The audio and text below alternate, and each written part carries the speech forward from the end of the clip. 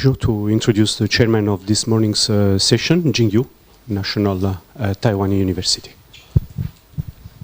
Thank you.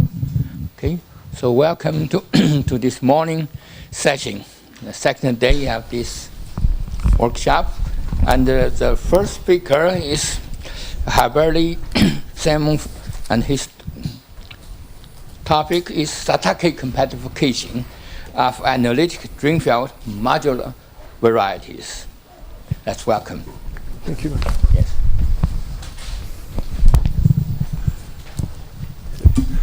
So thanks very much to the organizers for giving me the opportunity to talk here. Thanks also to Richard Pink, who kindly offered his slot so that I can talk about my PhD thesis, which is really supervised by him. The title of the talk will probably also be the title of the thesis.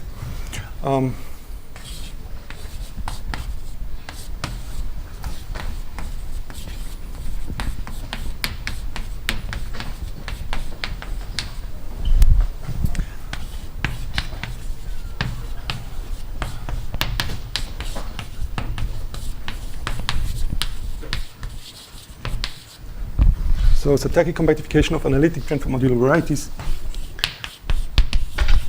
And all of this is advised by Richard Pink.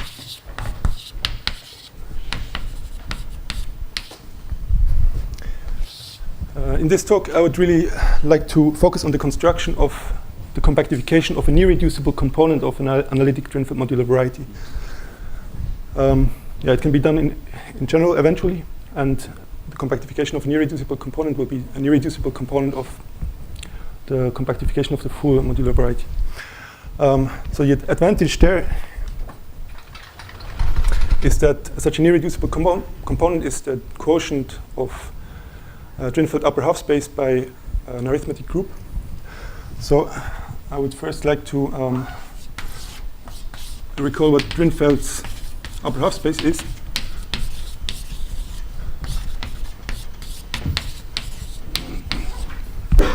And write it in a coordinate-free way, which would be convenient for the construction of the compactification later on.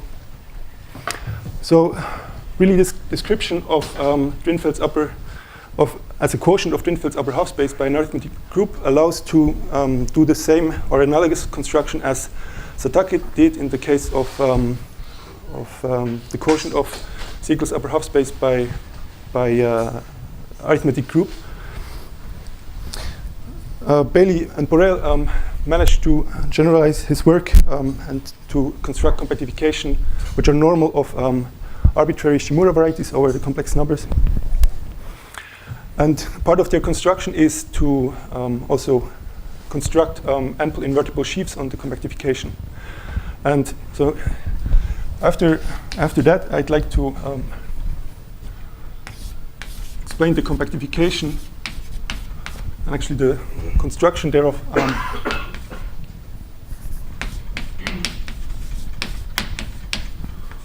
of an irreducible component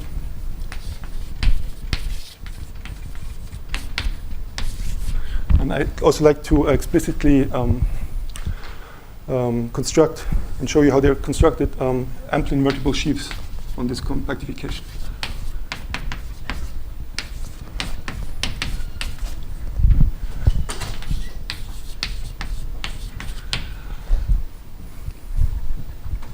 I should say that in the case of the polynomial ring,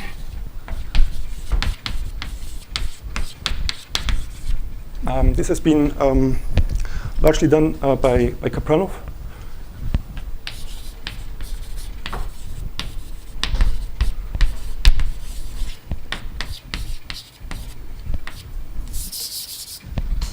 But he somehow didn't quite specify the ample invertible sheaves on the compactification, so it's really the topological construction that he did.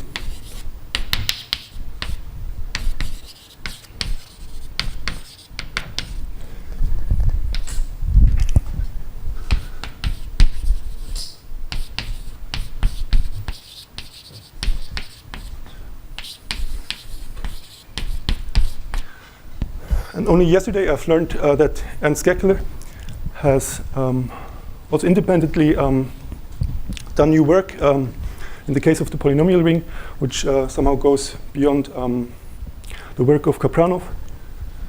And I think he will tell us in the talk afterwards. So, new work by Gekeler.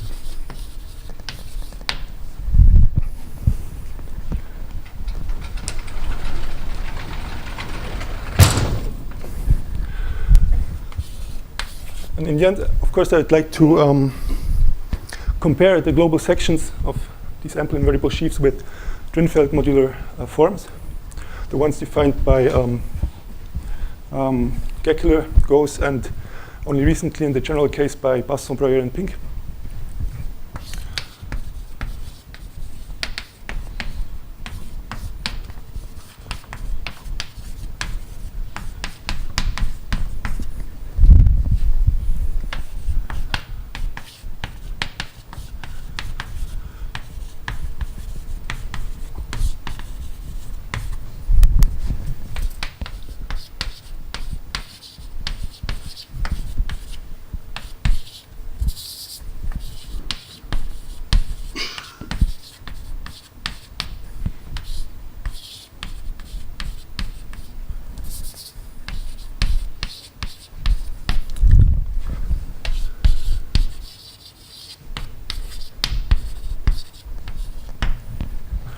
Okay, so that's the plan for my talk. Yeah, let me write Drinfeld's upper half space in a coordinate-free way.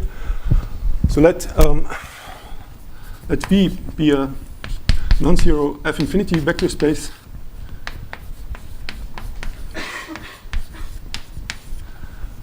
finite dimension.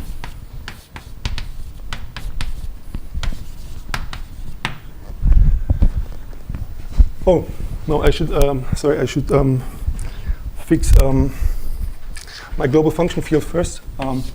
So let F,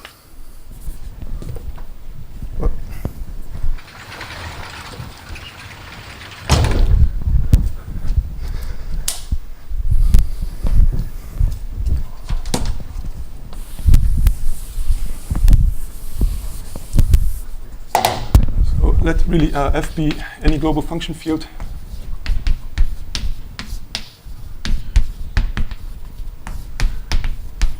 then infinity any place.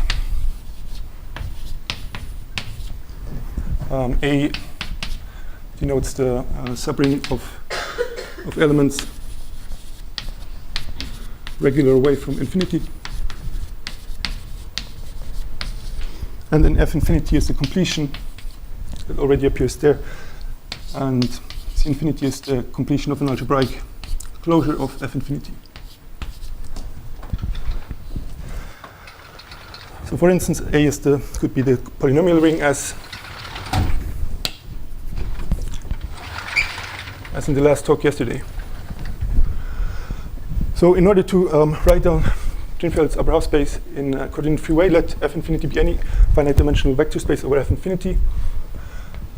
Denote the extension of scalars by C infinity as follows. V sub C infinity. And then I will consider its dual.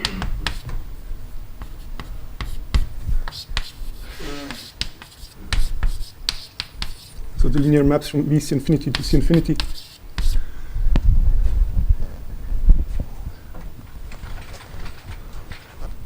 And then we have a natural action on the dual by the automorphism group of V C infinity.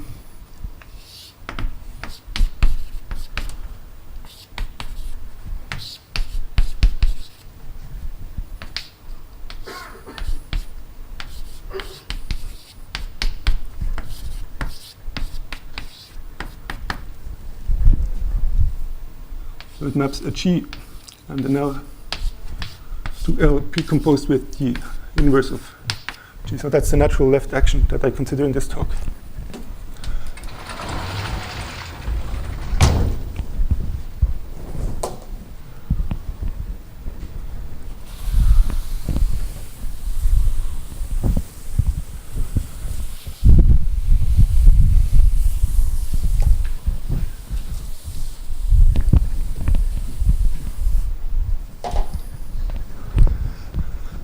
And let omega tilde v be the subset of this dual of those linear forms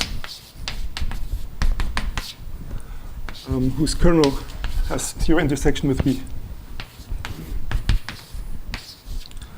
That's really a subset of the dual, and it's moreover invariant under the automorphism group of v itself.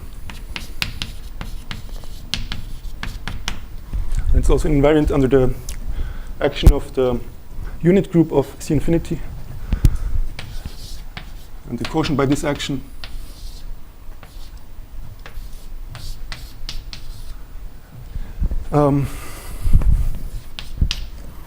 is then exactly Drinfeld's upper half space in a coordinate-free way.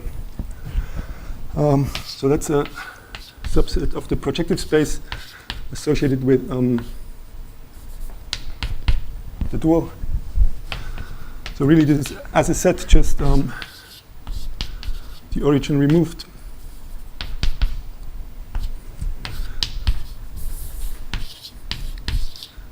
And then divided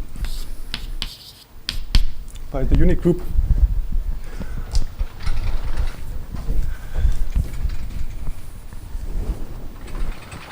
But it also carries the structure of rigid analytic variety.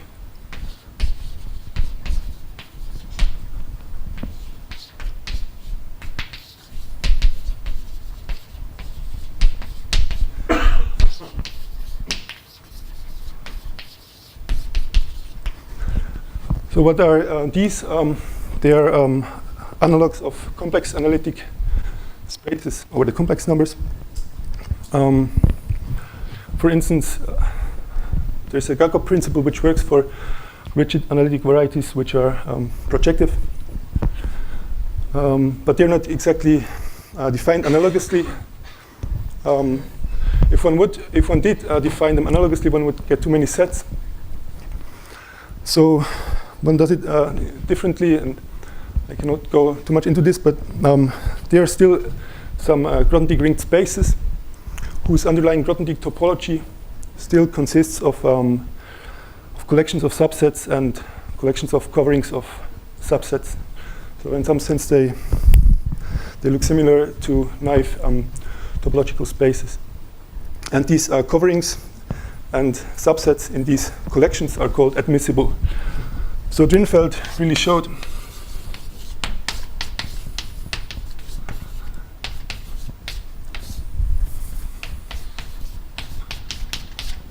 that omega v is an admissible subset of this rigid analytic variety.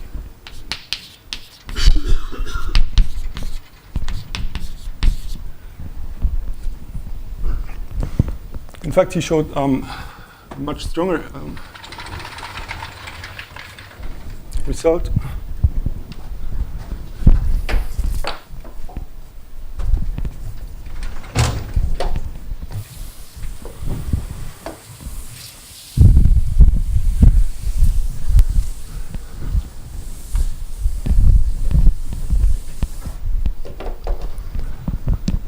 Namely, that the quotient of Drinfeld's upper half space by any discrete subgroup of PGLV is again a rigid analytic variety. So let me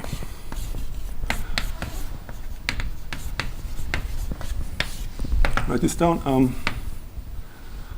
The quotient omega v by any discrete subgroup of PGLV. So I should define what I exactly mean by PGLV. Maybe here. PGLV is defined as, well, the quotient of the automorphism group of f of V by a group of units of f infinity. So this is the subset is really PG V invariant.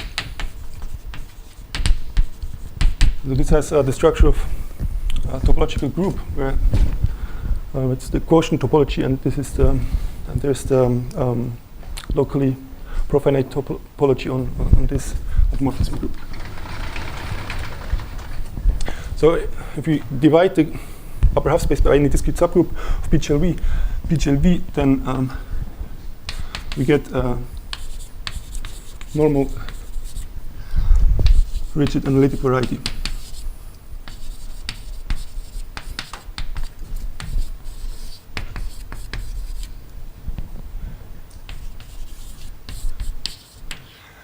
So what does this exactly mean? A priori, the quotient of rigid analytic variety by a group is defined as a Grothendieck ringed space.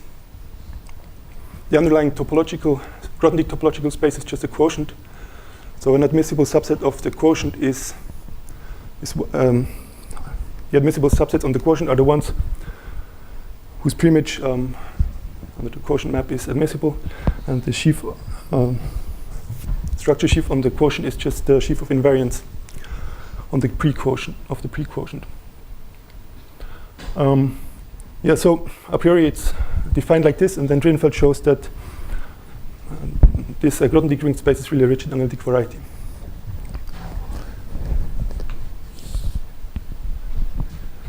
Oh, and moreover, it's also irreducible.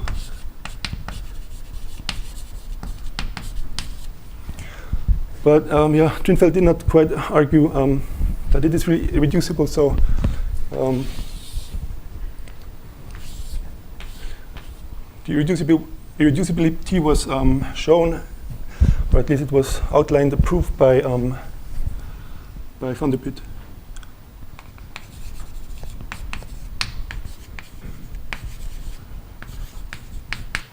He shows that omega v already is irreducible, and then the quotient is also irreducible. Okay, let me come to the second part now. So now I'd like to compactify an irreducible component. Let me fix any projective, finitely generated projective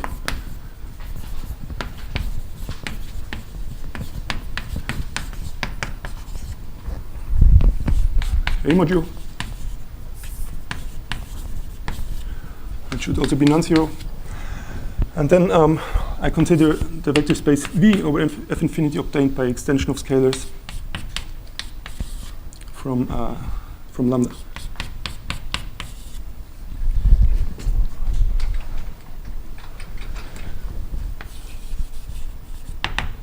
And then the image of the automorphism group of lambda under the natural map to PGLV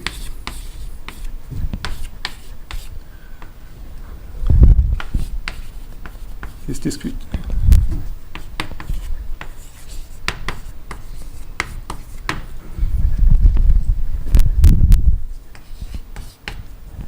And that follows from the discreteness of lambda, which itself follows from the discreteness of A in F infinity.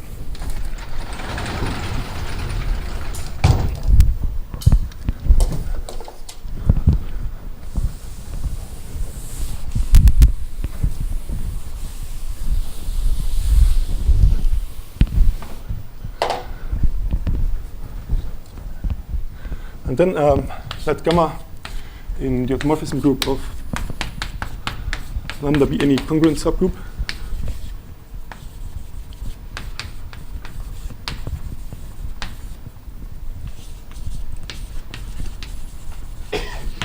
Hence its image in PGLV is also discrete, and hence we can consider the quotient of omega v divided by gamma And well, this I will denote by omega gamma. And well, Drinfeld shows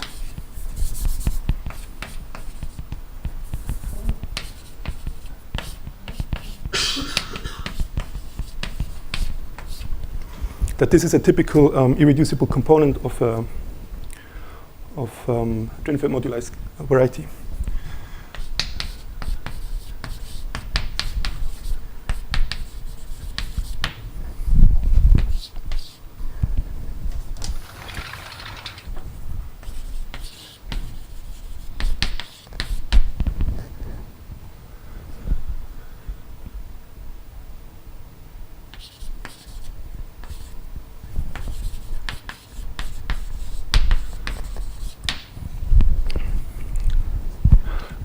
More precisely, any irreducible component of a modular variety arises as such a quotient, and if you allow the level of the modular variety to correspond to arbitrary compact open subgroups of the adelic general linear group, then in fact any such quotient arises as an irreducible component. So the goal is really to compactify this quotient. It's non-compact because it's really an irreducible component of an affine variety. And how do we do this? We first do some kind of compactification of omega v, but just as a Grothendieck topological space, and then it will carry a natural action by gamma, and then we just divide by gamma and get the Grothendieck topology on the aimed quotient, on the aimed compactification. And then afterwards we have to define the structure sheaf as well. And how do we construct the compactification of omega v? Well, for any direct summand which is non-zero of lambda, we set omega tilde L to be the pre-quotient of Drinfeld's upper half space attached to the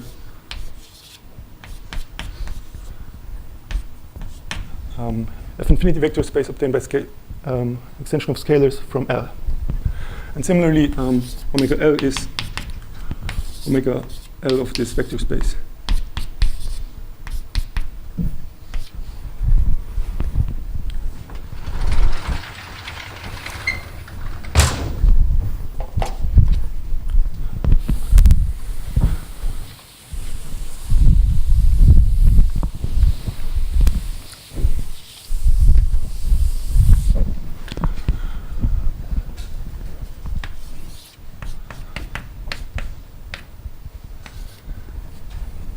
Now we define the following two disjoint union of sets. We go over all such direct summands and take the disjoint union of sets omega tilde L. And similarly, omega lambda star is the disjoint union of sets of the omega L.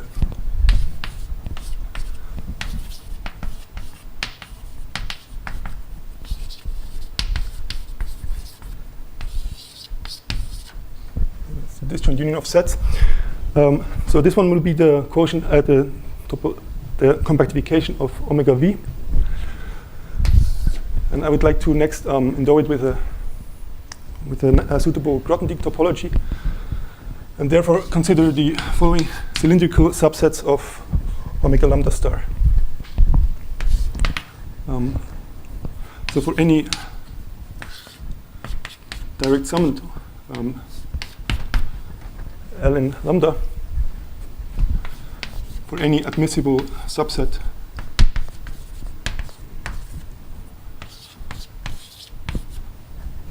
in omega L, and for any R in the value group of C infinity, let UOR be the following subset of omega lambda star. So it consists of those classes of linear forms which lie in a boundary component. So one can call this boundary component L prime, which contain L.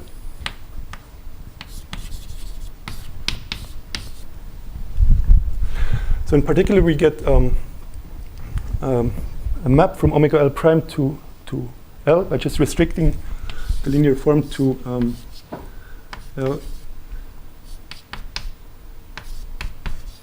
to L, and the second condition is that this image should be contained in the admissible subset of omega L.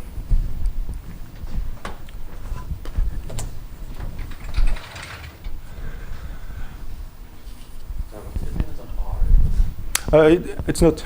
It's coming now. So this is somehow a vertical condition. It's a condition defined by the projection down to omega L. Now we have a horizontal condition which compares the elements of the lattice in L and the elements of the lattice outside L. So the infimum L of lambda prime over all lambda prime in L prime without lambda should be greater than R times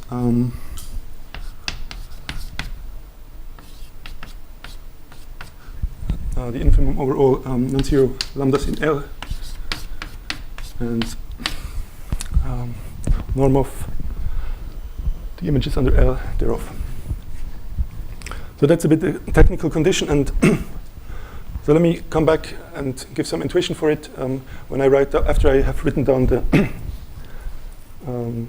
Grothendieck topology in terms of these subsets.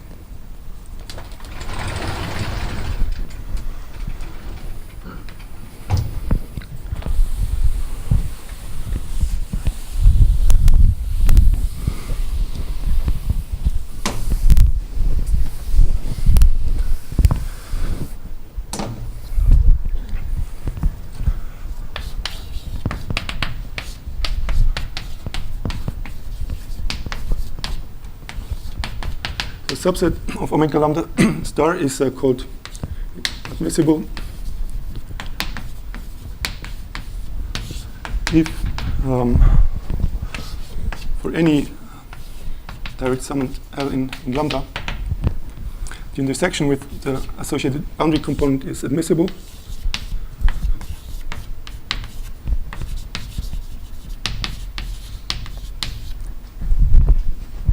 And if for any admissible and quasi-compact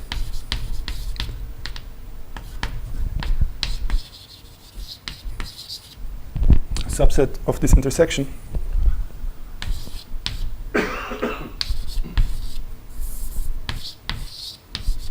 equivalently you can take any affinoid admissible subset. There exists an R in the value group such that UOR is contained in Y.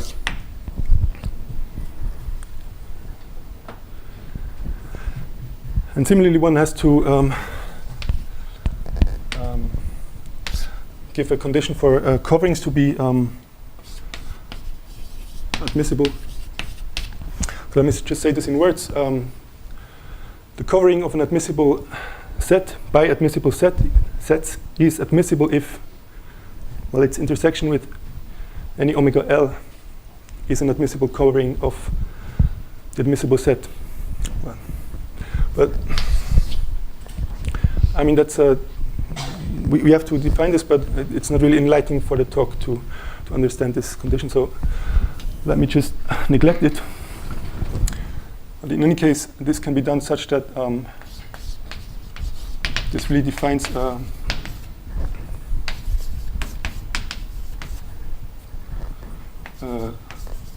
Grothendieck topology.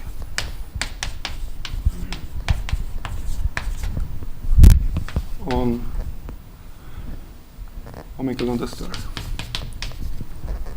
That's that really follows from the respective conditions on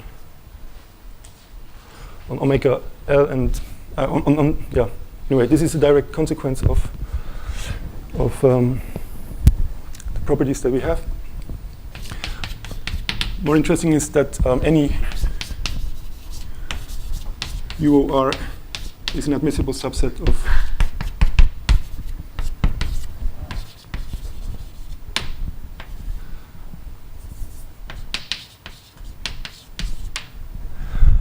omega lambda star.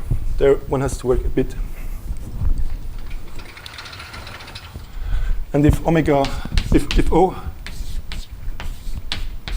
is connected and R is greater than 1, then the intersection of UOR with omega L, so with the interior, is connected. And in particular, it's non-empty.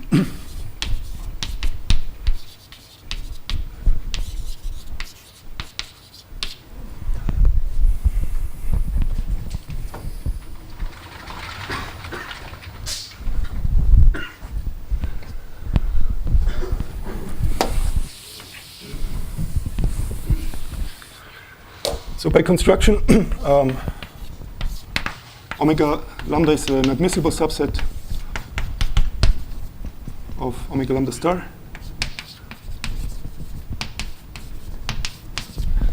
And by this non-emptiness of its the intersection of any such UOR with omega lambda, we also get that it is dense.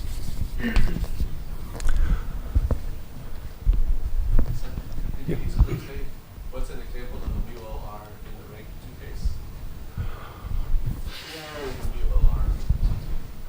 Yeah, I mean it's yeah. Well, then the O is just a point, and then it's just this condition that survives. So yeah, it's just saying that the lattice that you consider in the rank 2 variety has high that the elements in the lattice outside the rank 1 sublattice are very very large as compared to the elements in the rank 1 sublattice. So let me also say what this gives in general. So roughly speaking, this condition gives that if a sequence of elements in omega lambda star converge to a point, then the exponential functions associated with the elements of the sequence converge to the exponential function of the point where the sequence converges to. So if you have an L in omega tilde lambda, then you have a lattice in omega tilde L, then you have a lattice L of lambda in C infinity, an A lattice, and then you can associate the exponential function to this. And now one has to take care, be careful, because here we are really talking about equivalence classes. But roughly speaking, the exponential functions converge to the exponential function for a sequence which converges to a point.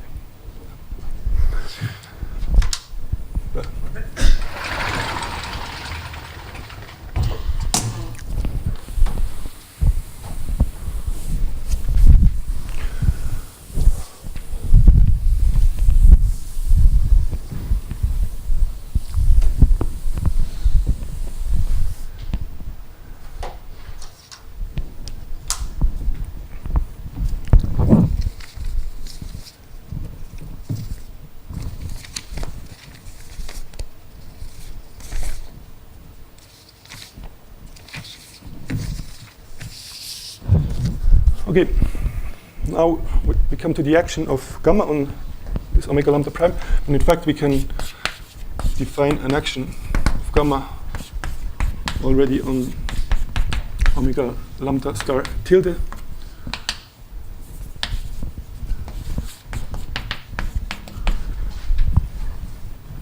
So it acts on an L in there, which must be in some boundary component, maps it to the following element in the boundary component attached to gamma of L, namely, well, just the same rule as before, precompose L with the inverse of gamma, which you have to restrict somehow to L. Okay, and this is a linear under with respect to the action of the unit group. We also get an action if you remove the tilde.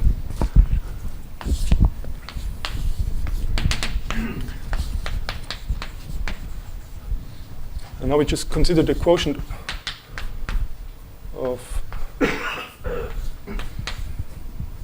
this action, write omega gamma star for it, and endow it with the Grothendieck topology as a quotient, the quotient Grothendieck topology. So as a subset of the quotient is admissible if its preimage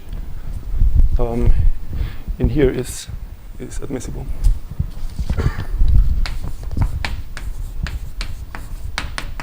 And similarly for coverings.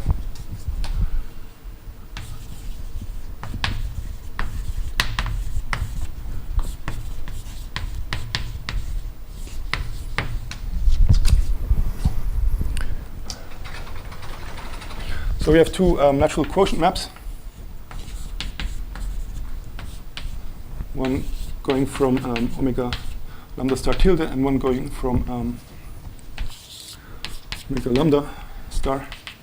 Let me call this one p gamma and this one p gamma tilde. So this is a double quotient map, you also quotient by the unit group. And an example, well, the image of UOR in omega gamma star is admissible.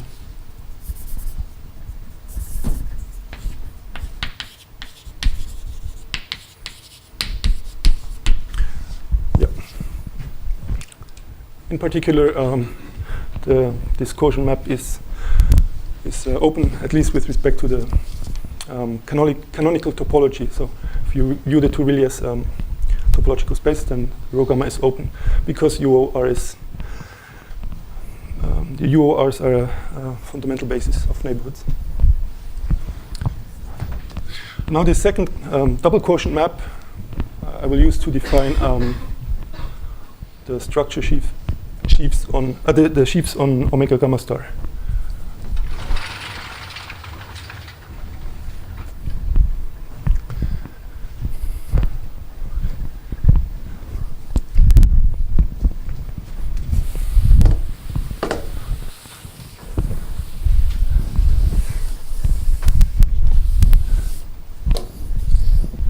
So just one more technical definition. Then I will be ready to state the theorems. So for any integer k in Z, I wish to define a sheaf of rings on the Grothendieck topological spaces. And what do I have to do for this? I have to specify omega gamma k at x for all x admissible in omega gamma star.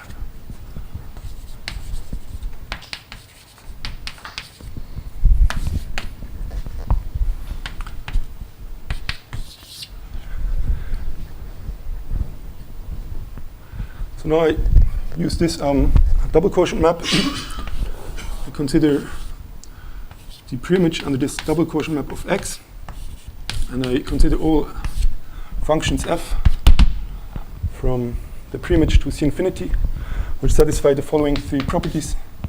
Well, first, f is required to be gamma invariant. And secondly, for the action of C, of the unit group of C, should hold that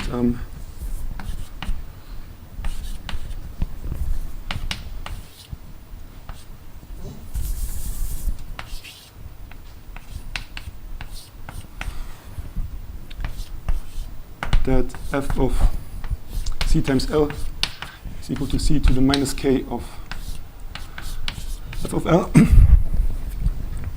So this is really one way to define weak modular forms. So I've learned about this way of writing it from Gauss's thesis. That's how you can define weak modular forms without coordinates. So now we also need a topological and holomorphicity condition. And this is a bit technical.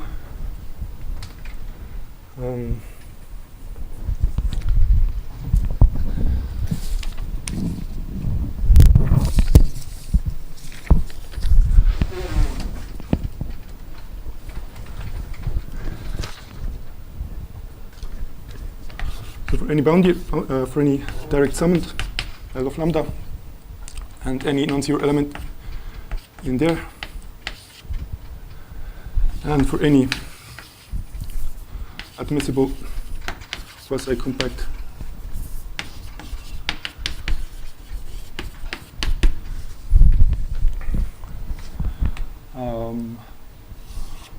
O in omega L.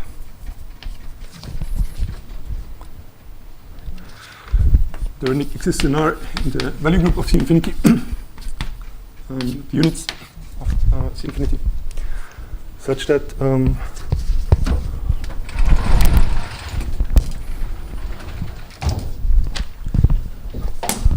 following holds.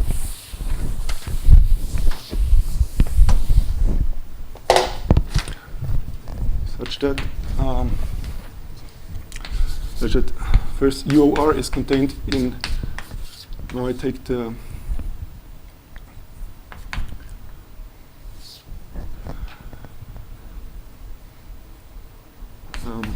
other quotient map, which gives me a subset in omega lambda star. So this should hold and the following map from UOR to C infinity, which maps class L to f of L times L of lambda times to the k. Right? So this now really doesn't depend on the choice of representative by the condition up there. And this function should now be continuous bounded and restrict to holomorphic functions on each strata.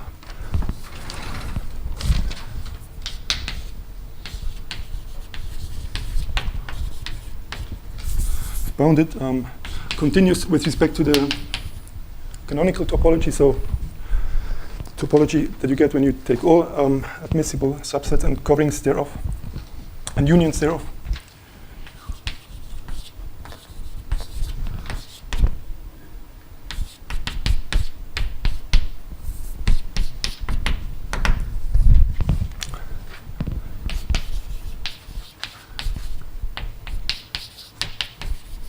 So it's bound continuous and its restriction to any intersection of UOR with the boundary component is holomorphic. So on omega L prime, there is already the notion of, well, it already carries rigid analytic structure. So holomorphic just means that it is a section in the structure sheaf attached to this. And so because C infinity is algebraically closed, we can really think of the sections as functions. And yeah, that's That's really the explicit definition of the sheaves.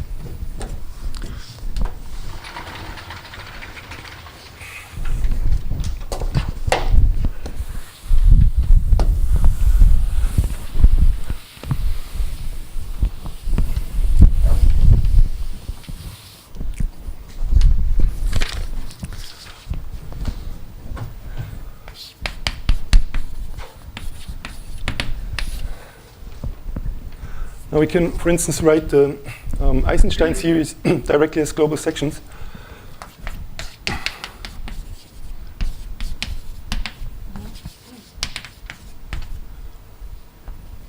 And let k be an integer greater than 1, greater or equal to 1. And consider the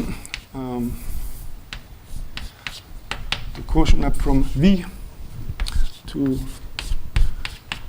V mod lambda. And consider any alpha in there. And then for any L in any boundary component,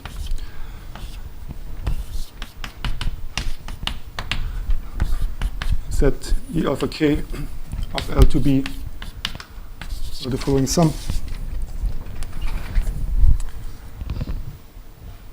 Go over all non-zero V in the preimage of P. Well, but you want to apply L to it, so you should intersect it with L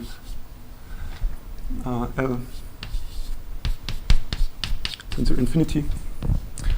And you take the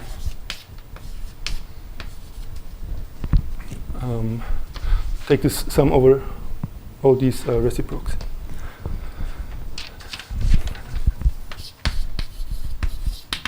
And if gamma fixes alpha, then the function that you get is already is really a global section of omega gamma k, omega gamma star.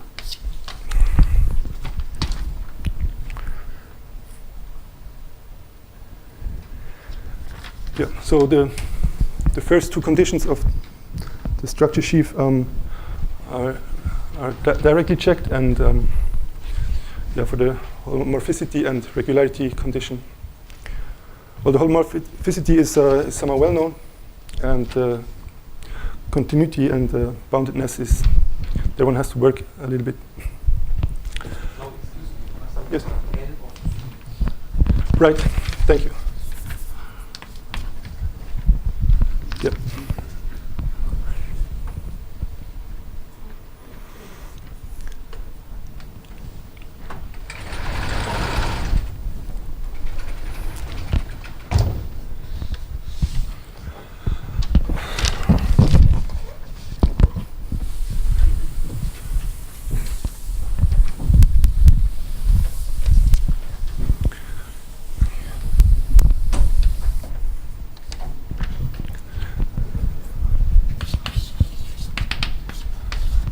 So let omega gamma O gamma star be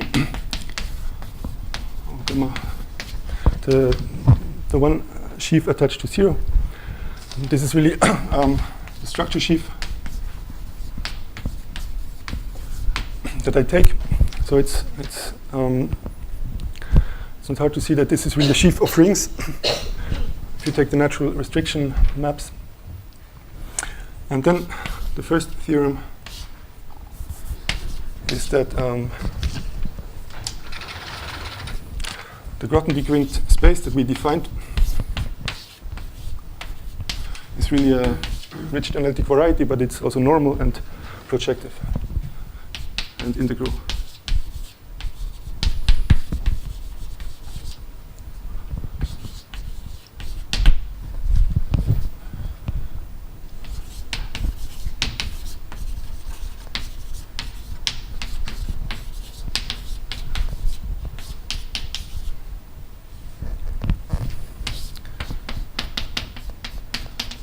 As I said, part of this is due to Kaplanov.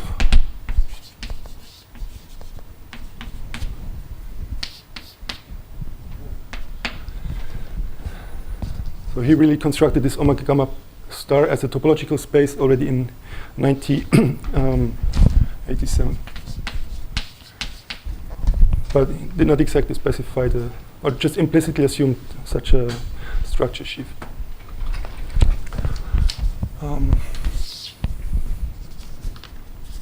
Yep. So what about the other O gamma Ks? There are no certainly sheaf of O gamma star modules, but in order to be invertible sheaves and even ample, we need a condition on gamma, and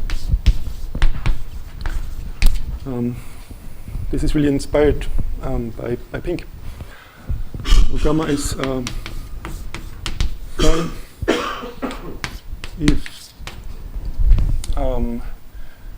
its image under the map from the automorphism group of lambda to some to the automorphism group of some quotient by a maximal ideal is unipotent.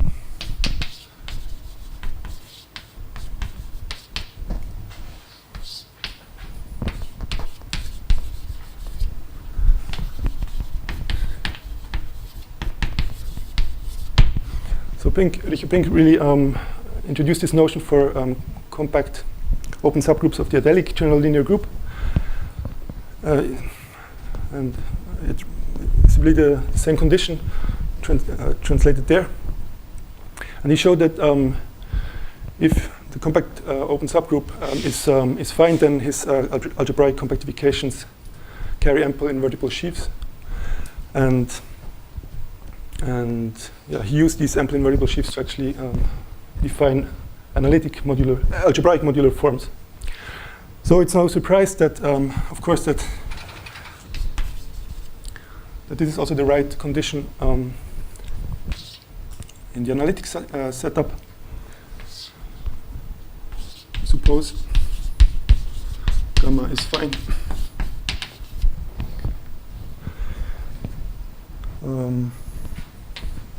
Let k be greater than 1. Then omega gamma k is amply invertible.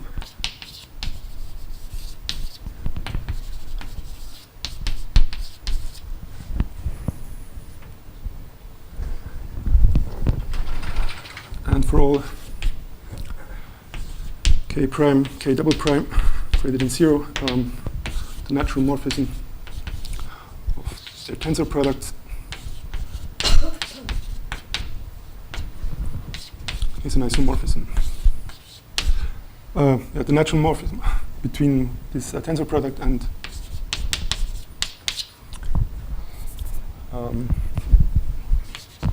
this sheaf is an isomorphism.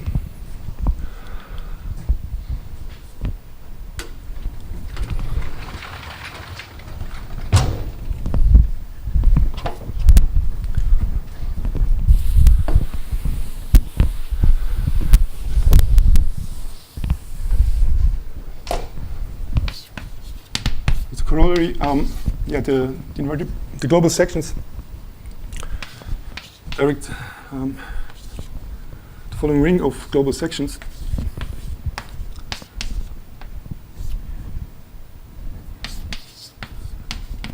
is finitely generated as an algebra where it's infinity.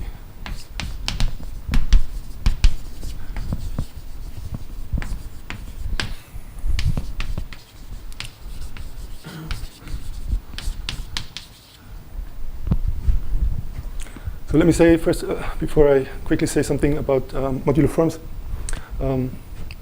say how theorems 1 and 2 are proved. So it's really by comparison with the analytification of Pink's algebraic object. So if the level, if gamma is suitably small, then we can find Eisenstein series of rank 1, which give an isomorphism onto the compactification, onto a near-reducible compactification, onto near-reducible component of the analytification of Pink's algebraic compactification. And under this isomorphism, the omega gamma star k correspond to his ample invertible sheaves. So yeah, the comparison and the proof of theorem 1 and 2 are done in one step somehow. And yeah, under this isomorphism, really the omega gamma stars k are omega gamma k stars are pullbacks of the kth twisting module of some ambient standard projective vector space, and so this is somehow my justification for the notation. So a quick word on modular forms. So let me just set it as follows. So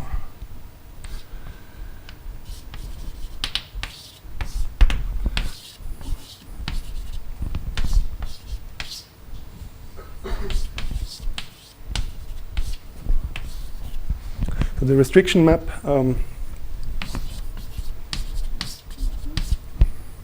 into the irreducible component that we compactified is injective.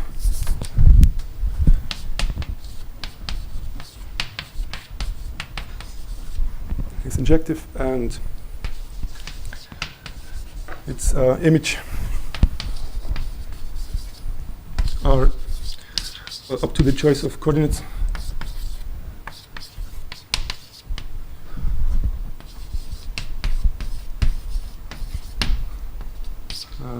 The Drinfeld modular forms.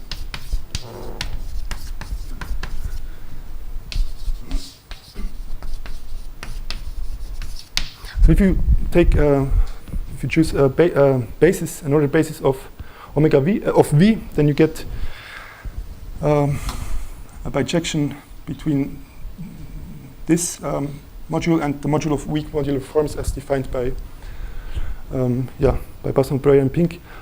Up to the right choice of action, maybe. But yeah, and then they define, and I'm sure Dirk Basson will recall this, Drinfeld modular forms in terms of Fourier expansion. So they're defined here as a subset. I'm saying that this is a bijection onto this subspace of Drinfeld modular forms. So what's the natural idea behind this theorem? Well, you consider in between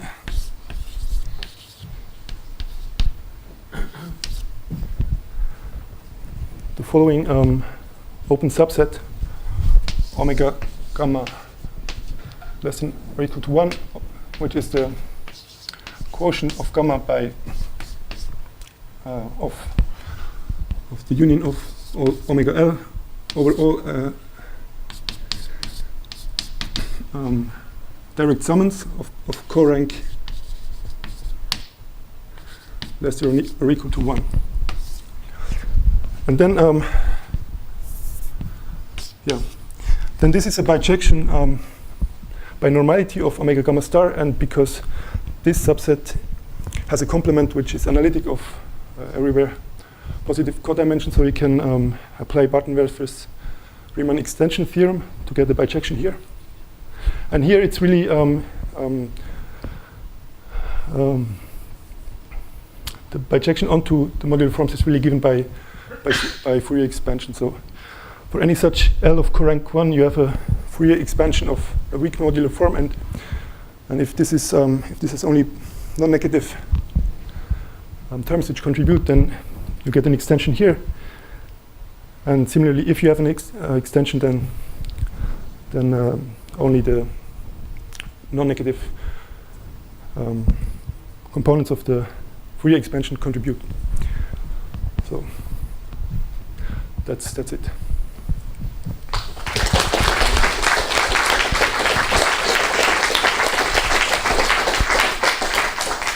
Any questions, comments?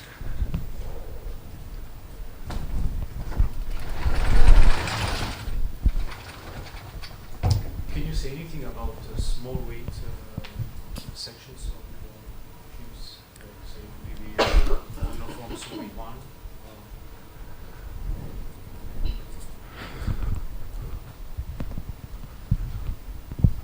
1? In what sense? So I was thinking about Gekeler's observation that modular form of weight 1 is with an Eisenstein series, if not 0. No, I haven't. Is there something? I haven't thought about this question. Sorry. Yeah. Yep. What is the main difficulty in the proof of your main theorem?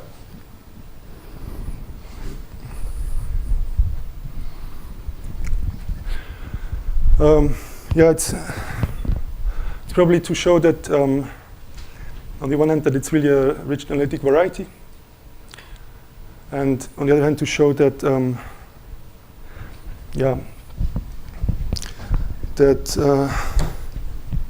if we already knew that the omega gamma star is a rich analytic variety, that the normalization onto this variety is already bijective.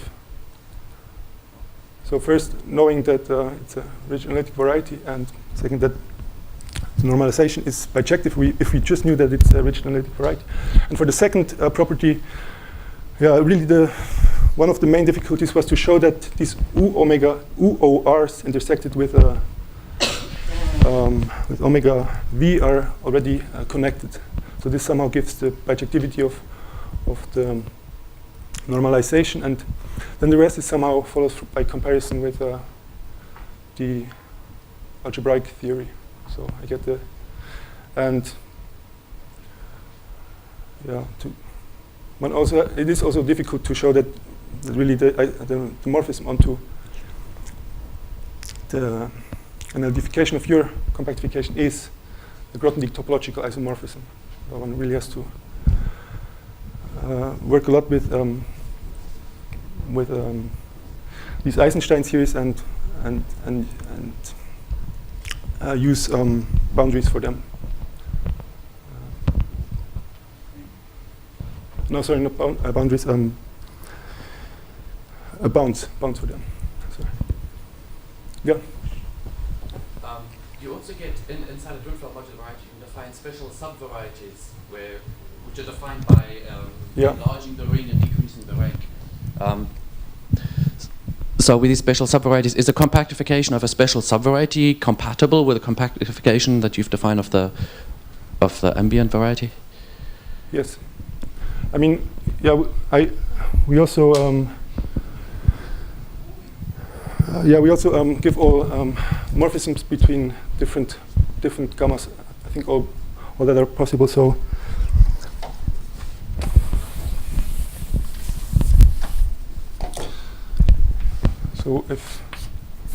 I really had a triple lambda, A lambda and gamma, and if you take another triple A prime lambda prime gamma prime, you can somehow and you consider a morphism from lambda to lambda prime, which is A linear, where A contains A prime, and such that somehow the image of gamma prime in the in some quotient of the automorphism group here is compatible with gamma itself. Then you get the morphism between the compactification, and really the ranks do not need to be the same over A. So you get also lower rank the morphism from lower rank. And these morphisms are then proper. And so that might be also a natural framework to try to prove the remaining case of the André Oort conjecture, but I have not thought much about this. Yeah. So you did not mention explicitly, but perhaps it was implicit, if you take Pink's Satake compactification and base change to C infinity, Yes. Do you also show that its components are all of the form that you've constructed? Sure. So it I mean, can be written in as a disjoint. Yeah, I mean the compactification of the full analytic Drinfeld modular variety is isomorphic to the analytification of his algebraic compactification.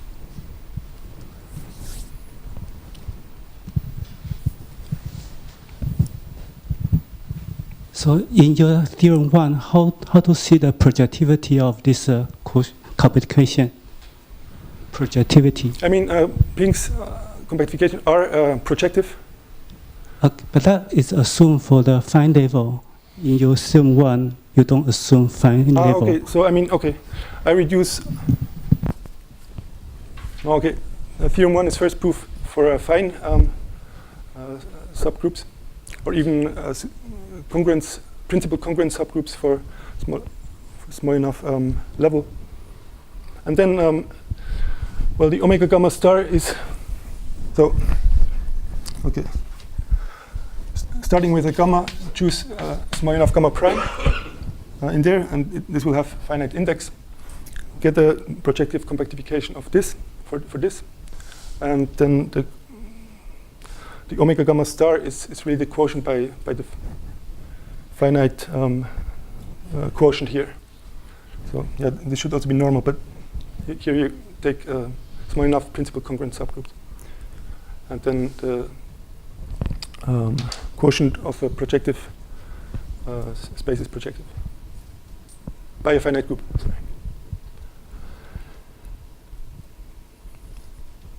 Yeah. Do you think the Satake compactification is Gordon-Macaulay?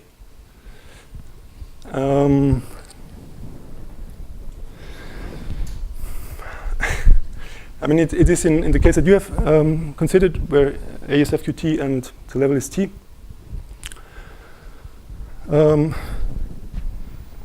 I don't know. It's probably what one should expect, but I would not know really how to show it. I mean, part of your work to get explicit modular compactifications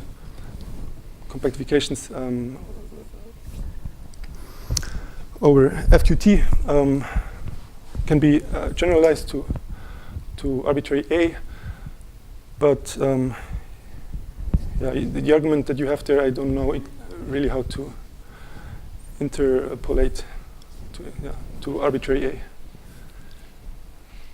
But I mean, this construction would maybe be my starting point to this generalization of your modular compactification would probably be my starting point to investigate it, but I don't know how to prove it.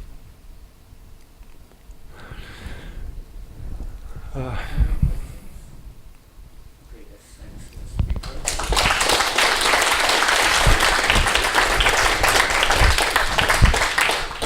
will resume on 10:30.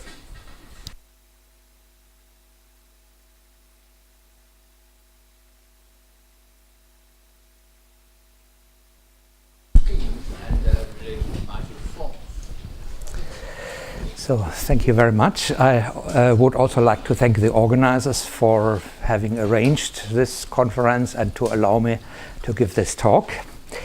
The talk will be about essentially the same topic as Haeberli's talk before. We will talk about the same topic, but not in the same way. Well, the topic is related to a couple of names, among which are at least Kapranov and Pink with various co-authors, Basson, Breuer, Schieder, and also Cornelissen,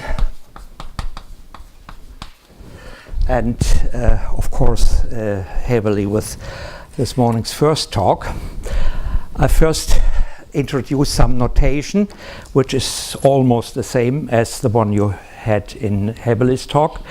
We have a finite field with q elements, the polynomial ring over this field. Usually we select one non-constant element of that polynomial ring.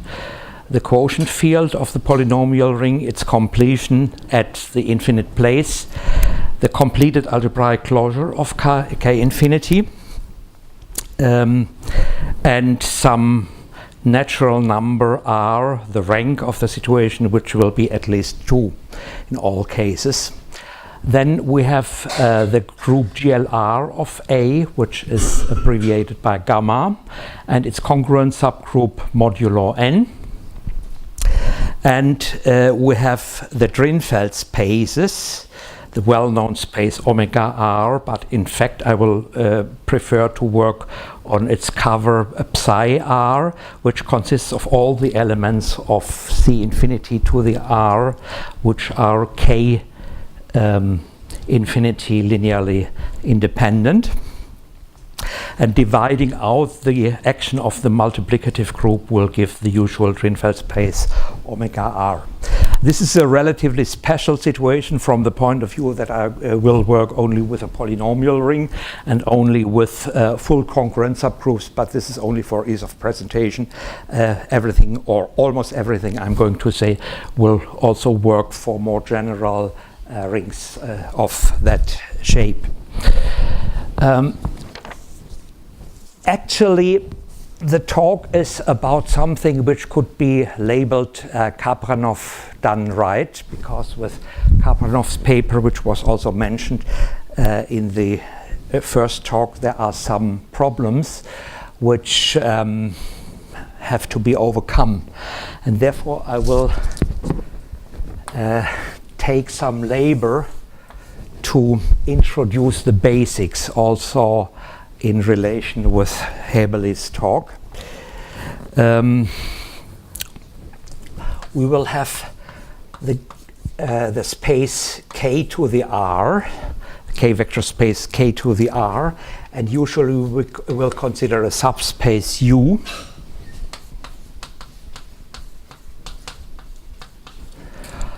And some lattice L inside U, full A lattice, which means it is a free A submodule of U, which tensored with A yields the full U. So in particular, it has full rank. The rank of L as an A module equals the dimension of U as a K vector space. And we will consider the set of all U as above, which are different from U, which will give a label set for the components at infinity for the Drinfeld space, and which is the disjoint union of the collection of spaces where US consists of the spaces which have dimension S. And I will also consider for some L for some U in U, I will consider discrete embeddings from U to C infinity, by which I mean K-linear embeddings, injective, and with discrete image. Say I of L, where L is any full A lattice in U. And this doesn't depend on the choice of the L. So this is my definition of discrete embedding.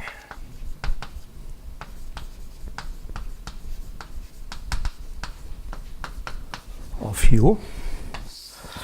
And I will define psi U. This is the set of all I such that I from U to L is such a discrete embedding. And well, as an example, if you choose a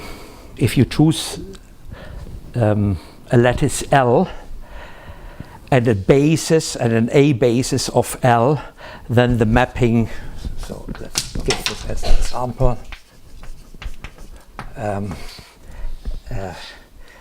If E1 to ES is an A basis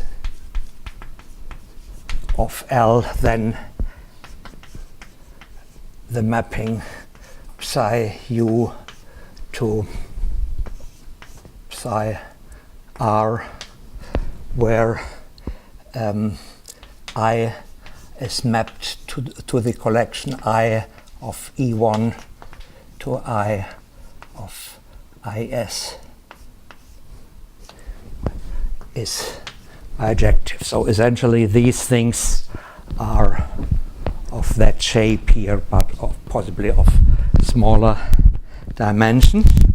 And we also define psi R as psi of the full space V, and using this interpretation we get just what we had here. And we embed this into psi R bar, which was labeled with a star in Haeberli's talk, to be the disjoint union of all the psi of U, where U runs to this collection. So essentially this is the same set Haeberli talked about. So, and this consists essentially of psi of V plus components of smaller dimension. And the group GK, which is short for GLR of K, acts from the right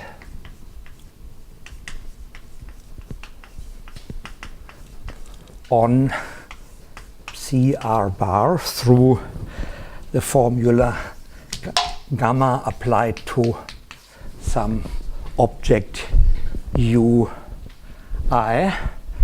of psi bar will be U gamma minus 1 I circle R gamma, where R gamma is right matrix multiplication in V, X goes to X gamma.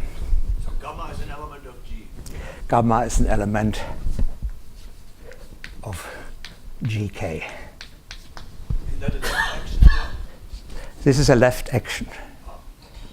Well, the group gamma acts from the right as a matrix group, so I consider this as row vectors. These are row vectors. And so matrices act from the right on these row vectors. And this gives a left action on this thing here. And we also make the same thing, dividing out the action of the multiplicative group. We will get omega U, which is psi U divided out, and omega R bar will be the disjoint union of the omega U, where U runs through this subsets. And okay, that's the basic setting.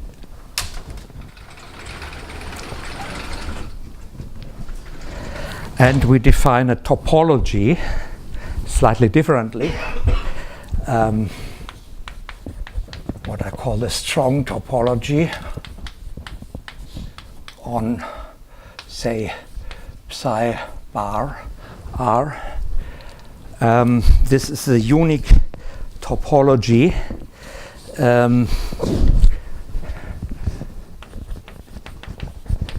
Unique Hausdorff topology with the following properties. it restricts to the strong topology on the strata. On the strata psi u. Psi u is some subset of this here, and this has a strong topology, the non-Archimedean topology. So this should hold. The next thing is, this is just what I just said. It's the non-Archimedean topology on this vector space restricted to subsets. Topology induced by the non-Archimedean topology on a non-Archimedean set. the topology induced from the metric on C. From the metric, yes. The next point is that the closure of some psi u, so this is the closure with respect to the strong topology, is to be the union of all the psi u prime, where u prime is the subspace of u. And say if some u prime is contained in u, then ui, some point that belongs to the u stratum, is close to u prime I prime, which belongs to the u prime stratum, if and only if, this is a bit technical,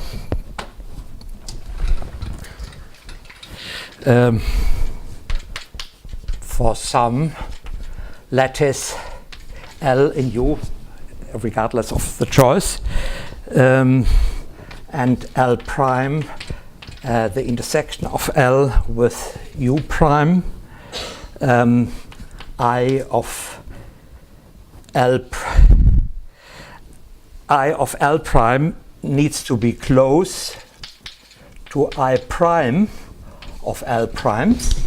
What does this mean? This means choose a basis of L prime, then the basis vectors, I of these basis vectors is close to I prime of these basis vectors in the non-Archimedean topology. And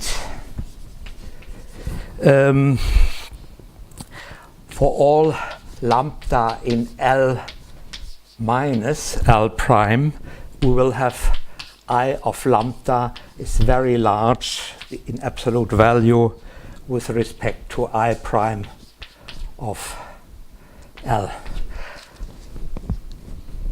This can be made explicit with some epsilon and formalism, but I assume this is suggestive enough to let you understand what is meant.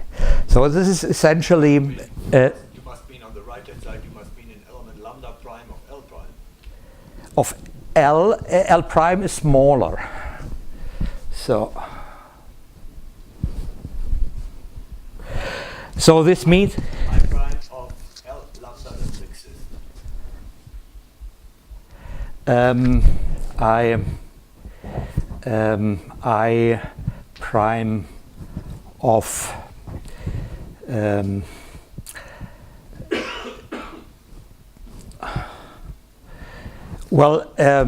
choose a basis of this must be very large with respect to with some where lambda prime runs through a basis of L prime. So intuitively, this is the same condition which has been presented by Haeberli. So this means, in particular, if you already know what Eisenstein series are in this situation, it means that an Eisenstein series evaluated on such an object is very close to an Eisenstein series, to the same Eisenstein series evaluated on that object. And then the group Gk acts through strong homeomorphisms.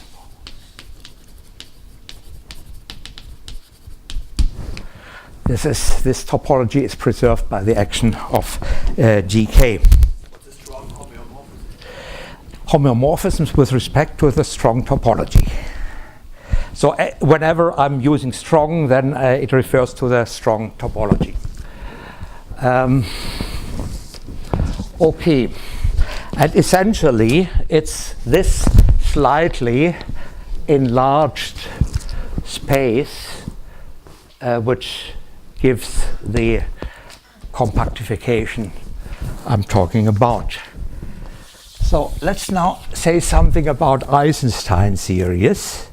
Well, we fix some natural number, so which is larger than 0, and take some omega, some point in CR, and take, say, we fix some lattice in V, namely the lattice A to the R, and intersect it with U. I call this LU. And we define the Eisenstein series of weight K evaluated on such an omega. This is the prime sum I of lambda to the minus K, where K runs through this LU. If you use coordinates, like here, it's just the ordinary Eisenstein series of weight K associated with these coordinates. And we can also define partial Eisenstein series. That's lambda in LU, right? That's? You mean lambda in LU? So, of course, thank you. And lambda non-zero, this refers to the prime here. And if we are given some U in K mod A to the R, some non-trivial element of this group, but with n U equals 0, where n is some fixed non-constant element of A,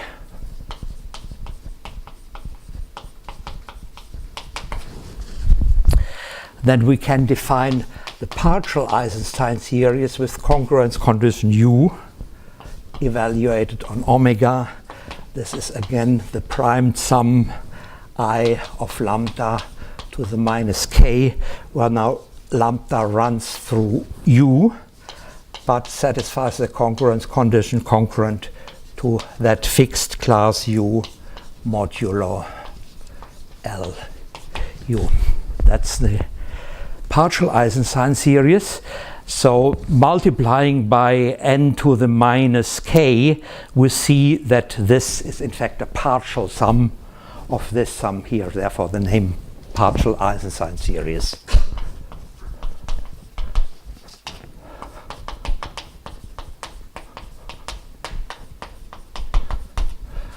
And there is an important proposition in this situation, which is due to David Goss. It says that the Eisenstein series of weight 1, so which is, so if I omit that that label, then I will get the EU of omega. This is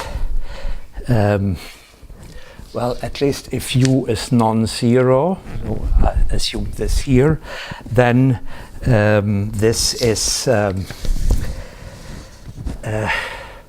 non-zero, and its inverse, IU omega minus 1, is an n torsion point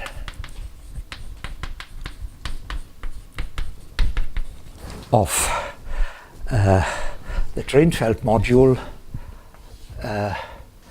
phi omega, and this is a Drinfeld module associated with, well, perhaps I should assume here that omega is in fact an element of psi v of this here, so it does not belong to a boundary component, then this is a Drinfeld module associated with the point omega. So with I, well, if omega is, it belongs to the full V I, so it corresponds to a discrete embedding of the lattice a to the r. And this is a lattice of rank r in C infinity, and therefore by the Weierstrass uniformization corresponds to a Drinfeld module. So this means that Eisenstein series are essentially algebraic objects. They are defined analytically, but they are essentially algebraic objects and may be handled algebraically. And we can say more about the behavior of these, the irrelevant properties of the Eisenstein series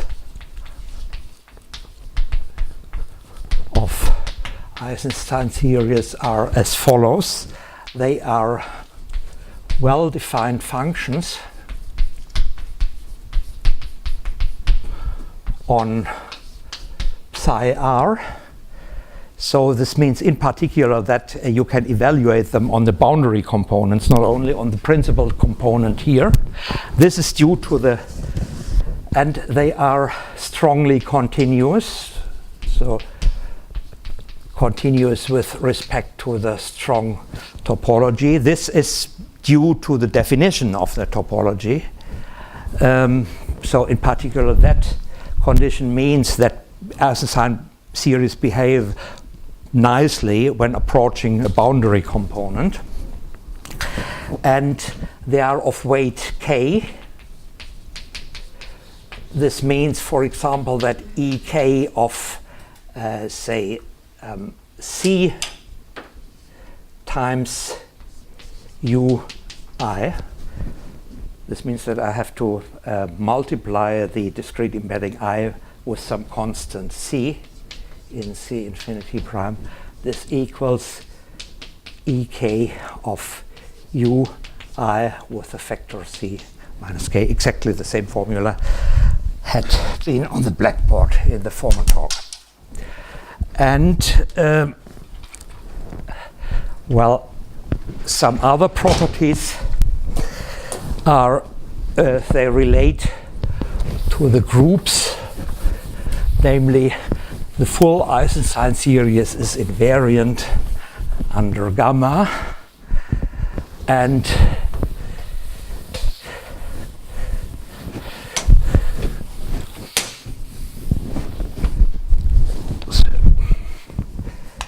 ek is invariant under gamma.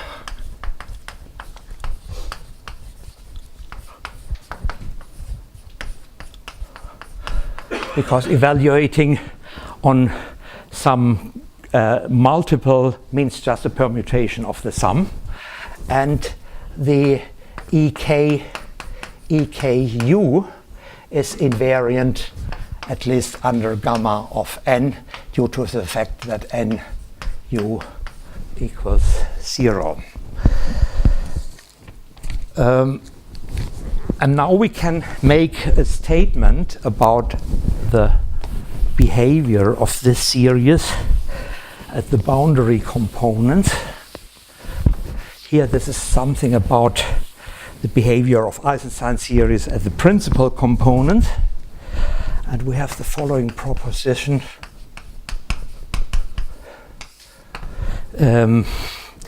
Let U be some boundary component, and let S be some natural number strictly less than R, and let U be a non-trivial congruence condition, but always assumed to that vanishing here.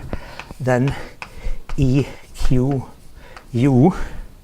restricted to the boundary component psi of u is identically 0 if u does not not represented by some element of u,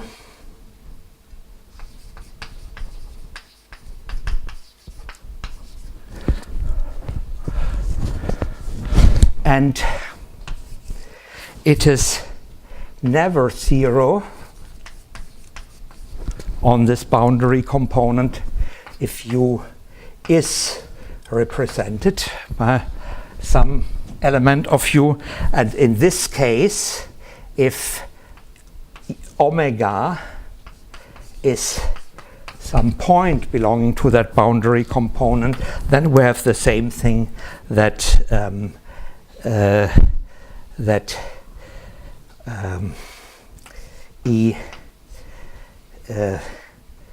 E1 of u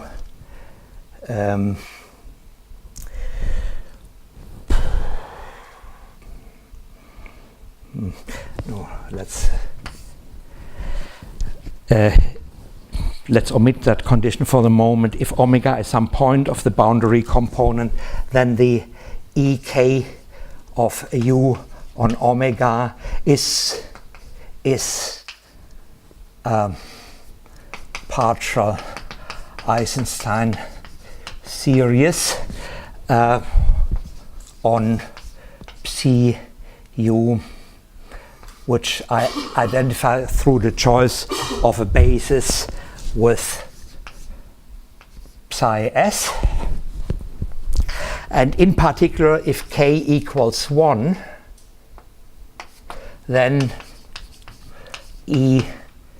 E1u of omega, which I labeled just by EU of omega, is reciprocal to an n torsion point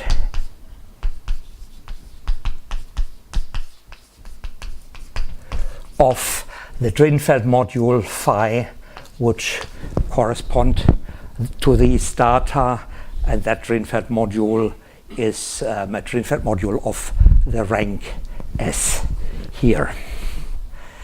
And of course I wanted to have that U is something in a boundary component of that dimension S, then everything goes right. This means that we have a good understanding of how the Eisenstein series behave at the boundary, and we can now state the first important result in this direction, which is as follows. If I scar is the vector space of Eisenstein series of weight k and level n, so generated by all these ek u, where u satisfies this condition here, then the has dimension CR of n independently of k, and given by CRn is the number of boundary components of dimension r minus 1.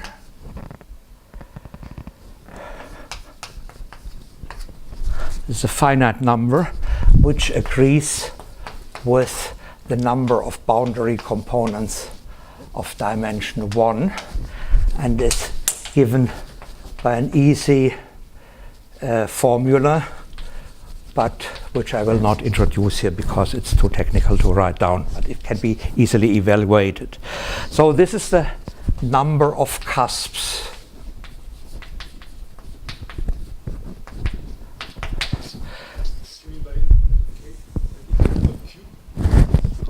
What do I? You mean by independent of K? Well, here, this is a space which apparently depends, which might depend on K, but it's in fact independent. And it's just the number of cusps. And You mean the number of boundary components of codimension 1? yes, this is R minus 1. This corresponds to this, to the subspaces of dimension, of codimension 1 in V, and also the corresponding Drinfeld space has codimension 1. But this here is codimension R minus 1, and these are the same. This is basic lattice theory, that these two agree. But for the others, one has to specify a basis, which has first been done by Gunther Cornelissen in his doctoral dissertation, and the proof may be generalized to the higher rank case. So the Eisenstein series always form a vector space of dimension CR of n independently of the weight. And the next thing which is important is the theorem that Is1 of n, vector space of Eisenstein series of weight 1, this separates points of psi bar divided out by gamma n. This means that if two points of psi bar of R have the same values for all Eisenstein series of weight 1, then they are conjugate by an element of this group.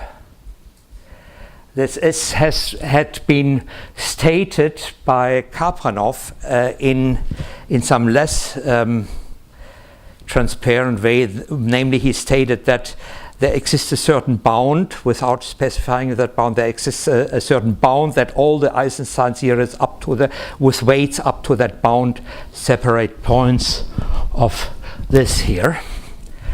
And this is the key for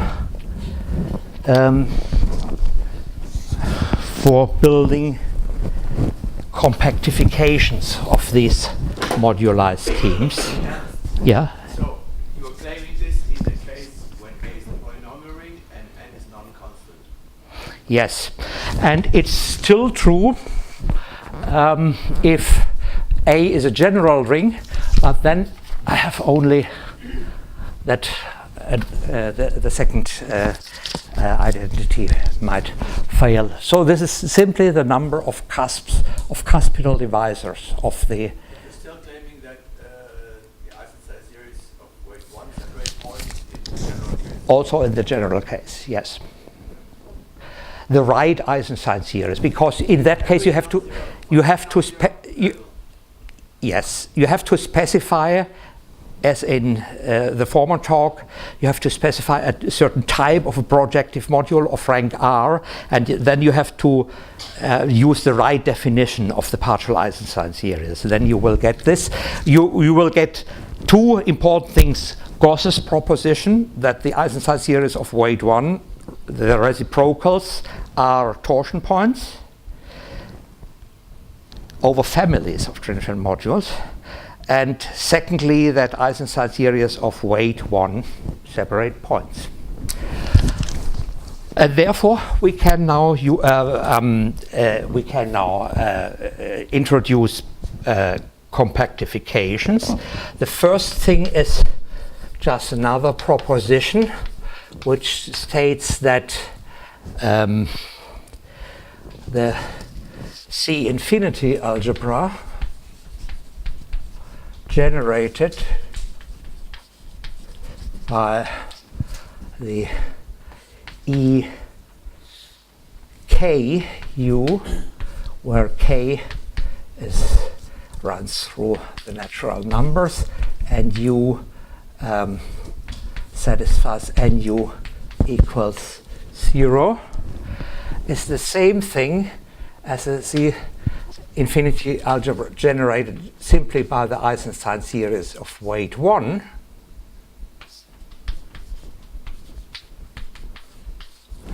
And this will be labeled the Eisenstein algebra Eis and underlined, which is so these two things agree. So this means that each Eisenstein series of weight k may be written as some expression in the Eisenstein series of weight 1, and the resulting object is the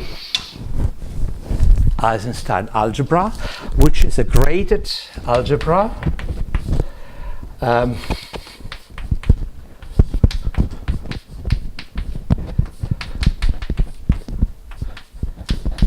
This is now underlined. This is different from non-underlined things. Non-underlined K means the vector space generated by the Eisenstein series of the respective weight. This underlined means all the homogeneous expressions of weight k in Eisenstein series of weight 1. So it may be written this way, and we let R be the ring. Well, of course, it depends on n, so occasionally it will occur in the notation. This will be the symmetric algebra in the vector space AS1 of n.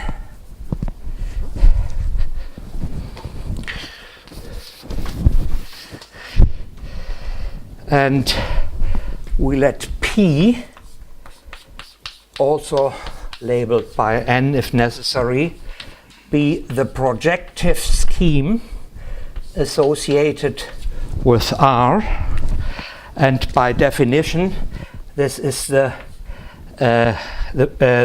projective space that belongs to the vector space Is1 of n dual. This is a general fact. If you have a symmetric algebra of a vector space, then the projective scheme of this graded ring is the projective space associated with the dual space of this here. This means dual.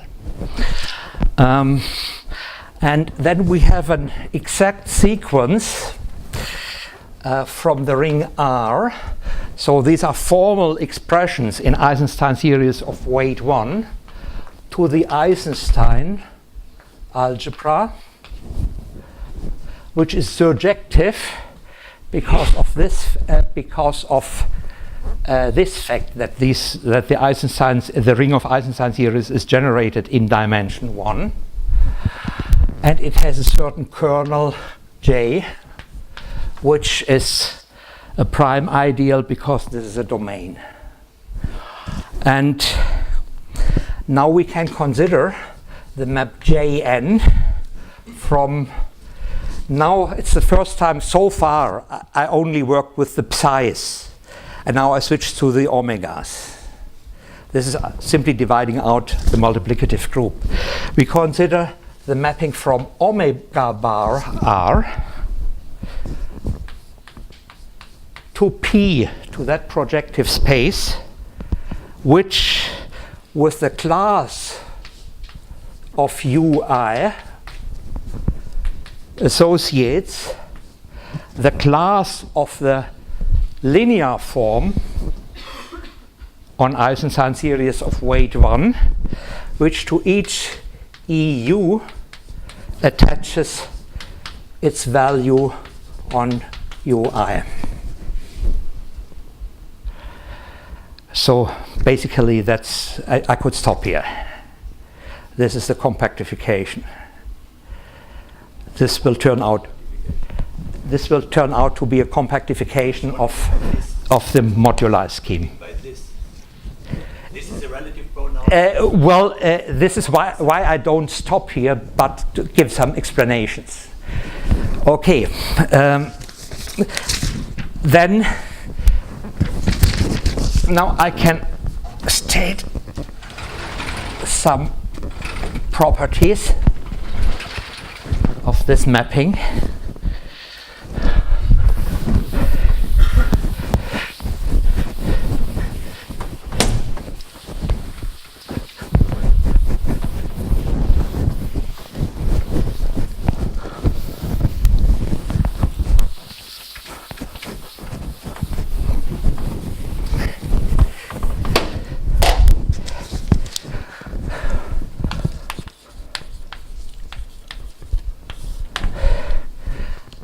Jn is well defined. There are some easy things to check. For example, the image is really a point in P which depends only on the left hand side, and so it does not depend on the representative of the class here. Is well defined. Gamma n invariant, since it is defined through Eisenstein series, and the Eisenstein series are gamma n invariant, and is injective as a map from omega r divided out by gamma n. Since it's injective, I can regard it as a function from this object to P, and it is surjective onto the vanishing variety of the ideal J here. And so this means that Jn is in fact a bijection from this to the vanishing variety, but the vanishing variety of J due to this exact sequence is nothing else than the projective scheme associated with the Eisenstein ring.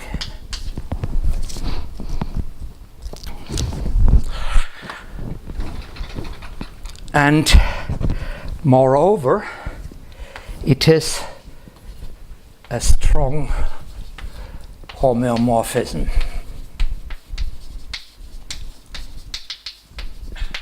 I have a strong topology on omega r.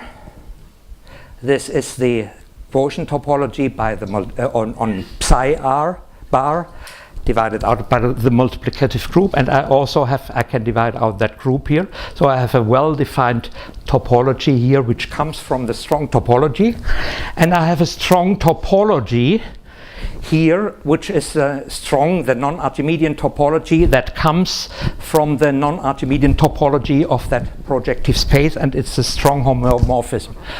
The critical points in this theorem are this one here, the surjectivity and the fact that it's a strong homeomorphism. And given these things, there is a very natural definition.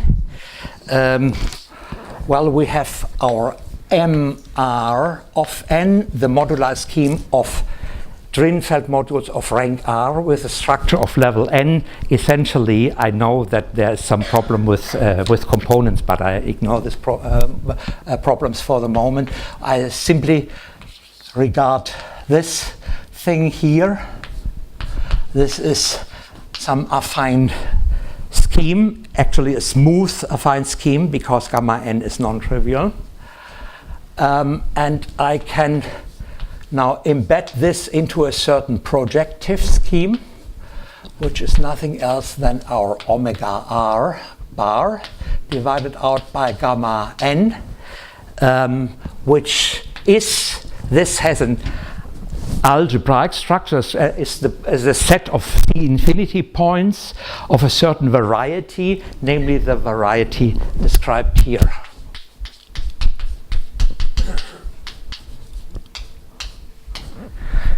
And well, this is an affine variety, this is a projective variety, and this is what I call a compactification. And since it basically depends on Eisenstein series, it's the Eisenstein compactification.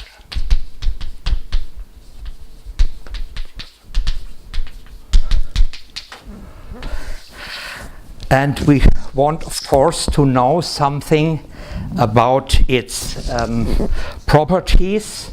And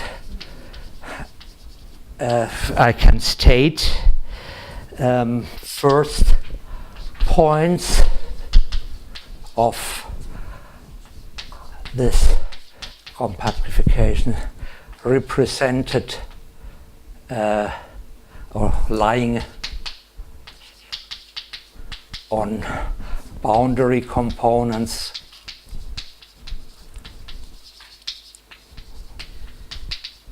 of codimension 1 are smooth.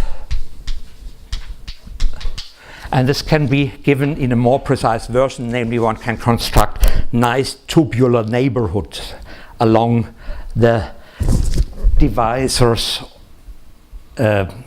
along the boundary divisors. And the second thing is this M R N bar is unibranched. And this means the normalization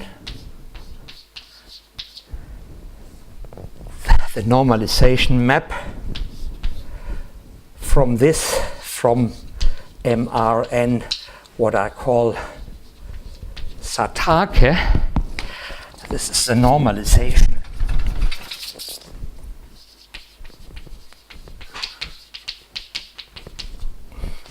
The normalization of this object here, and this mapping is bijective, and in fact a strong homeomorphism. So I don't know about the normality of that compactification. Defining the normalization as something like here, then at least that mapping is bijective, so both properties together mean that the variety MRN bar is very close to being normal, but unfortunately this doesn't suffice to really state the normality. This is, as far as I understood Haeberli's talk this morning, is just the normalization of this here. Because in Haeberli's construction, normality was built in. Okay, so I can now use this to define modular forms. First, let mod 1 be the modular forms for gamma, for the full group gamma, which is simply the graded algebra generated by algebraically independent elements G1 to GR, where the G1 to GR are the coefficients of the generic Drinfeld module of rank R, considered as indeterminates. And well, we have omega R divided out by gamma. This is the moduli scheme of trivial level, and it is, by this statement here, the projective scheme associated with that ring. But in that projective scheme, I have to assume that GR is different from 0. So this is the open, dense subvariety where GR is non-zero. And this embeds into omega R bar divided out by gamma. And this is the natural compactification of that moduli scheme here. And this is simply the proj here without that non-vanishing condition. So, and in So this is, if you want to, this is the degenerate case of what I did before, where the level is trivial.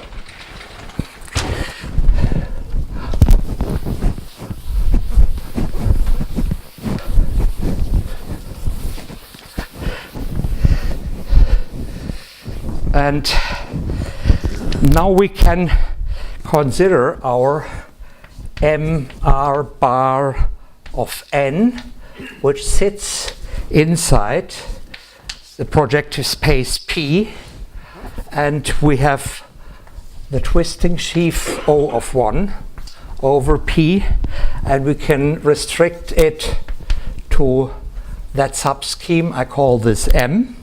This is Jn star of O1. This is this scheme here. And I have the open subscheme MRN not completed. And I can restrict M to that scheme here. And recall that this is nothing else than omega r divided out by gamma n. And we now see that analytic sections of M, of this sheaf M restricted to MRN, and the k-fold tensor product are just the functions are function f from omega r to c infinity, which are holomorphic and which satisfy f of gamma z equals a certain factor of automorphy out omega gamma f of z. F, well, I should have an omega here.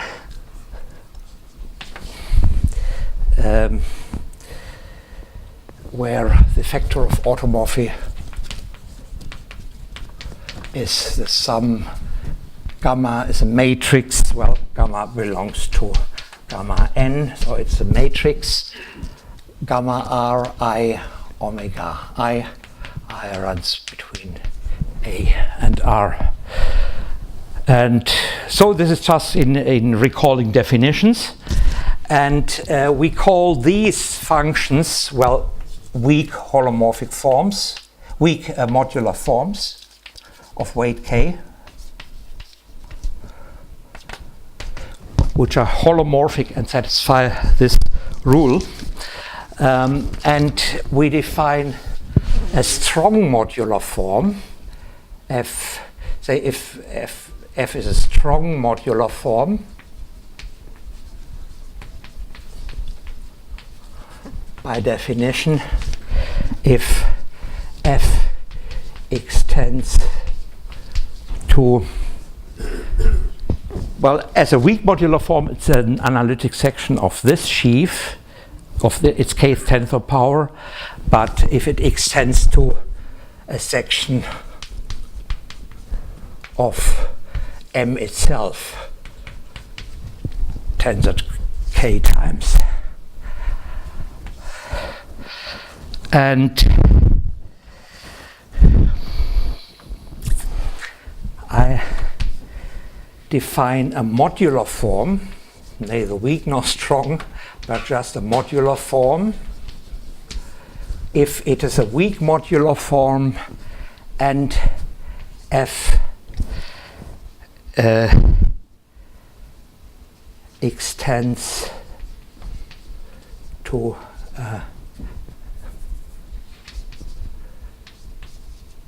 strongly continuous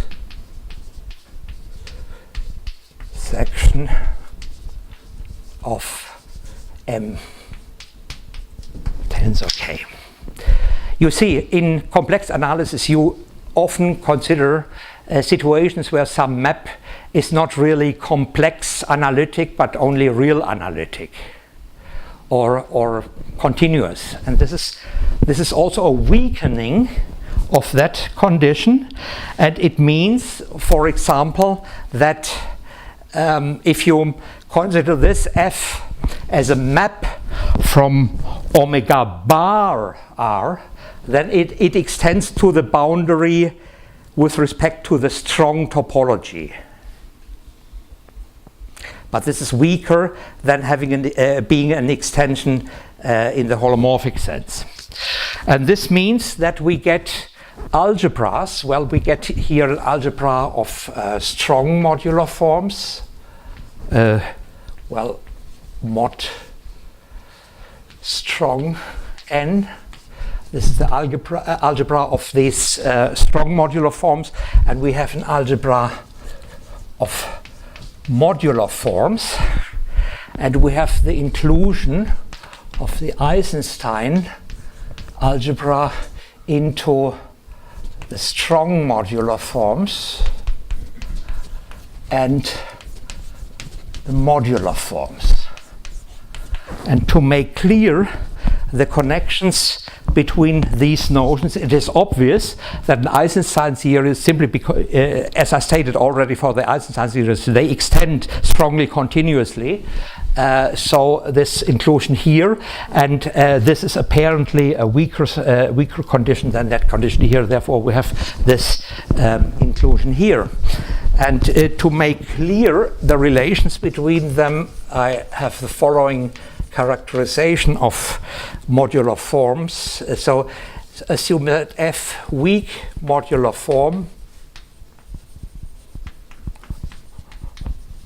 of weight K, weight K, then the following conditions are equivalent. F is modular. F is in fact modular, has this extension property. F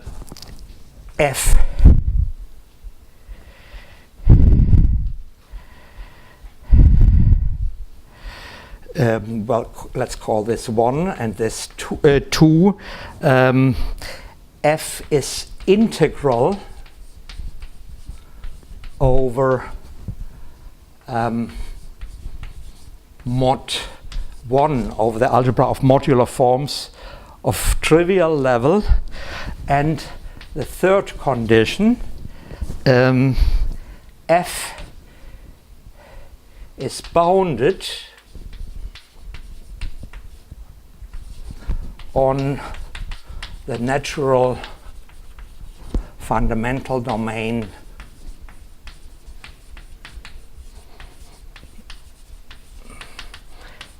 F underlined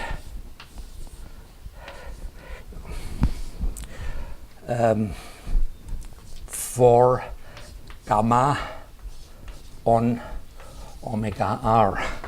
There is something like a natural fundamental domain, which is a bit technical to define, therefore I will not give the details.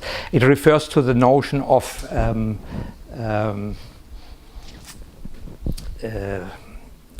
a minimum, of a successive minimum basis for lattices. And well, it boils down, in the case r equals 2, it boils down to some well understood property, and this may be generalized to the higher rank case, and details of the construction of that fundamental domain are given in a paper of mine that is published since online in Krelles journal since 2 years, but there is no hope that it may appear in print in the next future. So this is not yet quite correct. I have to assume that this does not only hold for F, but for all the translates by elements gamma of the finite group gamma modulo gamma n.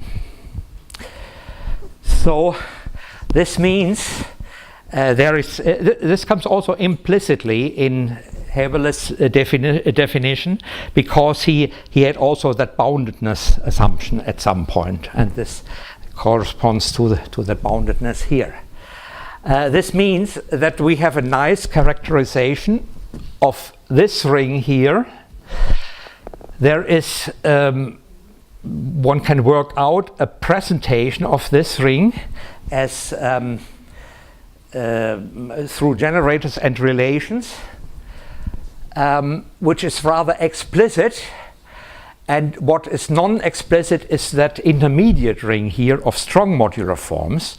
And also it is completely unclear and unknown whether these two rings differ at all. It might happen that everything collapses so that these three rings agree always. There is no example known of some strongly modular form which does not belong to the Eisenstein ring, and so on. But at least that characterization is nice, because it allows us easy to determine the modularity property of weakly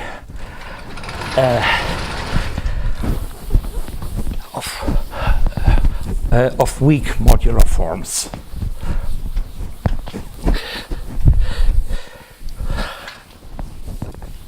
I would like to conclude, if time permits. No, time doesn't permit. So I will not write down anything more, but just tell you in a few words for a few examples. In the as a corollary to the last result here, it turns out that the full ring of modular forms is the integral closure of the Eisenstein ring in the common field of quotients. And one can also state that the difference between the Eisenstein ring and the ring of strong modular forms is finite. The codimension is finite.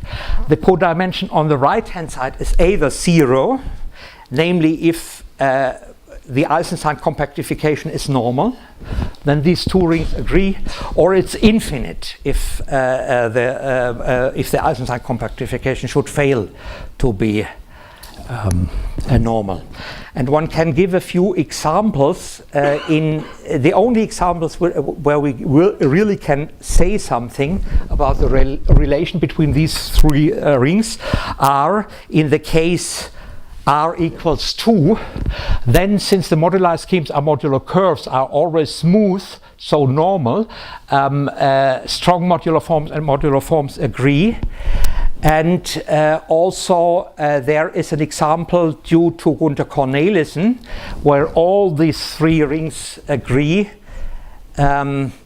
This can be described in more detail. And also there is an example worked out by Pink and Schieder, which says that the three rings agree if the level structure has degree 1, so essentially is T. So these are essentially the only things where we know about these facts. And well, you see, in Haeberli's talk, it was he a priori considers only what I called modular forms here. These other things do not appear. But the true question, which is neither answered by my talk nor by Haeberli's, is to what extent these three algebras agree or disagree. Thank you.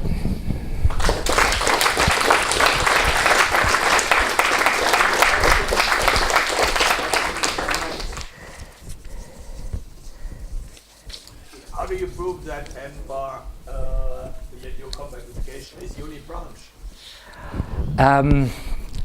That's a connectedness argument of the. You have to look under the microscope under points of the boundary and how their neighborhoods behave. So how do you prove it?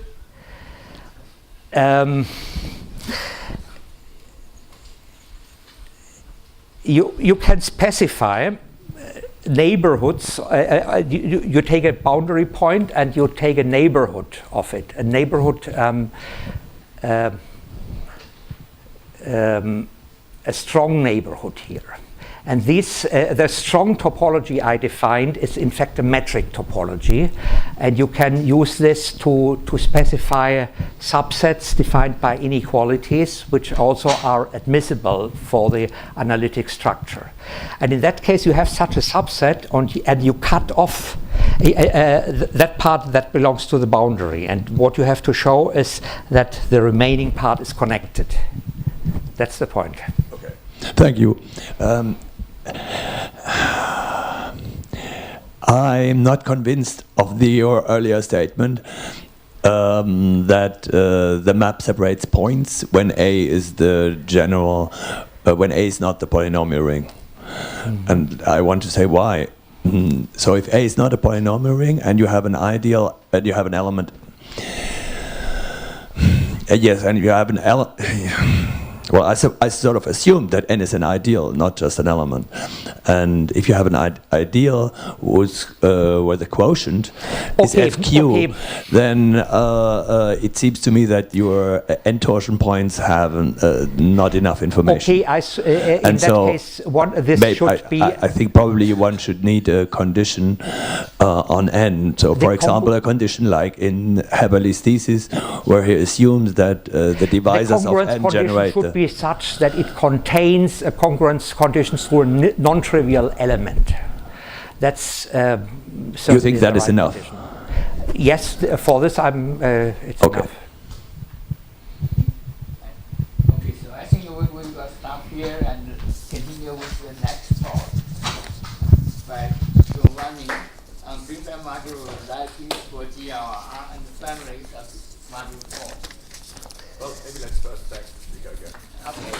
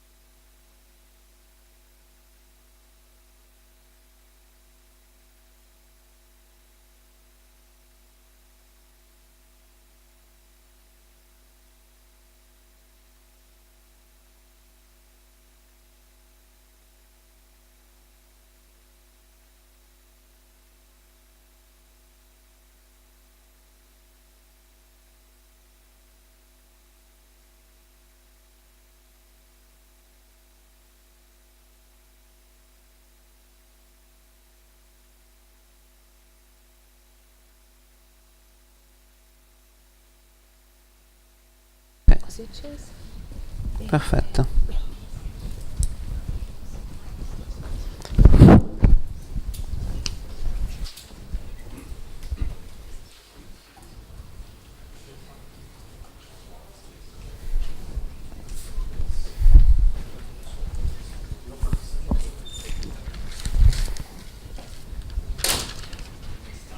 Okay, so well, first of all, I want to thank the organizer for letting me speak. It's the first time I'm in a conference about Drinfeld form and function field.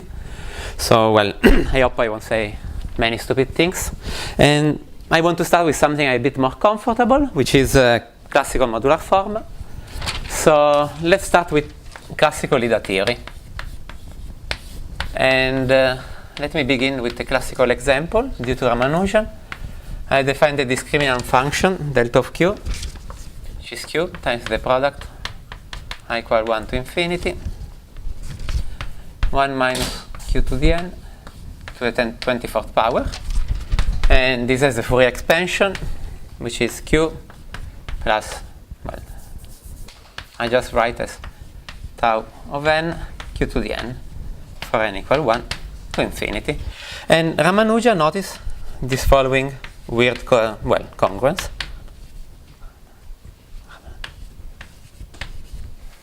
that if I take tau n, then it is congruent to sigma 11 of n modulo 691, where this is a prime and this is the sum of the 11th power of the positive divisor of n. And this congruence at first, to me, it looked very strange, and the explication comes from modular form. Let me define the Einstein series Gk, which is zeta of 1 minus k divided by 2, plus the sum over n greater or equal than 1 of sigma k minus 1 of n q to the n, where I have here sigma k minus 1 of n is the sum of the d dividing n, positive, of d to the k minus 1.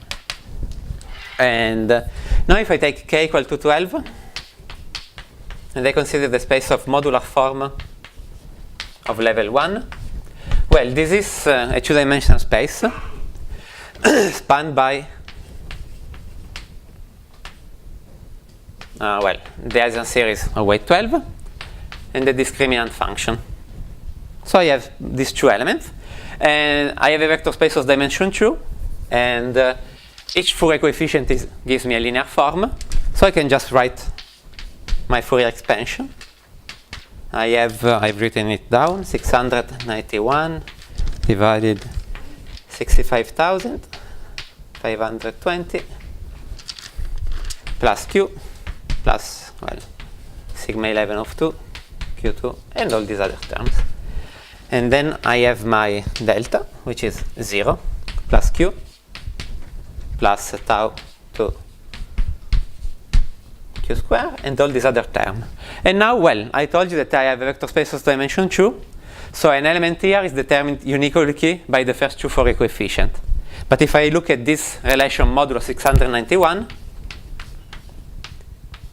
well, modulo 691, the two forms are the same, because the first two coefficients are the same, so everything else must be the same. And this gives a quick proof of Ramanujan's congruence. Okay, and this led us to study more congruences. For example, suppose that I start with two different weights, k and k prime. I have my f form of weight k eigenform. How can I find another f prime? I don't know, in mk prime, such that the two forms are congruent mod p? And well, there is an easy way to construct such f prime. I call that g, okay. Let me call A as the invariant of p. The following function 2 over zeta of 2 minus p, what I call g of p minus 1. So this is an Einstein series again, and this is congruent to 1 mod p.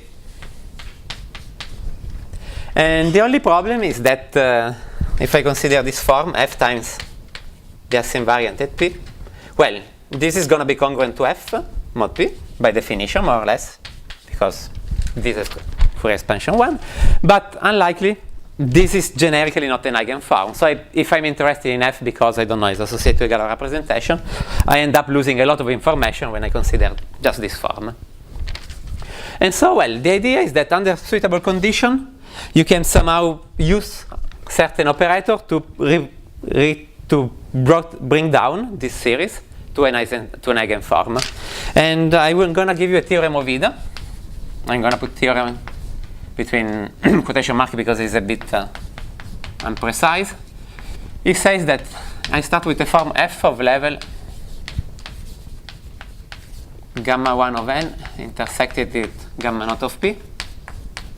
I suppose that f is p ordinary. This means that I take my UP operator, I apply it to f, I get something which is AP times f, and AP is a p-adic unit.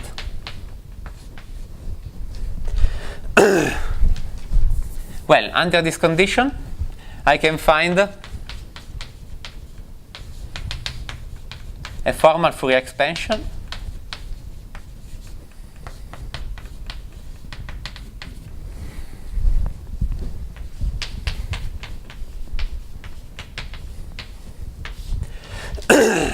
that I'm going to call big F of T of Q, sum of AN of T, Q to the N, where AN of T are function, are Iwasawa function. This means that they belongs to the Iwasawa algebra ZP double bracket of T, that I tell you now can be identified with the Iwasawa algebra of 1 plus P ZP.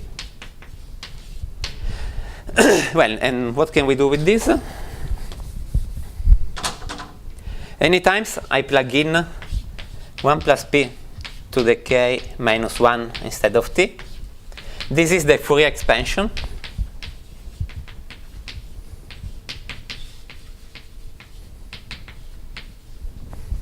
of a classical eigenform of weight K. And in particular, if my form I start with as weight K prime, when I plug in K prime here, I get back the form I started with. So essentially, this theorem of Ida is telling us that if we behave well on the operator UP, what we can do is we can deform the Fourier coefficient with periodic analytic function. And the ingredients to do this are, well, not that many. You start using the ordinary locus.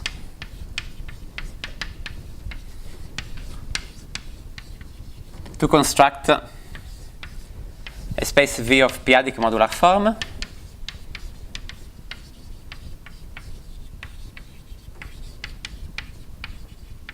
Which contains all the classical form as a dense subset, and over which I can act with two actions, one from UP and one of ZP star. And once I know this, Ida theory is a machinery that from this put out a module which is finite of the Iwasawa algebra for this group, which is exactly what I got here, more or less. And the point is that most of these ingredients in the function field setting have been available, at least in a lot of particular cases, since probably 20-25 years, thanks, for example, to work of Gekeler and other people. And so what I want to talk about today is how we can adapt the construction in the function field setting. So let's start with some notation.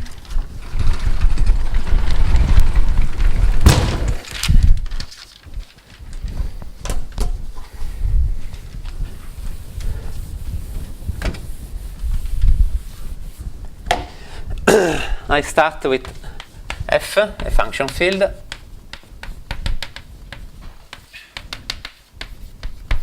I choose a point X, a point, well, a place of F. I consider the ring of regular function outside infinity.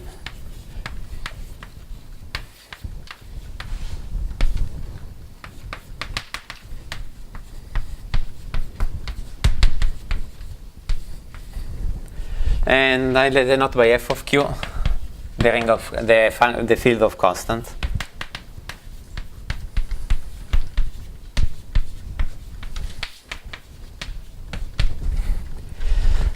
And well, I'm interested into Drinfeld modules, so let me give a definition of a Drinfeld module for A over K, where K is any coefficient field.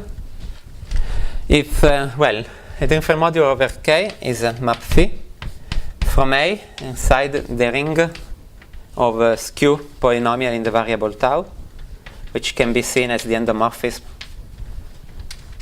of GA over K. This is something we have seen yesterday.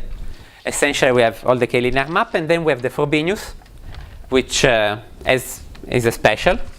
And to which A, I associate, well, phi of A, which is going to be A times tau, plus a polynomial in tau. Let me the Drinfeld module for A over K of rank R, till I arrive to A to the dr, to the dr, where D is the degree of K, of A. So, and if you want, instead of tau, you can use the variable x to the q, and you get back, well, instead of tau to the I, you can take the variable x to the q to the I, and we get back the Drinfeld module that has been defined yesterday. And Drinfeld show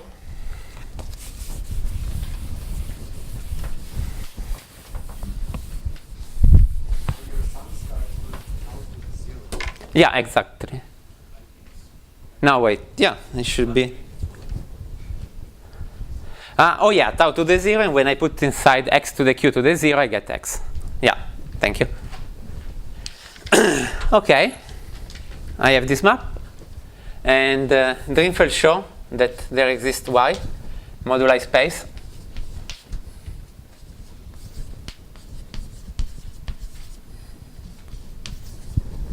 of Drinfeld modules of rank R.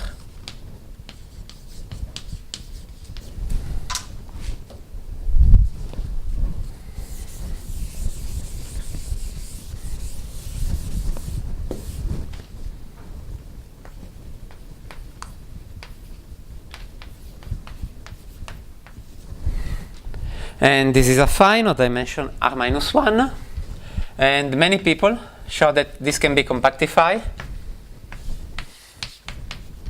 It's Satake compactification.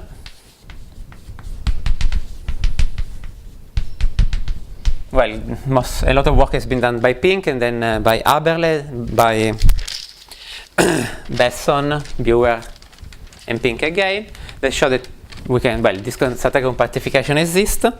And in particular, over this, we have the generalized Drinfeld module.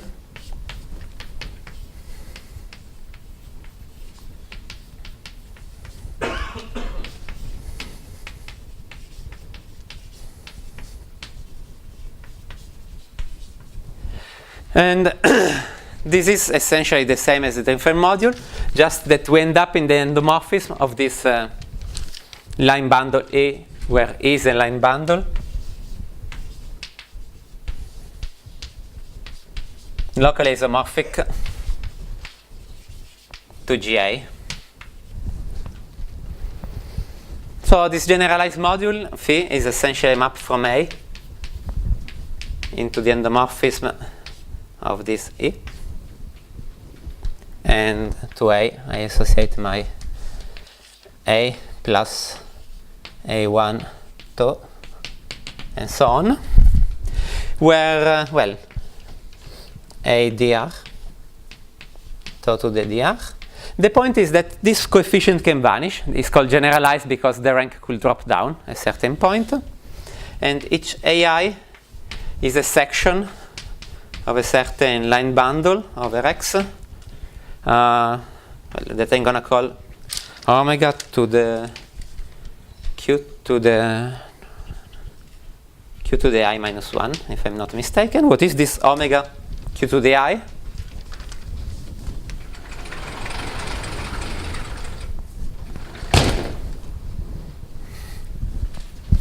Well, it's the sheaf of modular form that we have seen before. And we have seen it analytically. Essentially, we were taking, well, we have seen it what it was analytically, and now I want to give a more algebraic definition because it's going to be helpful to define P, var P adic modular form. And so what omega is essentially the sheaf of differential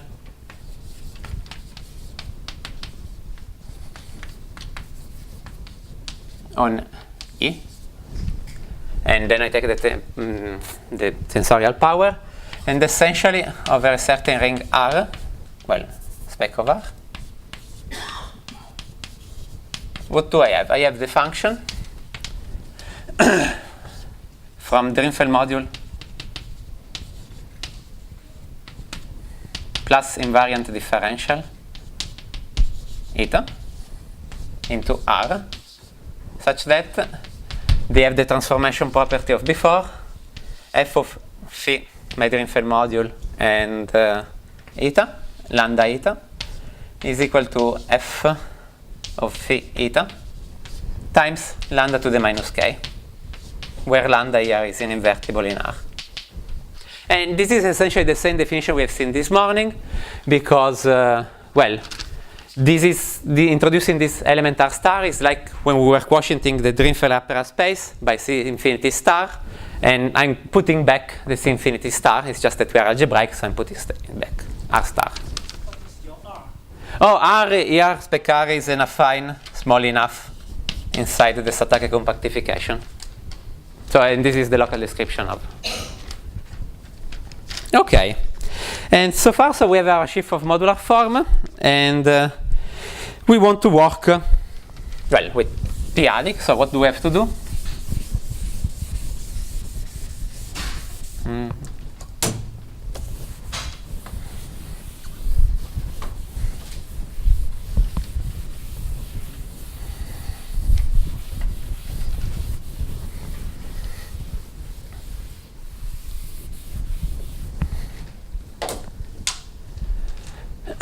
Well, once we have our sheaf of modular form, we have to fix a prime which play the role of P. So I choose Gothic P, an ideal of A. And for simplicity, I suppose that is principal generated by an element pi. In general, you don't need to suppose that is principal, but at a certain point, I will need to fix a generator, and unless I want to pass to the localization. And the idea is now to study. Well, first of all, one can show that X can be extended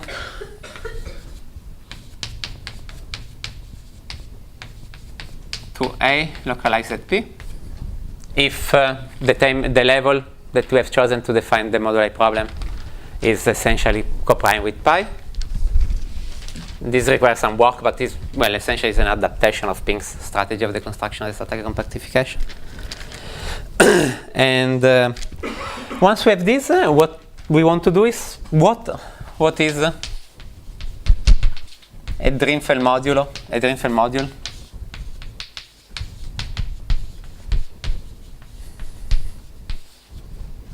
mod this idea Gothic P. Well, our Drinfeld module is always a certain map from into, I don't know, A mod P. And what does it do to pi? Well, pi goes to pi, which is 0, plus A1 to plus AD to the D, and so on. And where ideal of pi of A and D is the degree. Now, the fact is that the p torsion of this Drinfeld module has a natural action of A over P acts on the p torsion of the Drinfeld module. And as the first term is 0, we know that we have at least somehow let's say, well, we know that this is an f. This is essentially fq to the d, and so we know a non-trivial vector space over fq to the d, and so this implies is I've seen it in Gauss, but it's some linear algebra. This implies that AI must be congruent to 0 mod pi for all I that goes from 1 till d minus 1. Oops.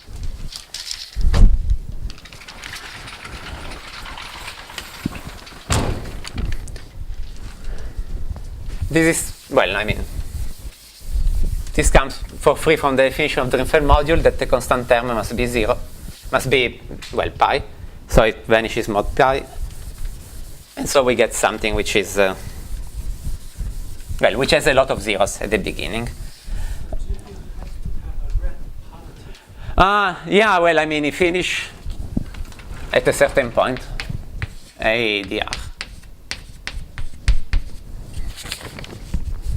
In reality, when we are not in the principal case, we need with, they are called formal Drinfeld modules. They are introduced by Rosen. And yeah, they don't necessarily finish, but you get a unit at a certain point. And what happened in this case? Well, I give a definition of an ordinary P-ordinary Drinfeld module.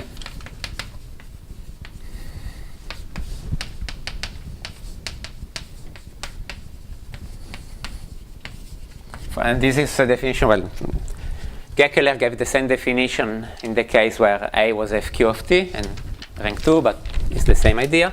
We say that phi, if you want, E phi is P ordinary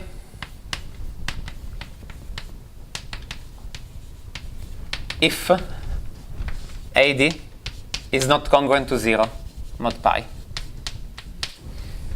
So, well, this has some consequences. First of all, we know that the p torsion of my Drinfeld module can be decomposed into an étale and the connected part.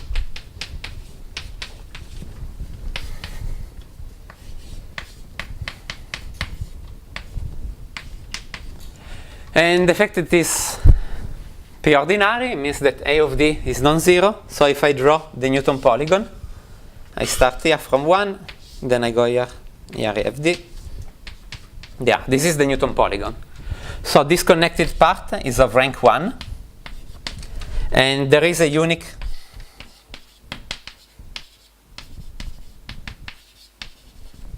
rank 1, dimension 1, well, yeah, rank 1 connected strict P divisible group.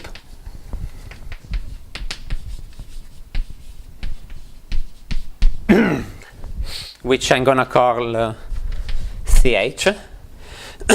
C stands for Carliffe, because this is Carliffe module in the case of RFQ of T.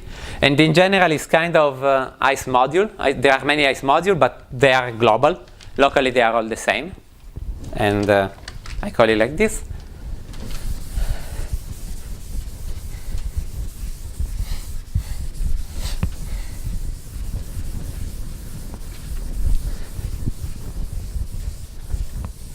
And this is going to be very important in what is going to follow.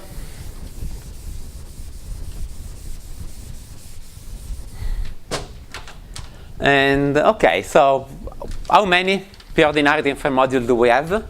Well, I told you that AD is a modular function, if you want, over F Gothic P, of weight Q to the D minus 1. And this is well, this is projective. I have a line bundle. I have a section of a line bundle. The vanishing locus, well, the non-vanishing locus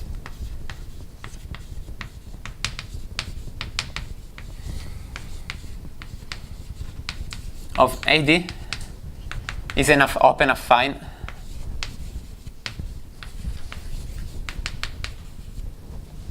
X order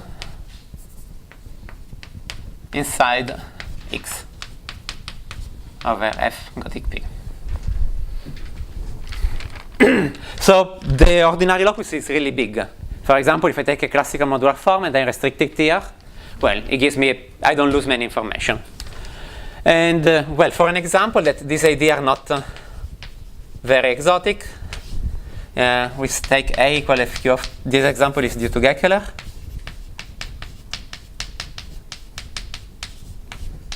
If A is FQ of T, and the rank, I think for R equal to 2, but maybe there are also more results that I haven't seen. In this case, well, a lift AD can be chosen as the distance series of weight Q to the D minus 1. This is more or less by the definition of what is a Drinfeld module over a generic basis, because you have this transformation under the Frobenius, and so you get that this must be a modular form according to my definition of weight Q to the D minus 1. And well, Gekeler has shown that in this case you can take the distance series as your Hasse invariant. Okay, and moreover, this controls all the congruencies. There is this nice result that if I consider fq of t, and I consider the polynomial in G and delta, these are the two modular forms which parameterize all Drinfeld modulo of rank 2. Let's put it. Yeah, fq. And I have a Q expansion map, well, T expansion map. The parameter at infinity. Well, the kernel of this is exactly a Q to the D minus 1. So all the congruencies between Drinfeld modular form are really controlled by this Eisenstein series. Okay, and so now we have our ordinary locus. And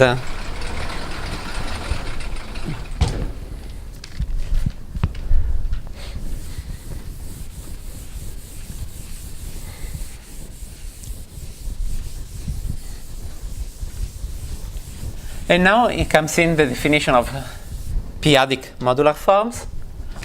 What can we do over the ordinary locus? Well, I can take the connected part of the p torsion of E of pi, take the p infinity torsion. I'm leaving over xord. And I told you that this is isomorphic to the pi torsion of the currently IS module. So I can just take the isomorphism between these two spaces.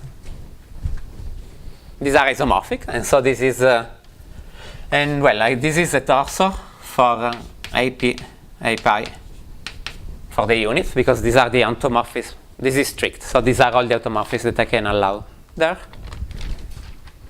And any automorphism here is something that is moving there, and so you have this space. And the same construction can be done at formal level.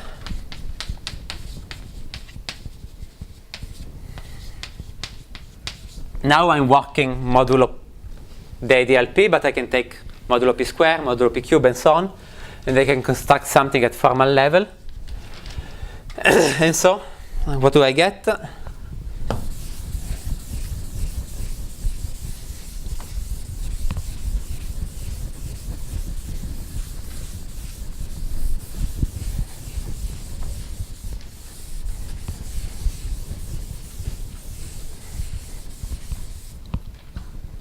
I get a space that I call Oguz of the formal completion of the ordinary locus, which is essentially which is an AP star torsor.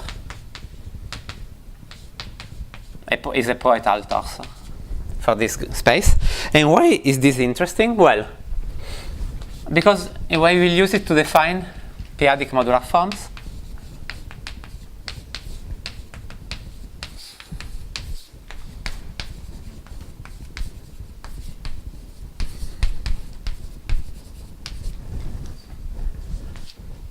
The space of p-adic modular form that I call Gottlieb V is just the global section of the structural sheaf of this Oguz space.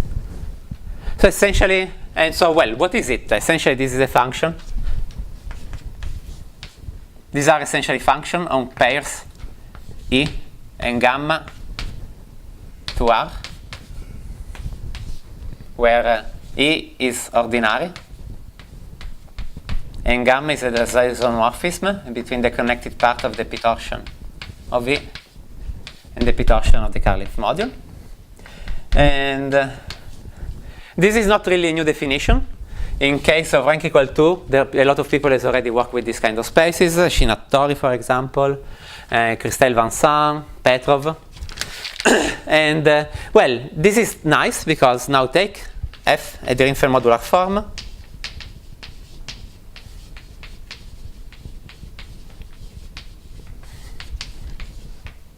Oh, weight K. And fix d of z, an invariant differential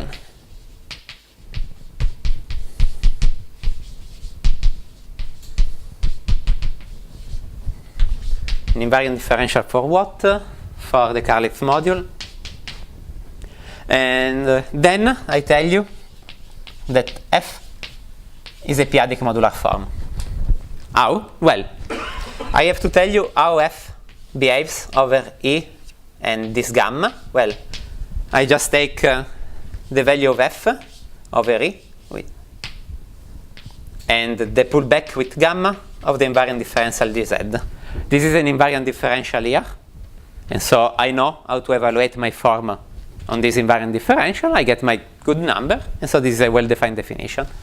So I found a space V which contains all the classical Drinfeld modular form. And this makes us optimistic that we are probably working with the right object. And so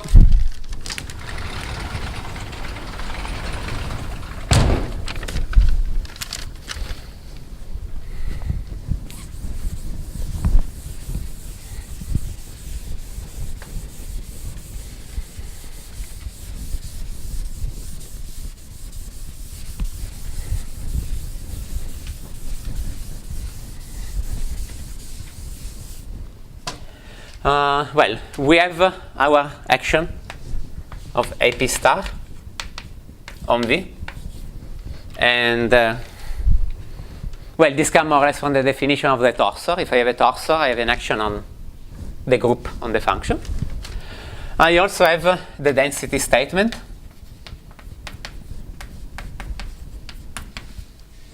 This comes more or less from the fact that, well, polynomial functions are dense between the continuous function and moreover also the analytic function over there. And I just need an operator u pi. This is defined, well, now you can define it in a class. The point is that usually this operator u pi is defined when you have pi in the level. But when I gave my problem x, I didn't have any pi in the level. But somehow adding this subgroup of the pi torsion is giving me a canonical structure. And so I can define a UP from V into V. If I take a form F, I send it U pi of F. And so what is U pi of F? On a pair E gamma. So I have my Drinfeld module, which is ordinary, and the trivialization of the connected part.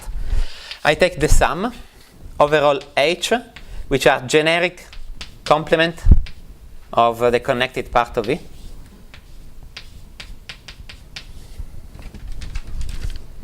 And then I evaluate F in E mod H.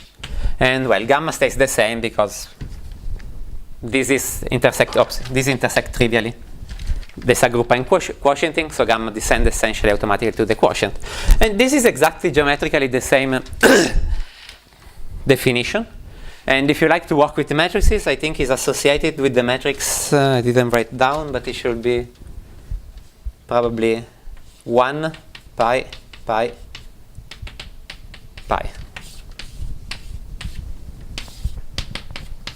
Depends on the normalization. It could be that it's pi and all ones. But this is, if you prefer to work with adelic notion, this is the matrix you want to work with. Okay. And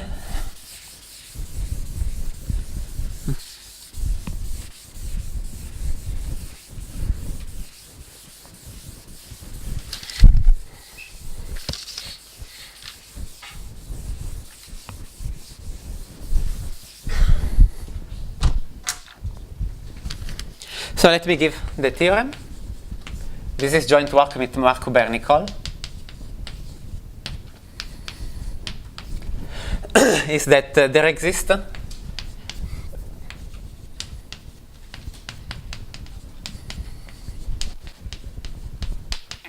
projector that I call E, an ordinary projector E, on V, such that, well, this is defined as the limit of u pi to the n factorial, such that, well, if I apply E to V, I get what I call V ord. This is finite, or finite is a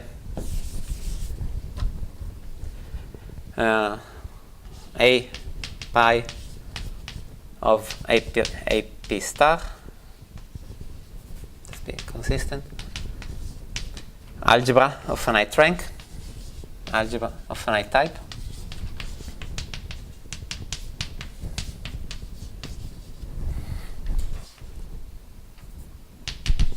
And is also an A Gothic P 1 plus pi AP star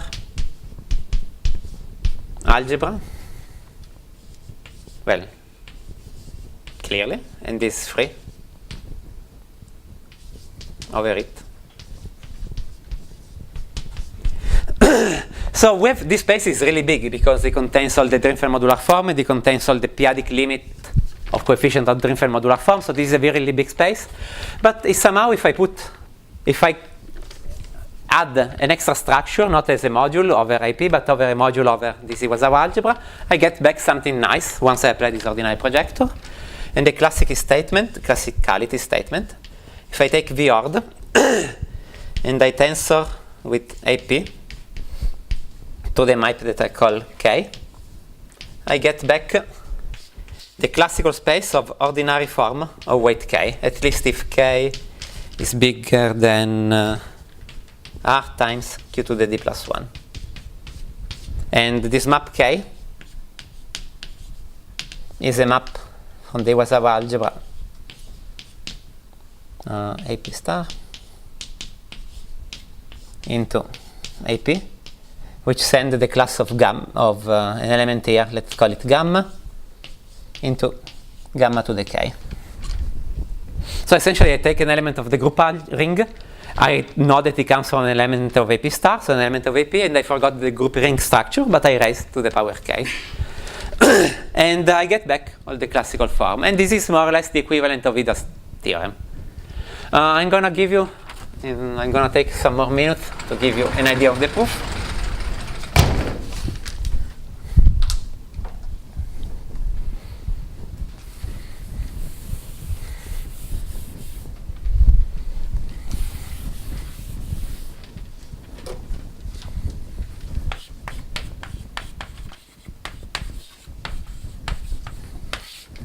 So the key statement, I told you that let's take classical modular form of weight K. What I can do, I can multiply by the Hesse invariant, what I call AD. And I get from there. And U pi and multiplication times AD commutes modulo P.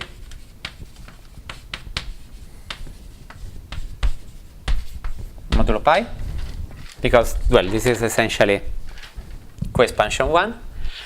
And so I get them up from the ordinary form to the ordinary form. And now there is this fact that for any f and for any point x in x in my Satake compactification minus the ordinary locus, I can take UP of f.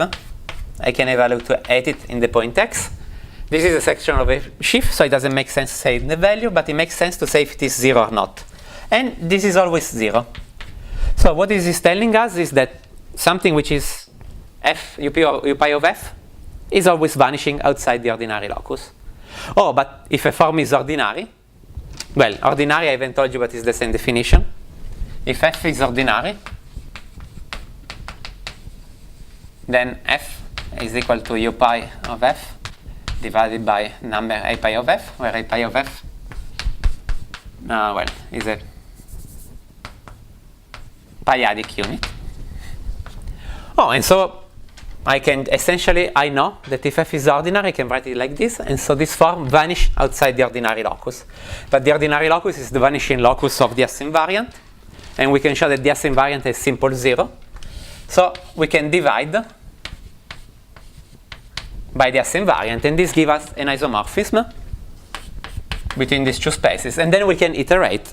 And this is telling us that essentially all this space, well, all the space mk plus t q to the d minus 1 are all isomorphic as AP modules.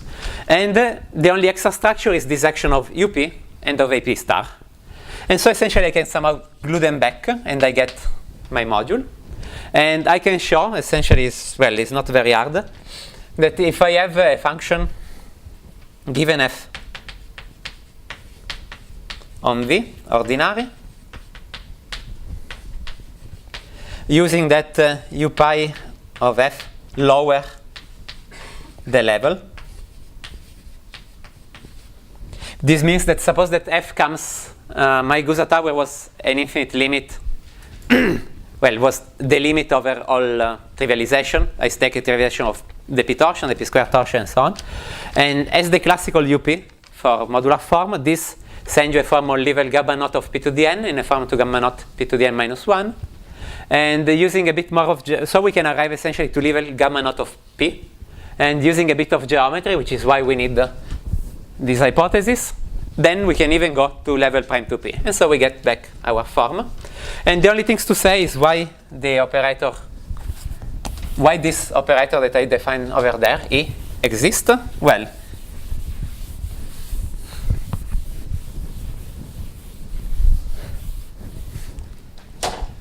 this limit is well defined.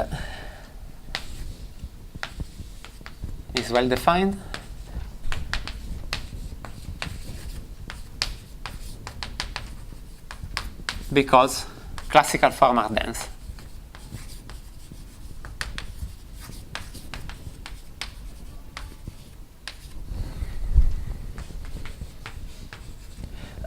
If I have any operator on a finite dimensional AP module, this operator converges essentially because you know that x to the q to the d is congruent to x mod pi.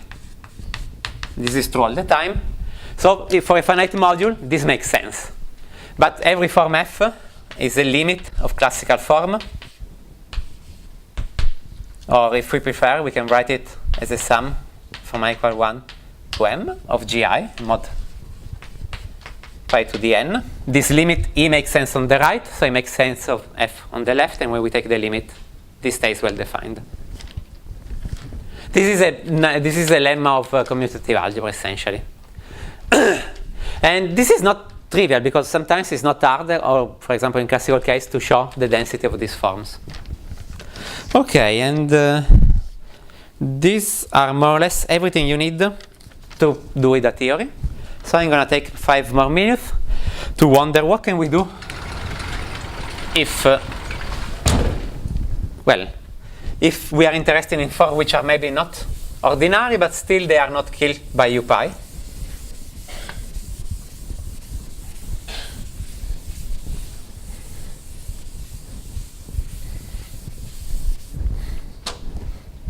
The first,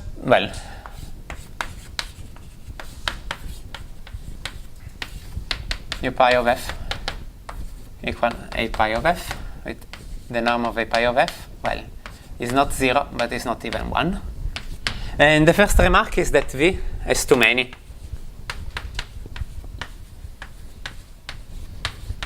forms with this property.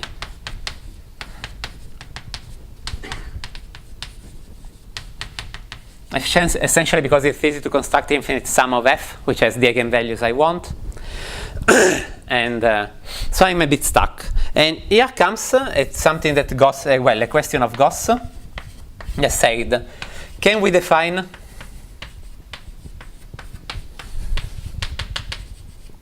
over-convergent form?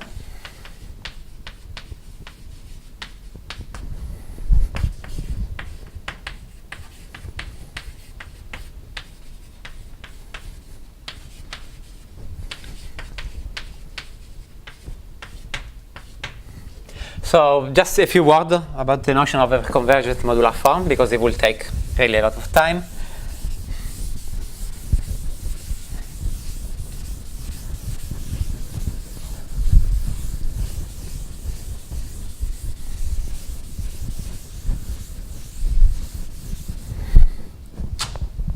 But I told you that the modular form is essentially a section on the ordinary locus. It's something which is defined over here. And this is a formal scheme, and I can consider in the rigid fiber of the Satake compactification. And I construct a tubular neighborhood, xv. Essentially, if here is where AD, where AD is non-zero, mod p, And here is where AD is, well, is 0 mod P if you want, but it's not too much 0, such that the periodic evaluation of AD is, well, is bigger than 0, but is still kind of small. This is an object that comes naturally in rigid geometry, essentially because if you want to work with something modulo P, you want to introduce some sort of, well, this is very big and this is not very big, and you want to fill the gaps. If you want, I can draw a picture. So can you read what you wrote? Here? Okay, I rewrite it larger. The ordinary locus is where AD, the same variant, is non-zero. The overconvergent locus is where AD, well, the norm of this is not 1. Well, it can be 1, but it's also big, let's say, than 1 minus epsilon. So essentially this is the locus where AD is not really vanishing. It's vanishing maybe modulo P, but not too much. And if I draw a picture, this is my X.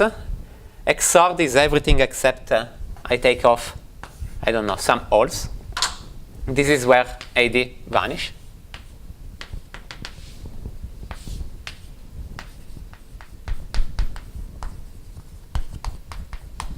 And I have a center in which AD is really 0 as a function with values in, I don't know, in F. And XV, essentially, I want to add all these small annuli around the zeros of AD. And this is a classical construction in rigid geometry. And for classical modular form, this gives a nice space, the form that from here extend, F extend. If F, well, I give you just the definition. F periodic modular form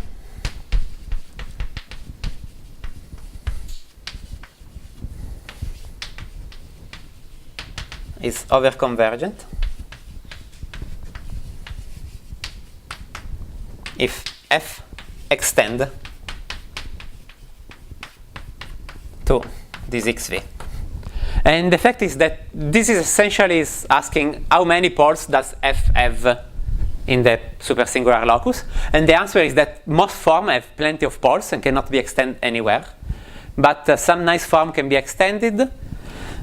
And well, another result is that with Marco-Bernicol,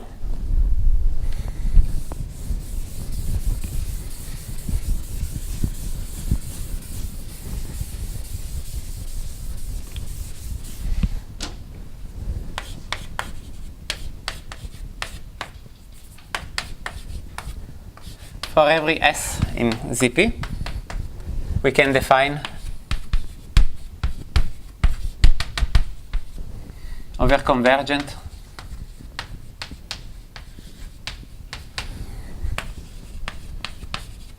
modular forms of weight S in ZP. Essentially, these are sections of XV of a certain sheaf omega tensor power S. And unluckily, it can be done only for weight in ZP and not all the points of the Wasawa algebra defined. And moreover,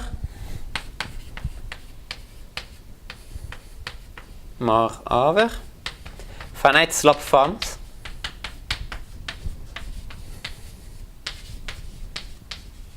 lives in family. And over this ring, over the ring of continuous function from ZP into A of pi, which is a pretty funny ring, but we have a natural map of our Wasawa algebra inside here, and what we can say is that the families that we construct, they are not necessarily Wasawa function, but they are at least continuous function from ZP. And I think this is maybe a good moment to stop. Thank you very much.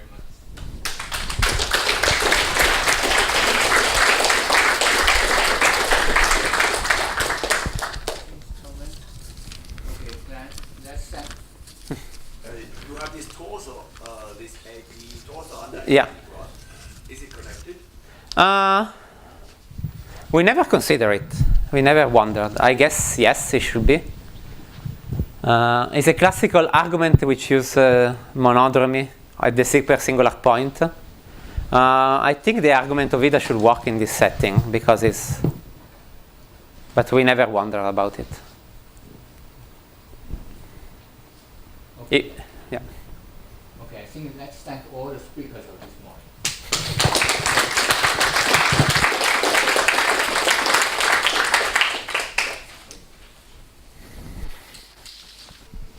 Good afternoon.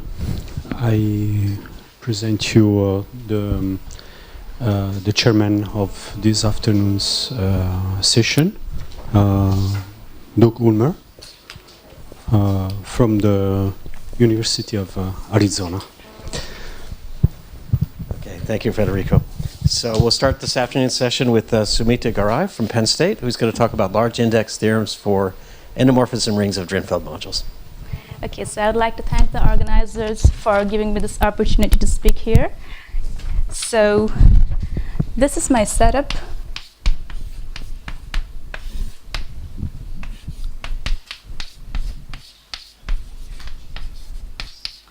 So A is FQT. F is the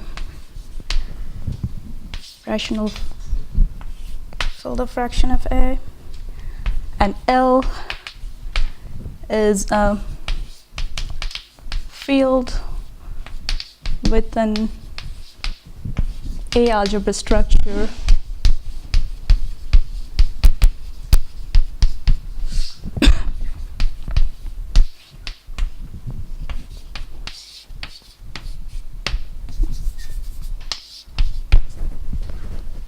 Okay. So a ranked R Drinfeld module is given by, for this ring A,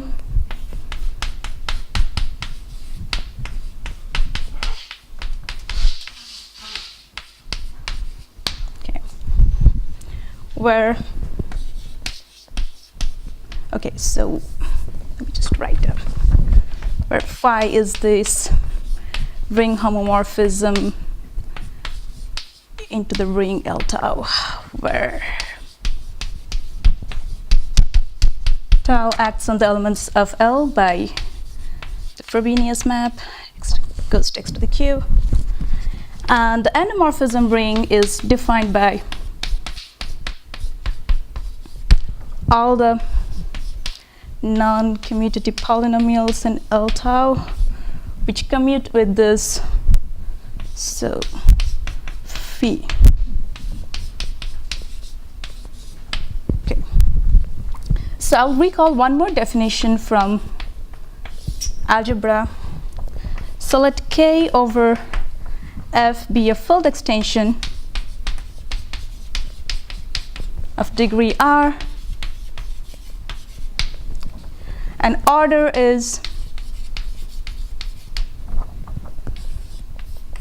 setting aside the ring of integers of K is a finitely generated A module, and it's a ring, one belongs to that, and it has an F basis of K. How do I take this up? Okay.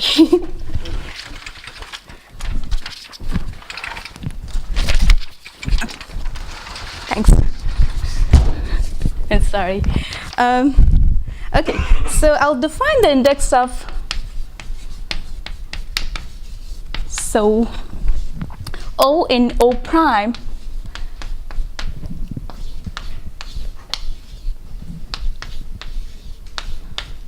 by, okay, so this product over BIs, where BIs are given by this isomorphism.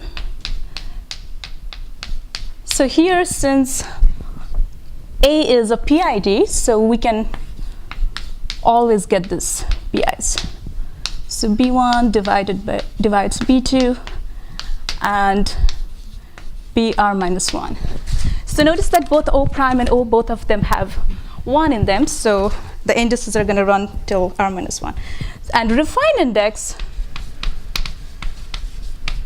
is the tuple B1, B2 till BR minus 1.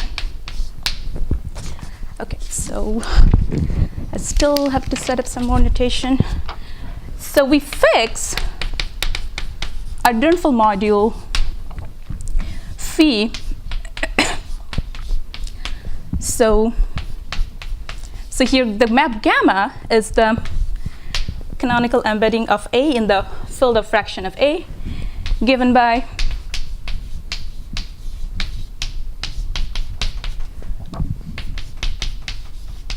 wow, it's moving a lot. Okay.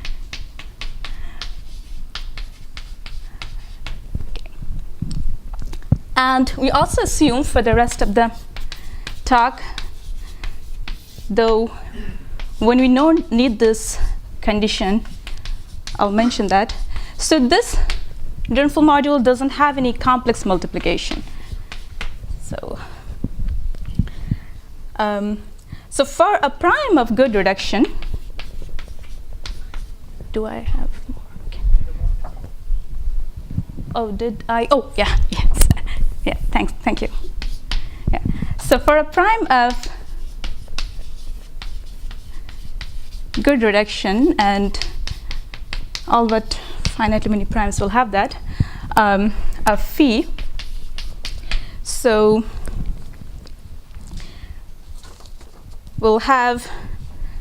we get a rank R Drinfeld module over the finite field over Fp, and this will be my notation for that.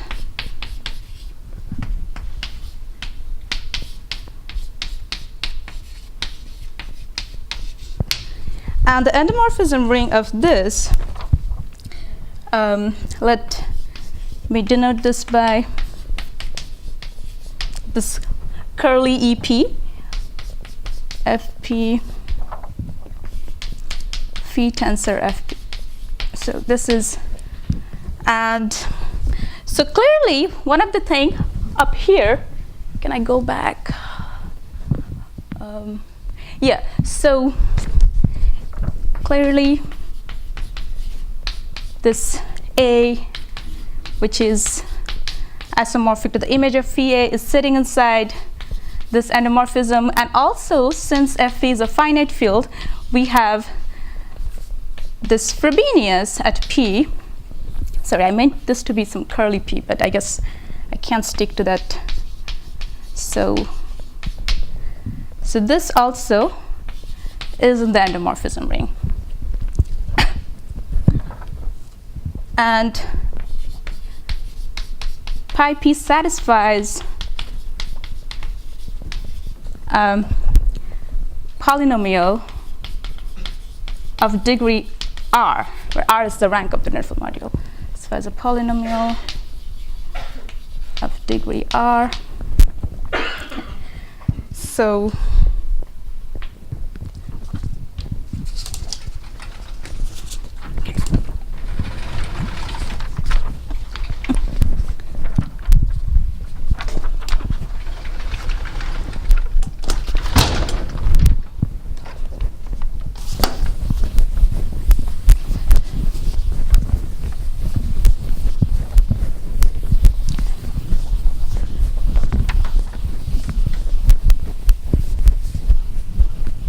I think I'm being very inefficient with my space. So let me.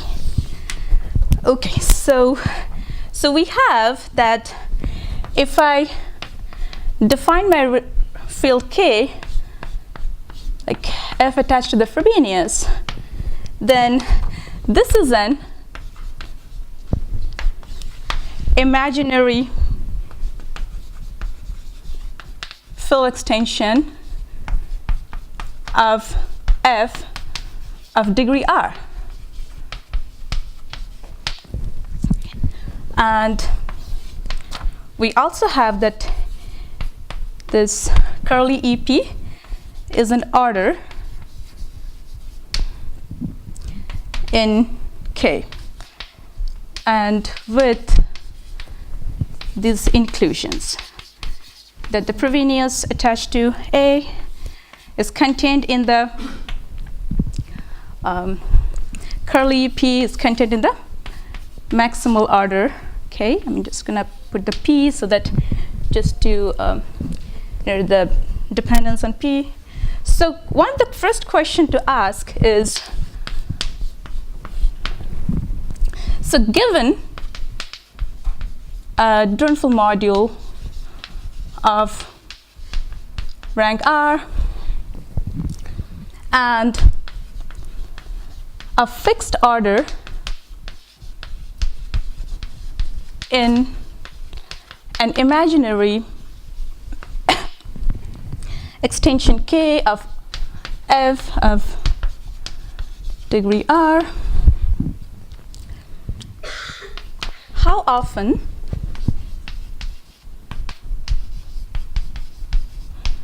we have EP is isomorphic to, so let me order O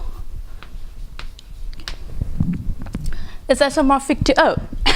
And this is a very difficult question. So this is like difficult.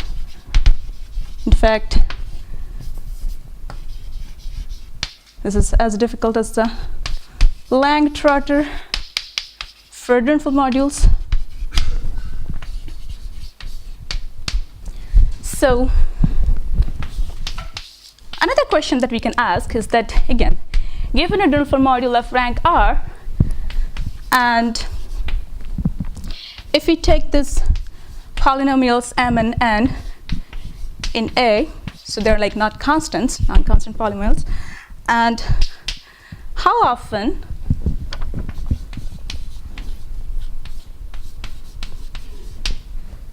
we have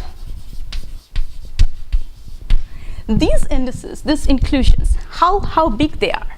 That's a question. And so how often we have m dividing the chi of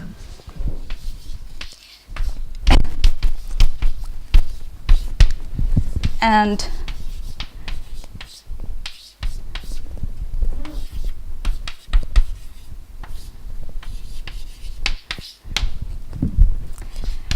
the answer to this question is something we managed to get. This happens for infinitely many primes.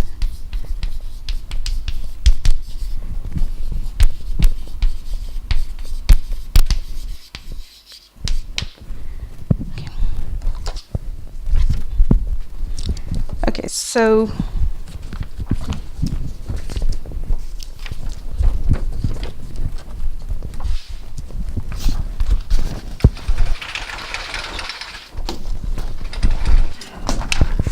wow, this is like totally workout for me. Easier if I? In the middle. Oh, okay, yeah, I should have thought about that. Okay.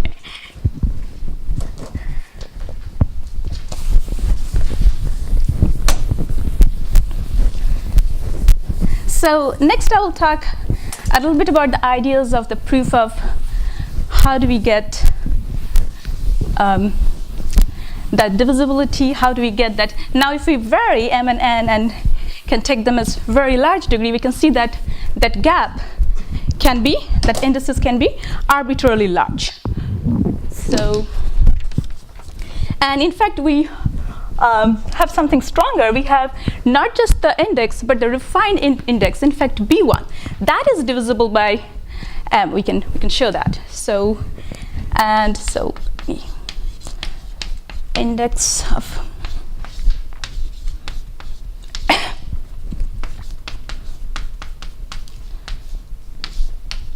so here we have a reciprocity which was already done for rank 2 Drinfeld modules by my advisor and Alina Kazucaro. So if this be the so B1, B2, and BR minus 1, here I'm denoting the dependence on P, be the refined index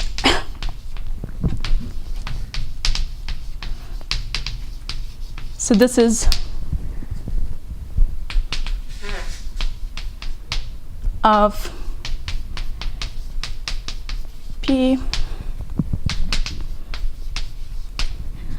and if I denote the minimal polynomial of the Frobenius, which is also the characteristic polynomial, say P1,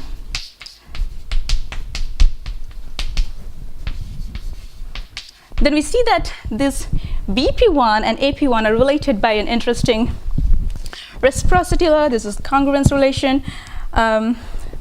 Okay, so polynomial of over F. Also, we have another assumption. So like assume so Q and the rank of the Drinfeld module, they are relatively prime. Then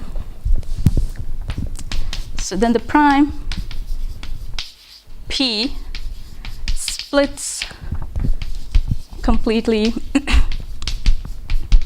and F phi n, like the torsion points attached to the field F, if and only if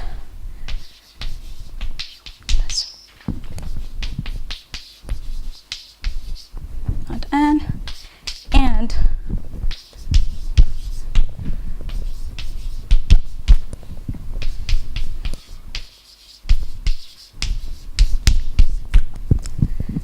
so I think maybe I can just write a little bit more here. Okay, so the idea of the proof is that so essentially the Frobenius acts as so identity on the n torsion points if and only if the congruence is held.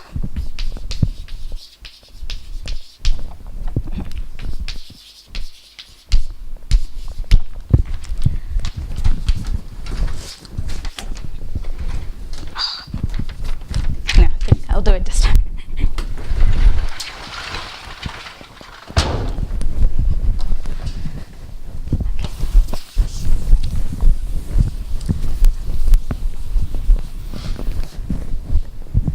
So to get the second congruence, we actually do not need the GCD of Q and R is 1, like Q and R are co-prime. We don't need that. So from this, one of the consequences of this reciprocity law, since there is a positive density of primes, which split completely in F attached to phi n, we'll have a positive density of primes for which this congruence holds, and therefore we'll have the B1 is divisible by n for a positive density of primes. So corollary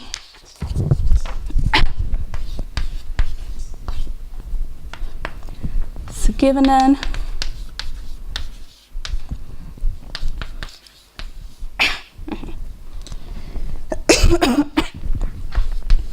the set of primes which divides B1P has positive density.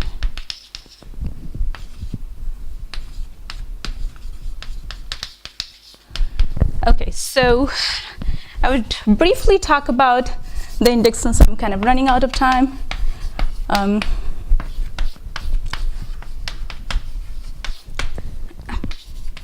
So here, the ingredients of the proof are this like Chebotarev density theorem,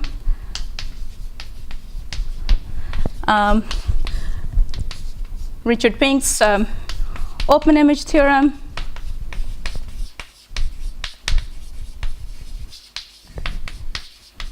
and there's a topological lemma that I don't know how much I can go over that. So if I say for L prime, if we have the completion of my F at L, and V is a vector space of dimension R over K,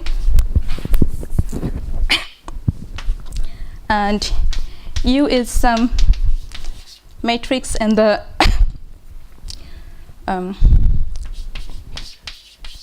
endomorphisms of the vector space. So for, say, delta is discriminant of the characteristic polynomial of U, and such that discriminant is non-zero. So then we have this conjugation map.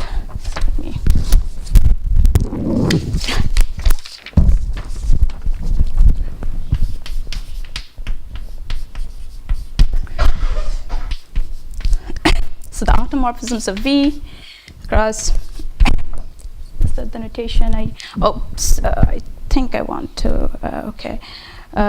Wait, sorry. This is something different that I wanted. Okay. So ZU is the centralizer of U in NKV, and Z not U is the elements of ZU which don't have,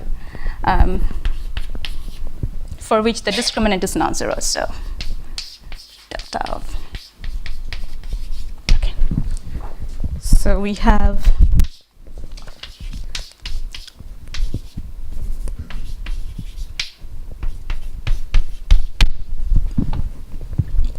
so the map given by GW going to G inverse.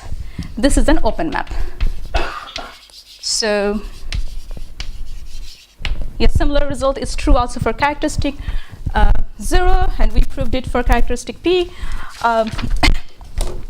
So, and the consequence of this will be that, so this is the theorem. So answering question 2,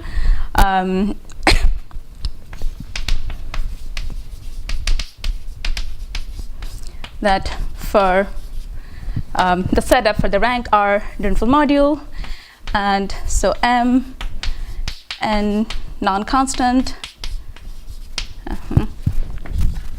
there exist infinitely many primes P such that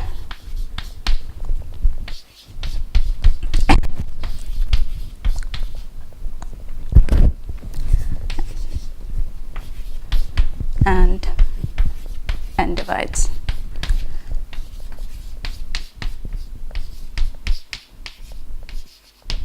Okay.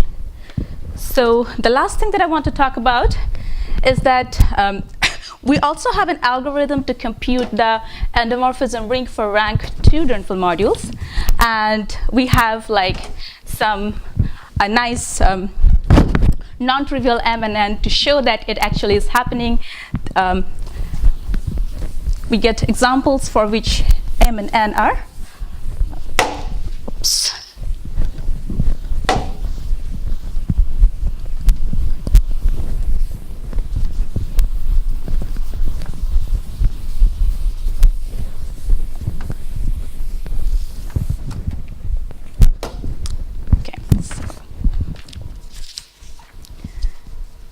So we have 5 minutes to finish this. So from this inclusion,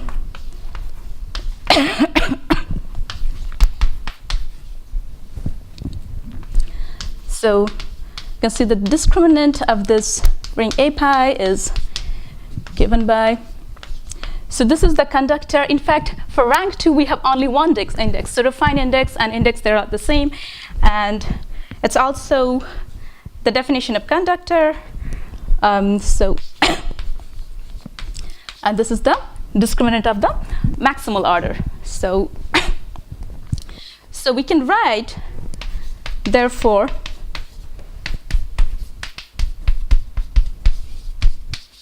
okay, and suppose alpha is square root of discriminant, then we can see that OK is actually monogenic generated by alpha, and pi can be written as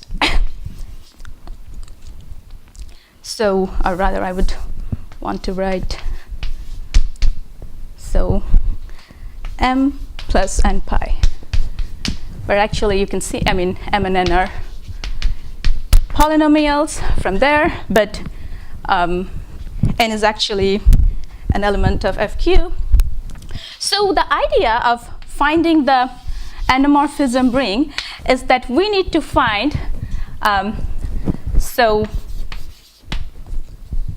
we need to find the conductor or the index of the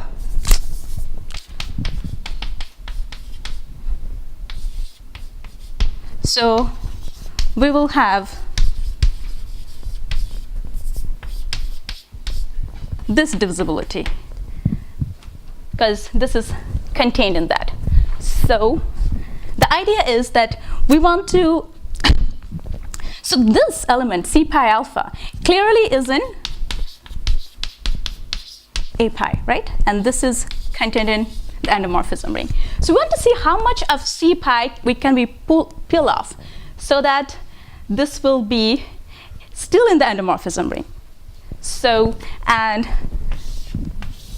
for this, we start with C1 is C pi and run it over the divisors of, so divisors of C1 and solve for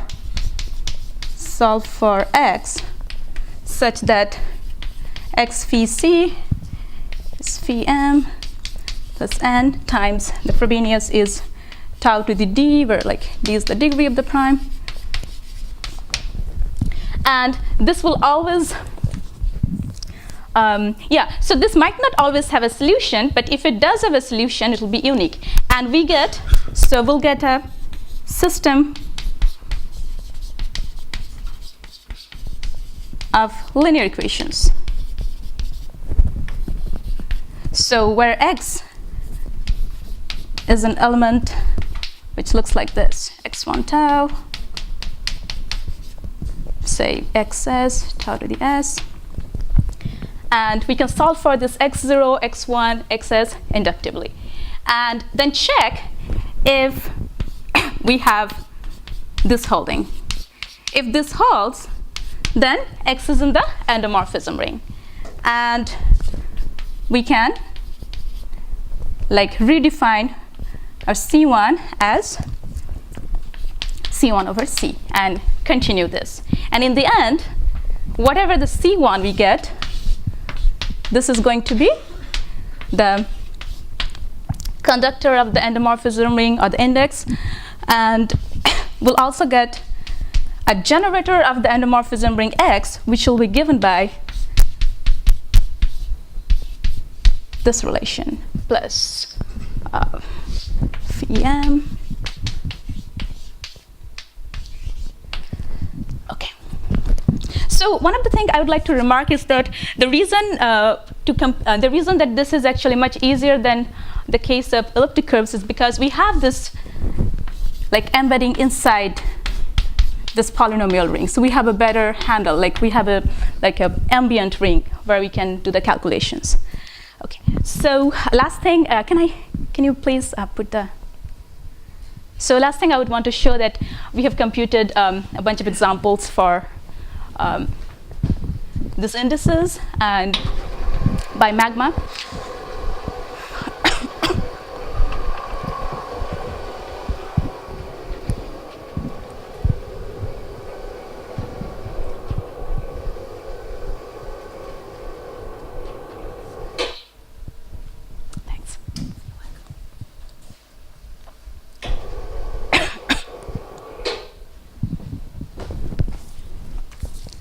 So let me get the pointer. It's here. Okay, so this is in the characteristic 2. Q is 4. This is the Drinfeld module.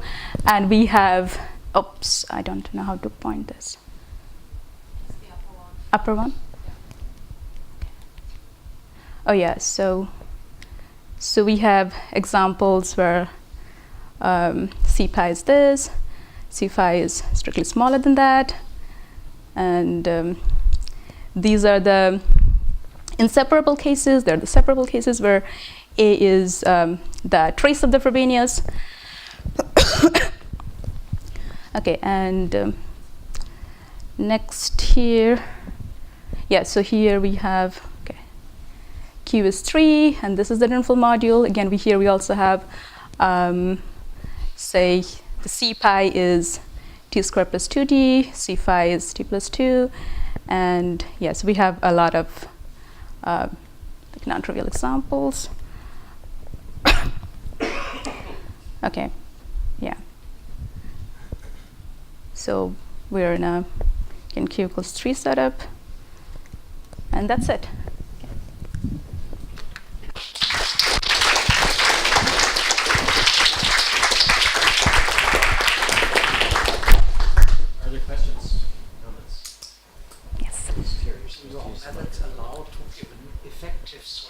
To these things. This means to describe the counting function and its growth. Yes, it does. So it is, now I'm actually trying to remember what was the, but yeah, it does have an effective like bound on how much calculations it's going to take. So I think, which was n square over log n, but I'm not 100% sure, but yeah, yes, we do have that. Okay. Any other question? Are there any results in the other extreme where you, for example, that EP is equal to A pi infinitely often? Infinitely often. So EP equals A pi. No, we can't say that. We can like say how, if we can like, we have, I think this only says that it can be big, but to make it small, yeah, I don't think so, no. At least not by this method. Yeah. Okay, other questions? All right, let's thank the speaker again.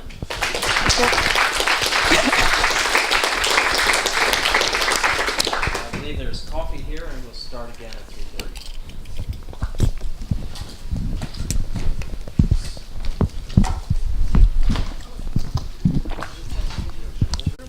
Speaking about zeta functions and the grossing character for A motives with complex multiplication. Yes, so thank you very much. Thanks to the organizers for inviting me and for giving me the opportunity to speak. And I'm very happy that I can present 2 German letters in the title of my talk, which is the Ö and the sharp S, so Größen characters. This is how Hecke called them. And of course, one has to call them this way. Yeah. I apologize to all non-Germans here. Okay, this is joint work with Maike Franzen from my group. And what is the goal? So the goal of my talk is threefold. So first of all, I want to prove the Mumford-Tate conjecture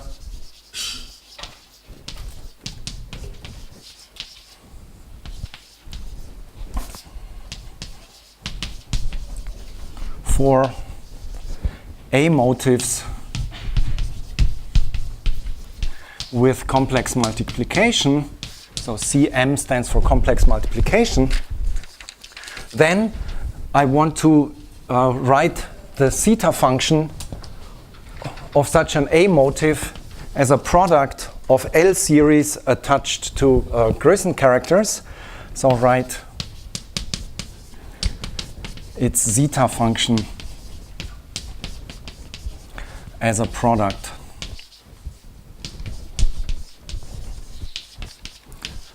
of L functions attached to these Grisson characters. And then, as a tool to all of this, I will construct the Serre-Tate reciprocity homomorphism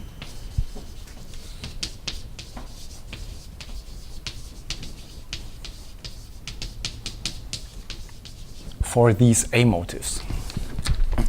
Okay, so let me start paragraph 1 with A motives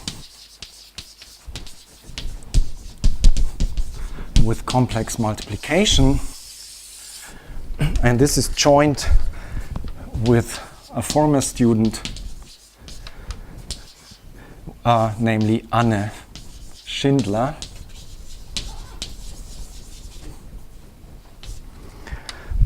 Okay, so I use the following notation. So C is a smooth projective geometrically irreducible curve over FQ. Infinity in C is a closed point. And then I write A for the functions which are regular outside infinity. And I write Q for the fraction field of A. So Q is a global function field with field of constants FQ. Infinity is a place and A are the functions regular outside infinity. And I denote by Q infinity the completion of Q at infinity, and by C infinity Q infinity the algebraic closure and then the completion, some algebraic closure and the completion.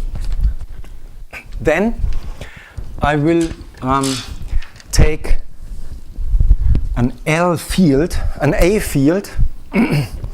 So L together with a homomorphism gamma from A to L is an A field.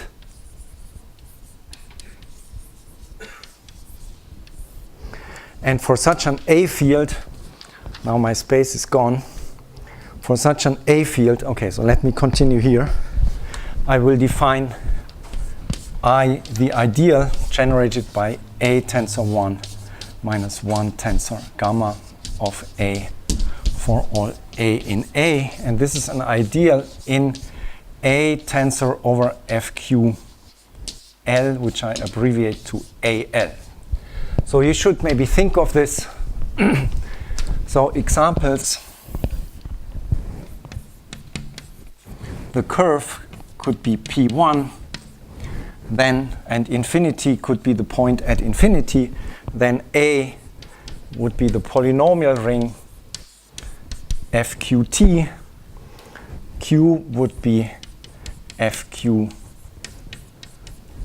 the rational function field in one variable, and then AL will be the tensor product, so this will just be the polynomial ring over L in the variable T.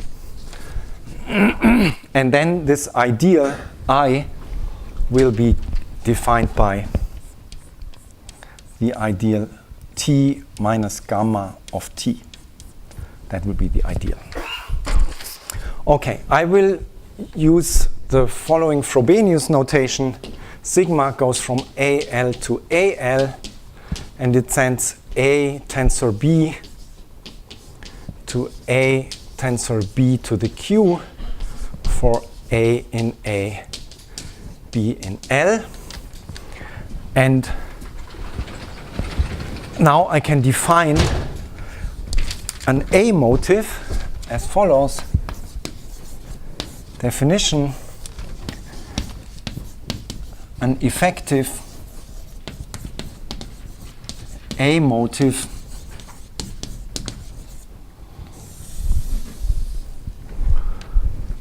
of characteristic gamma over my field L is a pair M underline M tau M, such that M is a locally free AL module of finite rank, and I will call this rank the rank of M, and I write it as the rank of M,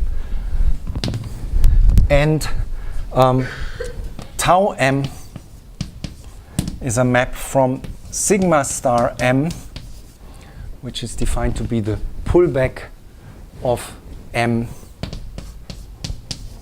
under this map sigma, so I can write this as AL sigma AL. So this is the tensor product of M over AL with AL, but here the map is sigma from AL to AL. And tau M goes to M, and this is injective AL linear, such that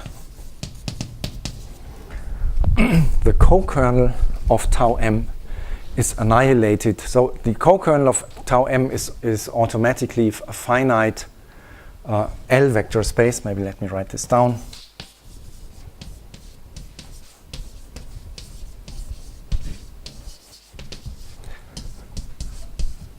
And I require that some power of this ideal I annihilates this co-kernel. So I to the n times the co-kernel of tau M is 0 for all big N. This is an A motive. I will give an example and explain the relation to Drinfeld modules in a second, but let me first write down what it means to have complex multiplication. This is bad. Okay, let's see. So B.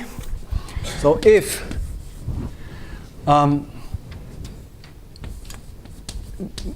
so I can consider the endomorphism ring of L of M, and I can. This is an A module, finite locally free A module. I can tensor this to Q. Then it's a finite Q vector space. And if this contains a commutative, how do I want to say it? A commutative Q algebra E, which is semi-simple, and this means that it's a product of fields, which is semi-simple.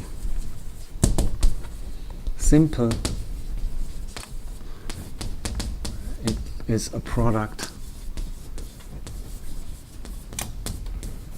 of fields.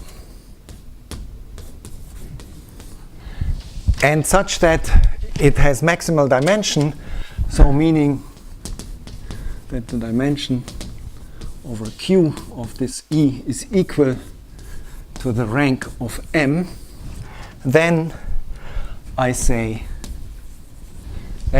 that M has complex multiplication. Then we say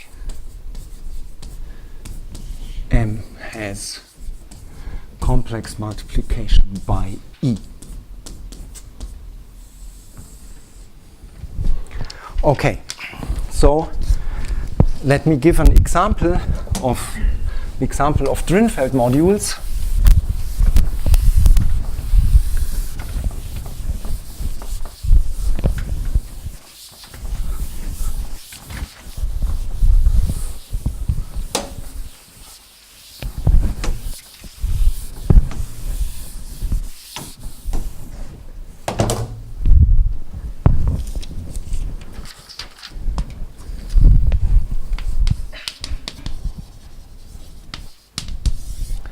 So if phi is a Drinfeld module,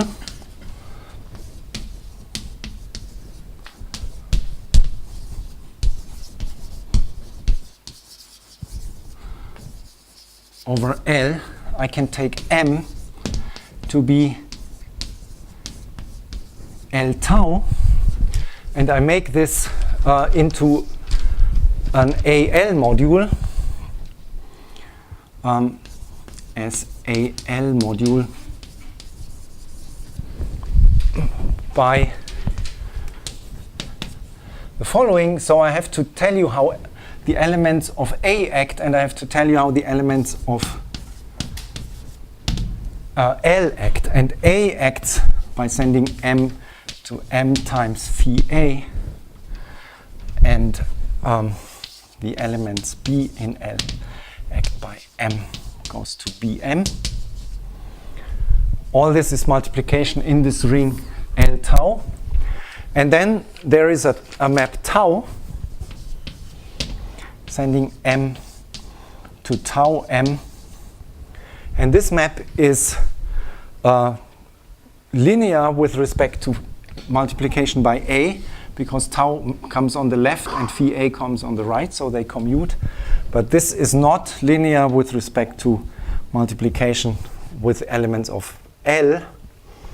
And so this will be a map from M to M, and it will satisfy that tau of A tensor B times M is the same as A tensor B to the Q times tau of M. And so you see that this is sigma of A tensor B.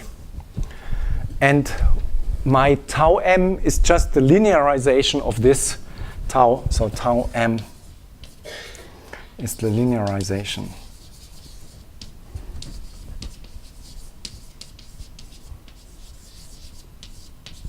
of this map tau.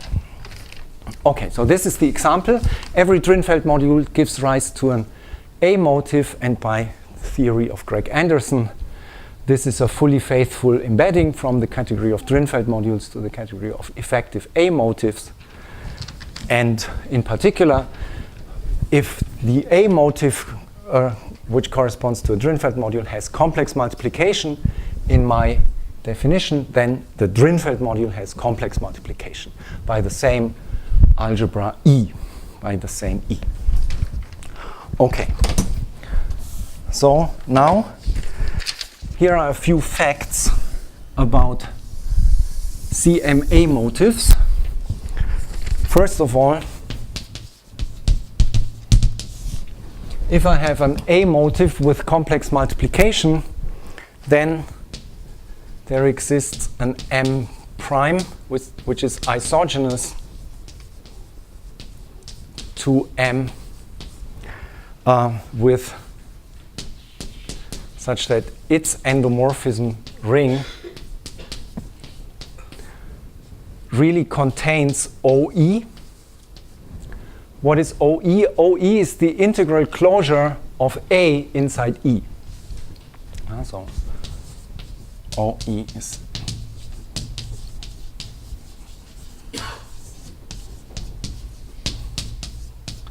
in E, and this is finite OE finite over A of a degree equal to the rank of equal to the degree of E over Q, so this is equal to the rank of M. Okay? So if you know what an isogeny of Drinfeld modules is, then this will give you an isogeny of the A motives. And if M comes from a Drinfeld module, then every such isogeny comes from an isogeny of Drinfeld modules. Then this M prime, which has OE in the endomorphism ring, is defined over a finite separable field extension of the prime field, so the A prime field.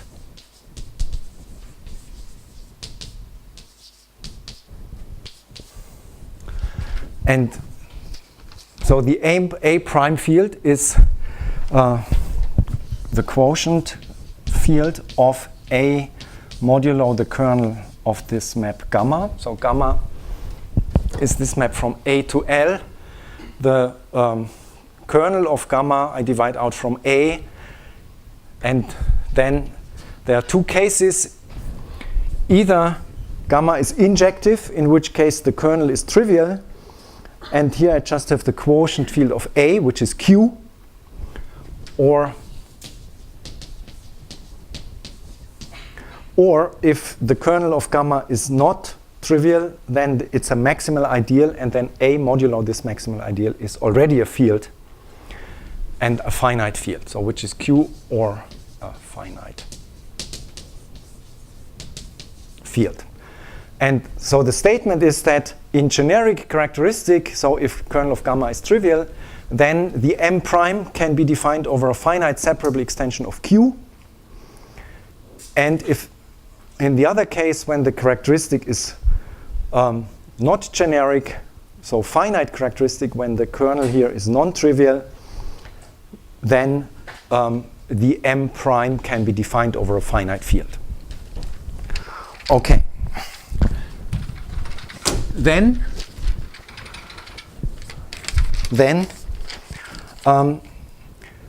after a finite separable extension, no, what do I want to say? Then the M prime is locally free. So see, the M was a locally free module over AL. Now it also has an OE structure, so it's a locally free module of rank 1 over OEL, which is OE tensored with L. And from this, it follows that after a finite separable extension of this L here, so it's defined over a finite separable field extension. Maybe I should still call this L. Let me call this L here. So I can lower the L. L maybe was some big field in the beginning, but now I restrict to this smaller field, which I call again L by abusive notation. So L is now finite over Q, or a finite field. And if it's finite over Q, then after a finite separable extension of this L, if L is over Q, and after another finite extension of this L up here, yeah, this L here, the M prime and the M will have everywhere good reduction.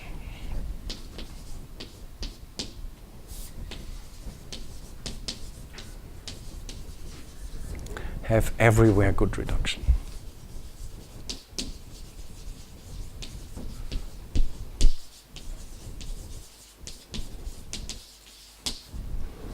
And if your A motive comes from a Drinfeld module, this just says that the Drinfeld module has everywhere good reduction. And what does this mean? So this means that the pair which I erased, M tau M, not just lives over AL, but it lives over the ring of integers in L. So it's defined over the tensor product of A with this ring of integers, OL. And it can be reduced. And so if P in OL is a prime maximal ideal, a place of L, a finite place of L, OL is the integral closure again, with residue field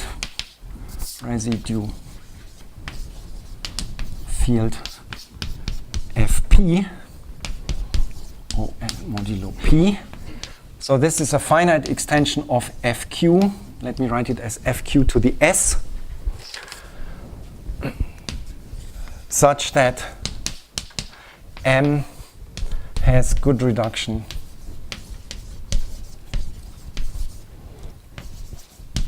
at P. Then the good reduction, what does the good reduction mean? The good reduction I will write as curly M sub P bar. So without the bar, this would be the good integral model. And reducing modulo P, I put the bar. And this then should be an A motive, M P bar, tau of M P bar. And this is an A motive over Fp. And this is the good reduction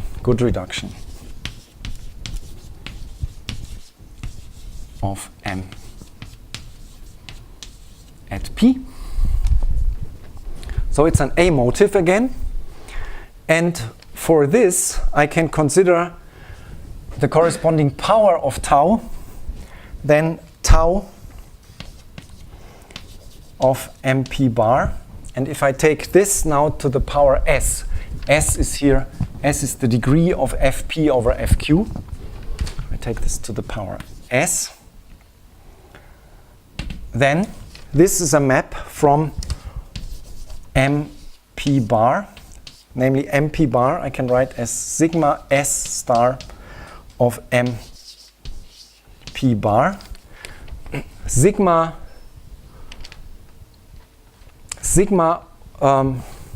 to the S is trivial. Sigma to the S is the identity on a tensor Fp over Fq, because this is raising to the Q to the S Frobenius, which is the identity on Fp. From this you get this equality here, and the tau to the S is now iterated. It's the product of it's the S-fold product of the taus, and so this gives a map to MP bar. And it's compatible with the Frobenius, so I can put the underline, so it's compatible with the Frobenius. So you see, the whole thing is an endomorphism. It's an endomorphism over Fp of this M P bar. And it even lies in the center. It commutes with every other endomorphism. It lies in the center of this endomorphism ring. And there's a map from OE onto this center. And so we find that there's an element which I call pi p, which maps to this tau to the S, and this is called the Frobenius endomorphism. So this is the Frobenius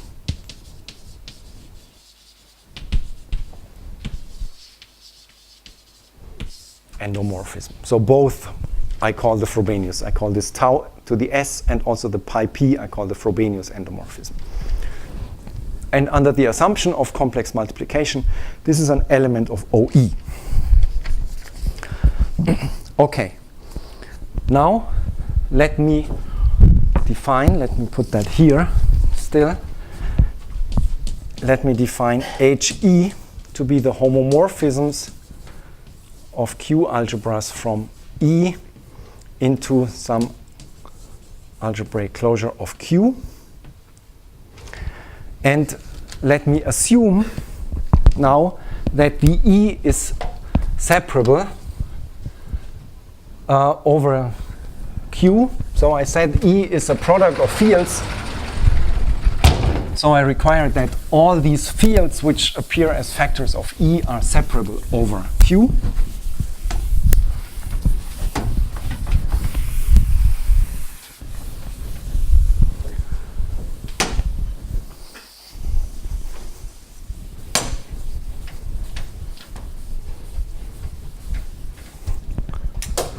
Okay, so assume now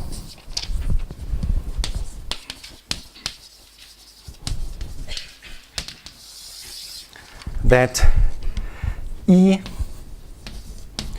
over Q is separable, so it's a product of separable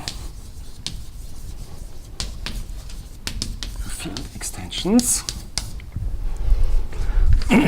And in this case, the cardinality of the set HE is equal to the dimension of E over Q. And I also assume that my base field L, over which everything is defined, is a finite separable field extension of Q, and I fix some embedding of this into Q alg, so I choose an embedding of L into Q alg, or L is a subfield of Q alg. And then I require that L is big enough such that it contains all the images phi of E, that this is in L for all phi in this HE. So it contains all the images of E under these maps HE. And then I do the following. So this E, if I give some names to it, then this E will be a CM algebra. It's the algebra of complex multiplication of my A motive. And so I now want to define the CM type of the A motive. So the CM algebra is already E, so the CM type is defined as follows. So for every psi, for every phi in this HE, I consider the ideal I of phi, which is C tensor 1 minus 1 tensor phi of C for all C in OE. And this is an ideal in OEL.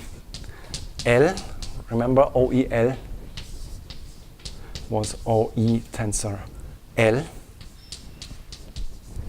And this ideal is the same as the kernel of the natural map, which is phi on the component OE and the identity on L on the other component, and goes from OEL to L. So it sends E tensor B to B times phi of E. So it's the kernel of this. And then my ideal I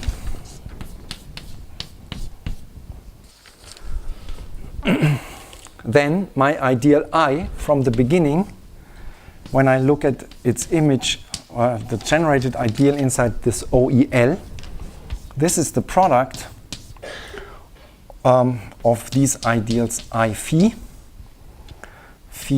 in HE. All these ideals I phi are pairwise co-prime. They are all maximal ideals. And so the Chinese remainder theorem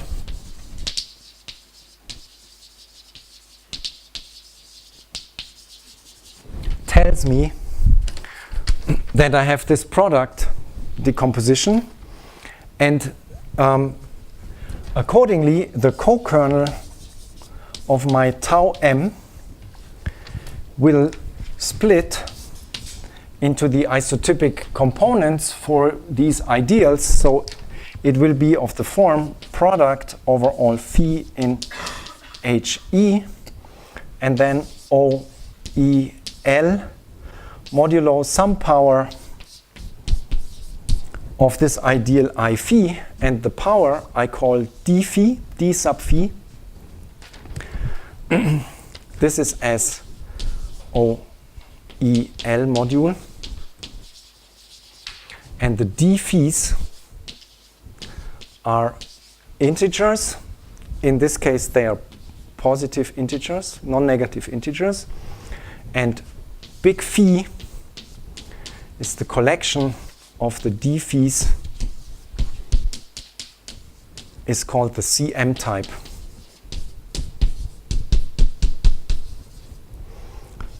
Of M. So when you compare this with abelian varieties, then what you usually do is you define the CM type as a subset of the HE. You can do this here in the special case where your d phis are either 0 or 1. So if your d phis are either 0 or 1, the CM type as a subset of HE would consist only of those phis for which the d phi is 1. So if you talk about Drinfeld modules, if you have a Drinfeld module, then you know that your co-kernel of tau m is a vector space, an L vector space of dimension 1, which tells you that exactly one of the d phis is 1 and the others are all 0. Then the CM type would be only this one as embedding phi. For an abelian variety, you have more. You have half of, you have exactly as many as the dimension of the abelian variety is. And for an A motive, I only require that the ideal I is nilpotent on this co-kernel. So some power of it will annihilate the co-kernel. And this accounts for the possibility that the d phis might be bigger than 1, even 2 or bigger. And so I have to collect them, not just, I have to really collect what they are, the numbers, and not just whether they are 0 or not. So this is the CM type. That's slightly more complicated. All right. Page 2, page 3, here we are. Let me come to results, which I have. So those are the ones which I announced in the beginning. Let me start with the Serre-Tate reciprocity homomorphism.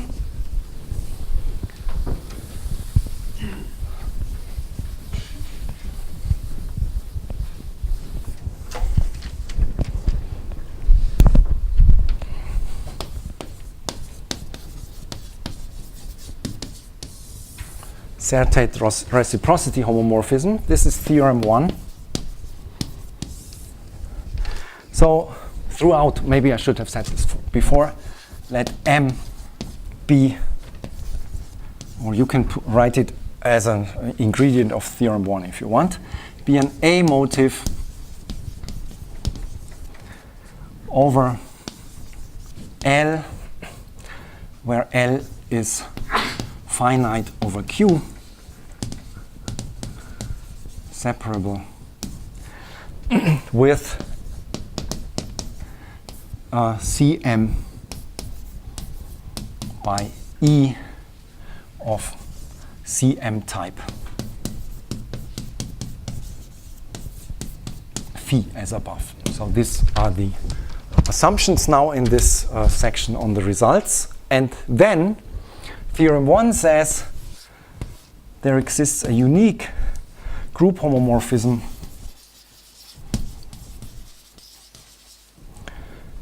which I call epsilon from the ideal group of L to the units in E. So AL are the ideals. These are the ideals of L. This is the Serre-Tate reciprocity homomorphism, which satisfies the following conditions. Condition 1, epsilon, when I restrict it to L star, diagonally embedded into the ideals, then this is the reflex norm.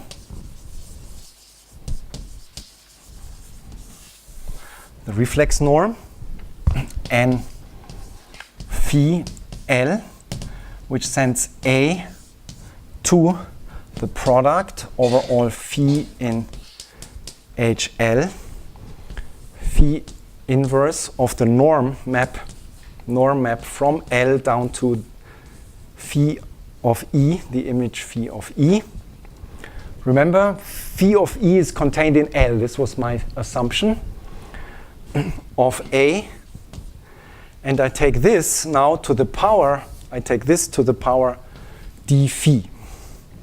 So when you compare this to the reflex norm for abelian varieties for a CM field, then what you would do is you will write down also this, the norm, and the phi inverse. You do not put an exponent. Your exponent is 1, but you only take the product over those phi which belong to the CM type, so for which the d phi is 1. So this is the natural generalization, taking into account that the d phis could be 0, could be 1, but could also be bigger than 1. Okay, this is the reflex norm. And E epsilon restricted to L star coincides with the reflex norm. Then 2 epsilon is continuous in the sense that the kernel of epsilon is open. And then the third condition is that there is a finite set S of places of L containing all places above infinity. Infinity, remember, is the point on C. It's a place of Q. And all the places above infinity are in S. And those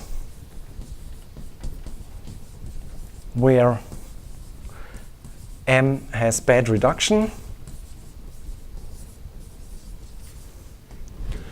And I told you before, if you make your L big enough, then there will be no such places.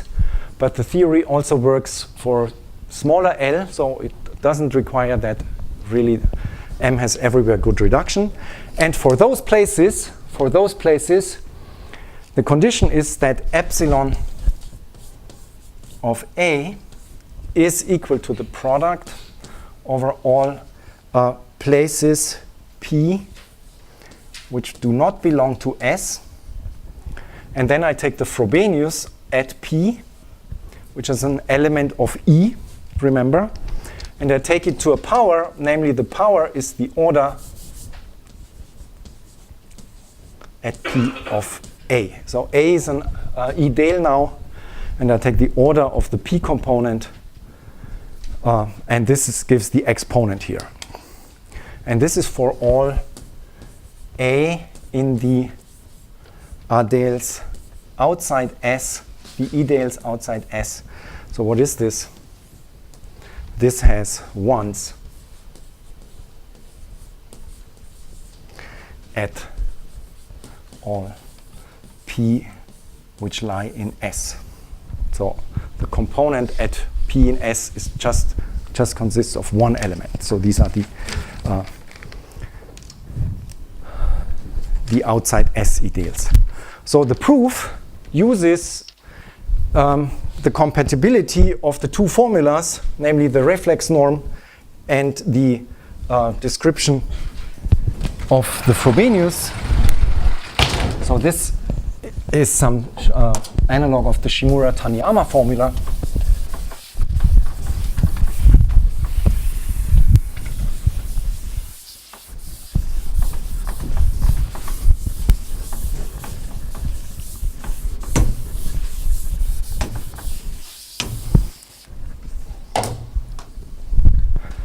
Proof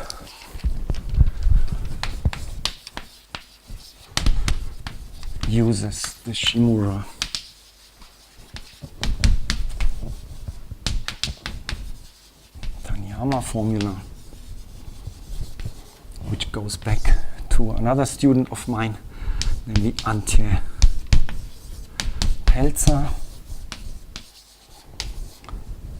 in this case for A motives, and a careful computation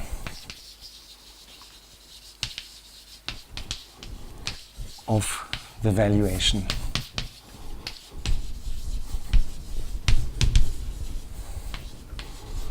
At P above infinity. And a consequence of this is the Mumford-Tate conjecture, theorem 2.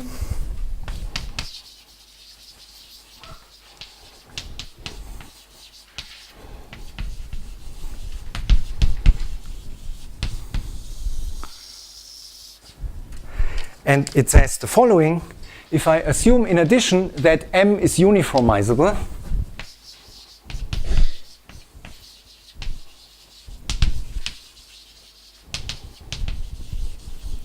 which is always the case for a Drinfeld module, then the Motivi-Galois group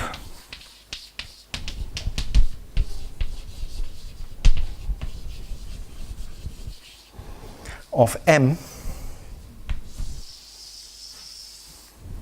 let me call this gamma M. What is this? So this is defined as follows: out tensor. So I consider M, well, it's an A motive. So in the category of motives, of A motives, not necessarily effective A motives, this generates a Tannakian subcategory. And on this, there's a fiber functor, which is maybe called the Betti realization, H1 Betti. And it goes to Q vector spaces. And the tensor automorphisms of this fiber functor is the Motivi-Galois group. It coincides with the Hodge-Pink group defined by Richard Pink for the attached Hodge structure, for the Hodge structure on the Betti cohomology. And the assertion is that this group, so this group goes back to Matt Papanikolaou. Where is he? Here. Mm-hmm. And also Lenny Taelman defined the same group actually. And the condition or the assertion is that this equals the image. So it equals two things. Yeah? It equals first the image of the reflex norm map, which I told you goes from L star to E star. So I can consider this as the Weil restriction from L to Q of GM. L, this is a torus over Q, and it goes to the Weil restriction of E over Q, which is another torus over Q, and it's the image of this map. And it also equals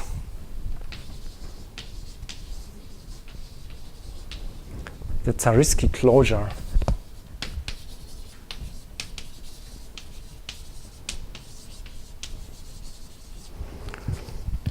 of the image of the Galois representation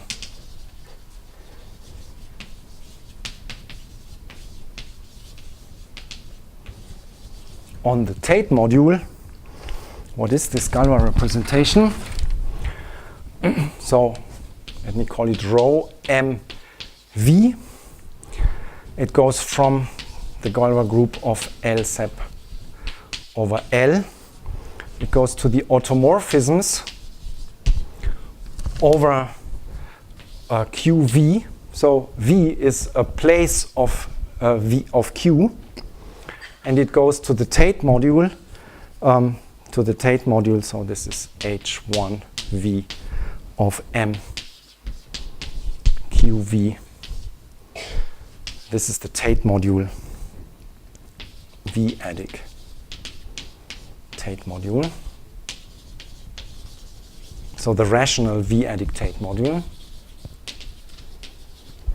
And this is, the Tate module is a QV vector space of rank R, so this is isomorphic to GL rank M of QV. And the image of this map is contained, is equal, the Zariski closure of this image is equal to the motivic Galois group and this image of the map. So, and this is true for all V in A, maximal ideal. Okay, so this is the Mumford-Tate conjecture. And now let me come, let me maybe say something about the proof also here before I come to zeta functions and Grierson characters.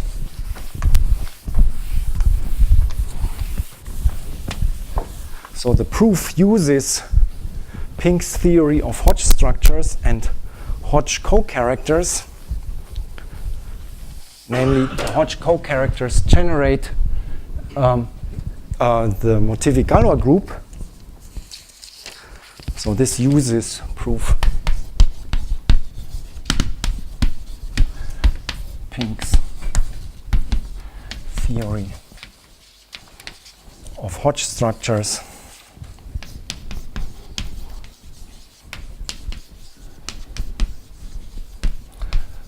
and Hodge co-characters.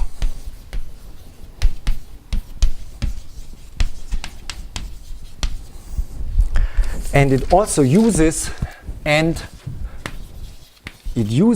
the rho MV has a description in terms of this Serre-Tate reciprocity homomorphisms epsilon, namely it is equal to epsilon of A times the product over all places P which lie above V of the reflex norm applied to the P component, and then I take the inverse of that. And here, here I'm writing an ideal, but you might expect an element of the Galois group. So here is the reciprocity homomorphism of class field theory. So this is under the map of class field theory from the ideal class group to the Galois group of L SEP over L, and it's abelian quotient, the abelian quotient. So here you see the image of Galois is contained in an abelian group, so this rho factors through the abelian quotient.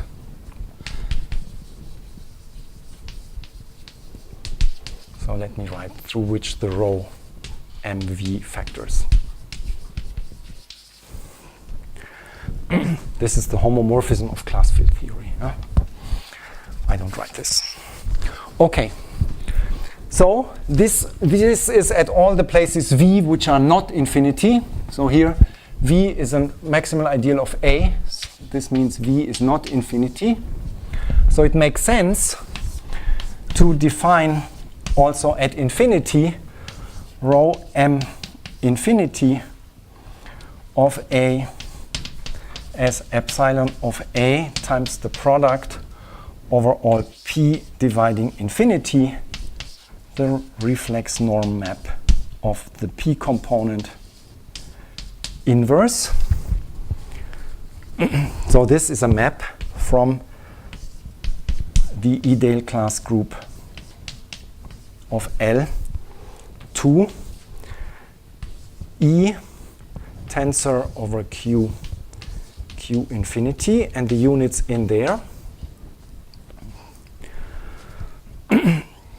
And now I want to describe the Gauss zeta function.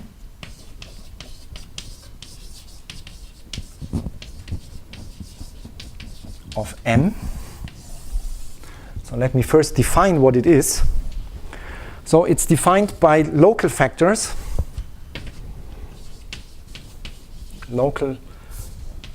factor at a place P where M has good reduction.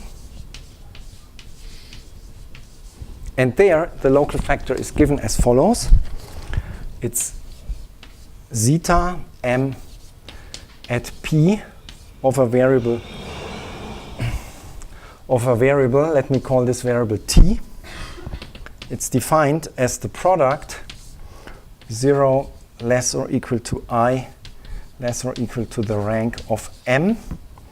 And then I take the determinant of a Q of 1 minus T times the wedge I of my Frobenius pi P. So pi P is an element of E. It operates on E by multiplication.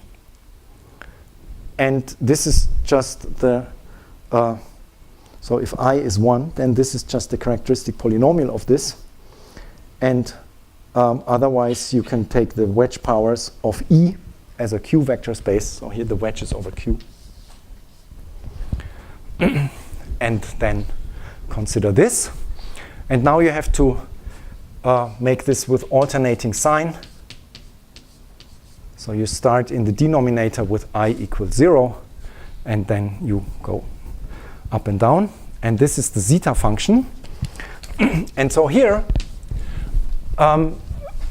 it turns out that this is equal to the product. Again, 0 less I less rank M. And now here I take the product over all capital psi inside HE such that the cardinality of this psi is equal to I. And I take 1 minus T times the product over all phi in this psi of the phi of the pi P to the power minus 1 to the I plus 1. Namely, these guys are exactly the eigenvalues. These are the eigenvalues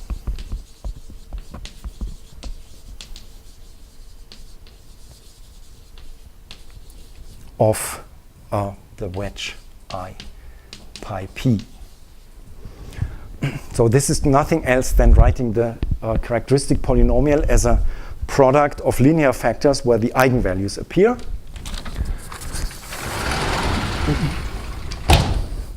And now I write down, I mean, this term is nice, but it's too long to write, so I use some abbreviation.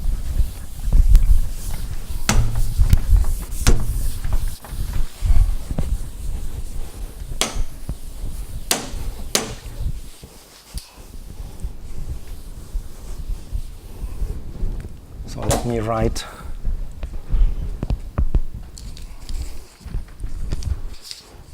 for such a psi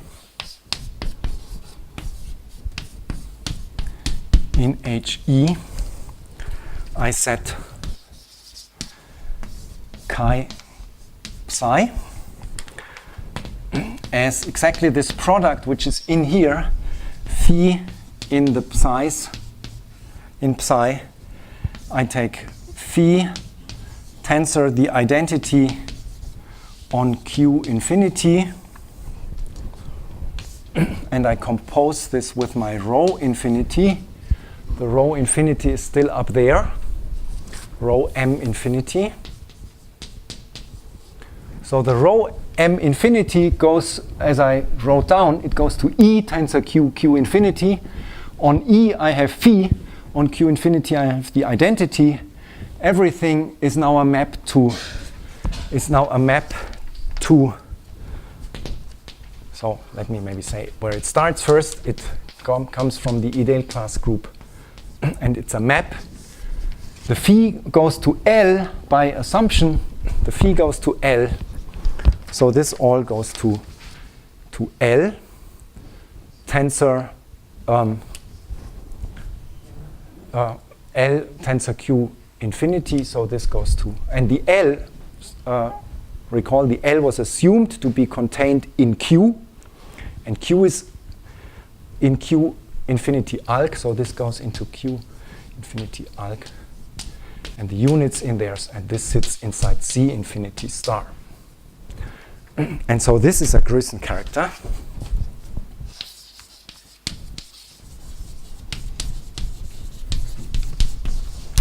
It's an admissible Grüssen character in the sense of David Goss, admissible.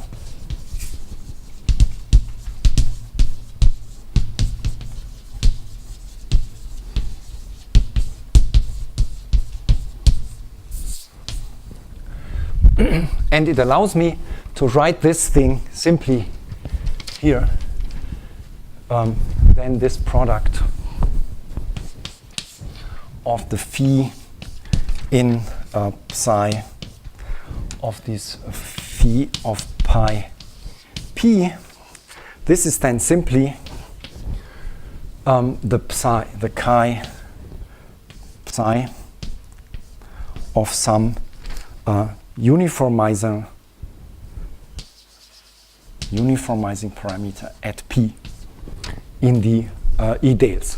Namely, this uniformizer is sent under rho m infinity. It's sent to pi p, and the rest is just as I wrote. And therefore, I can now formulate my last theorem. When I take the product over all finite places, I get the Gauss zeta function.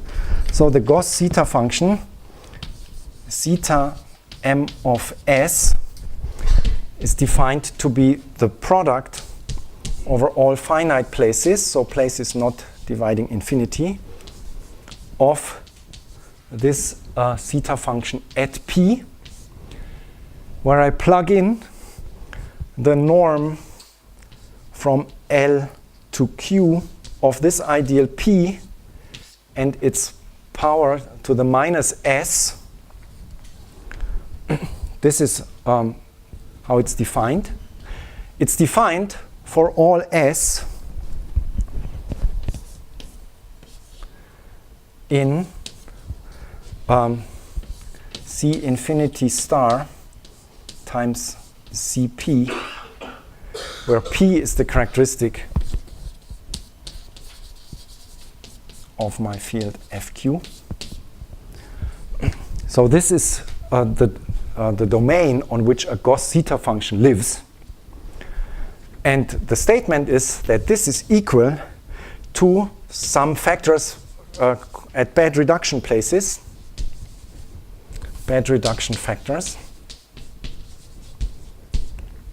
and then times the a product of L functions of these Grüssen characters. So 0 less I less the rank of m, then the product over all the psi in HE, cardinality of psi is I, and then I take the L function of this chi psi of these characters at S minus 1 to the I plus 1, and let me finally write down what this L function is for the L of chi psi S is defined as the product over all P in OL, at which this Hecke character is unramified. So where chi psi is unramified. And what is the factor there? The factor there is, as usual, it's 1 minus the chi psi. And I plug in a uniformizer at P, and then I take the norm from L to Q of p to the minus s. This is the L function. And I should make a remark, namely these places where the character is unramified, these are exactly the places where M has good reduction.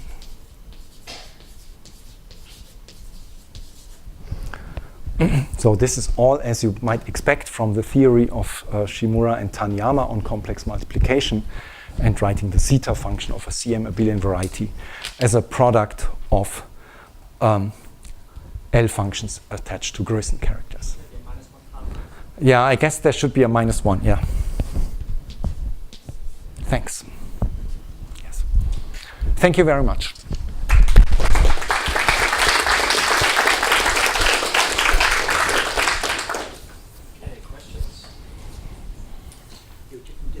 The bad reduction factors. Yes. But they are of a similar nature, but with respect to the invariance under inertia group. Yes, that's how you would define them. Yeah, you would define them as the characteristic polynomials restricted to the inertia fixed points. Yes. And then perhaps one would expect that factor corresponding to the bad reduction factors on the left-hand side. Yes, but that's not so clear to me, because this will only give you a subspace, and it's not clear which fees correspond to that subspace. So I think also in Shimura and Taniyama's theory, they don't specify this. So I don't know whether there has been clarifying work on that in the abelian variety number field case. But yes.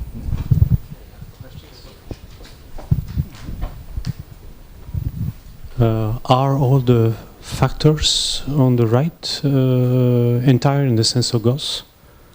Yes, all the L functions are entire in the sense of Gauss, have a continuation to the entire C. So yeah, I should have said that this zeta function is not defined on the entire space. I should have. Okay, this is on the domain of the zeta function is smaller, but the L functions are entire, and from this product decomposition, you know that the zeta function is meromorphic, so the bad reduction factors are polynomials. Okay, thank you. Or maybe rational functions, I don't know. Okay. Yeah. Okay. There's one more back here. You have a motive that has potential CM. Yes. Is its cell function just some subset of the subset? So the question was, what happens if M does not have complex multiplication over the field L, but only over a bigger field? So it has potential CM. Okay.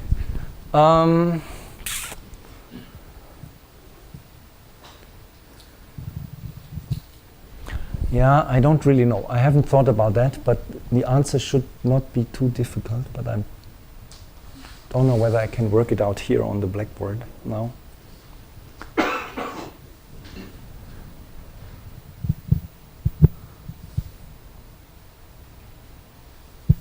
So that it should work. So I'm unable to do this here on the flight, but.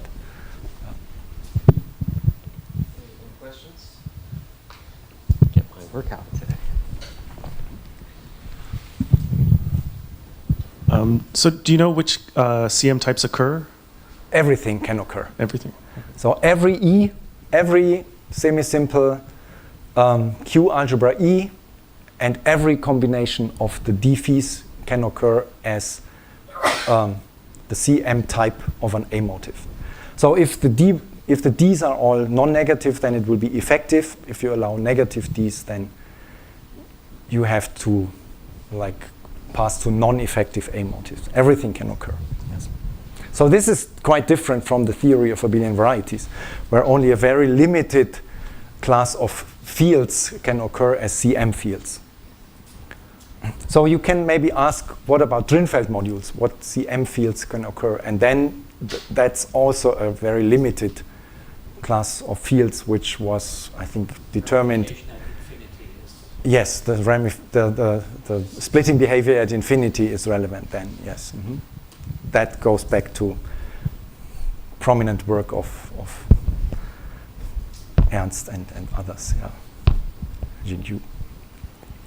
But for general A motive, everything can occur. Okay, further questions? Thanks very much. Thank you.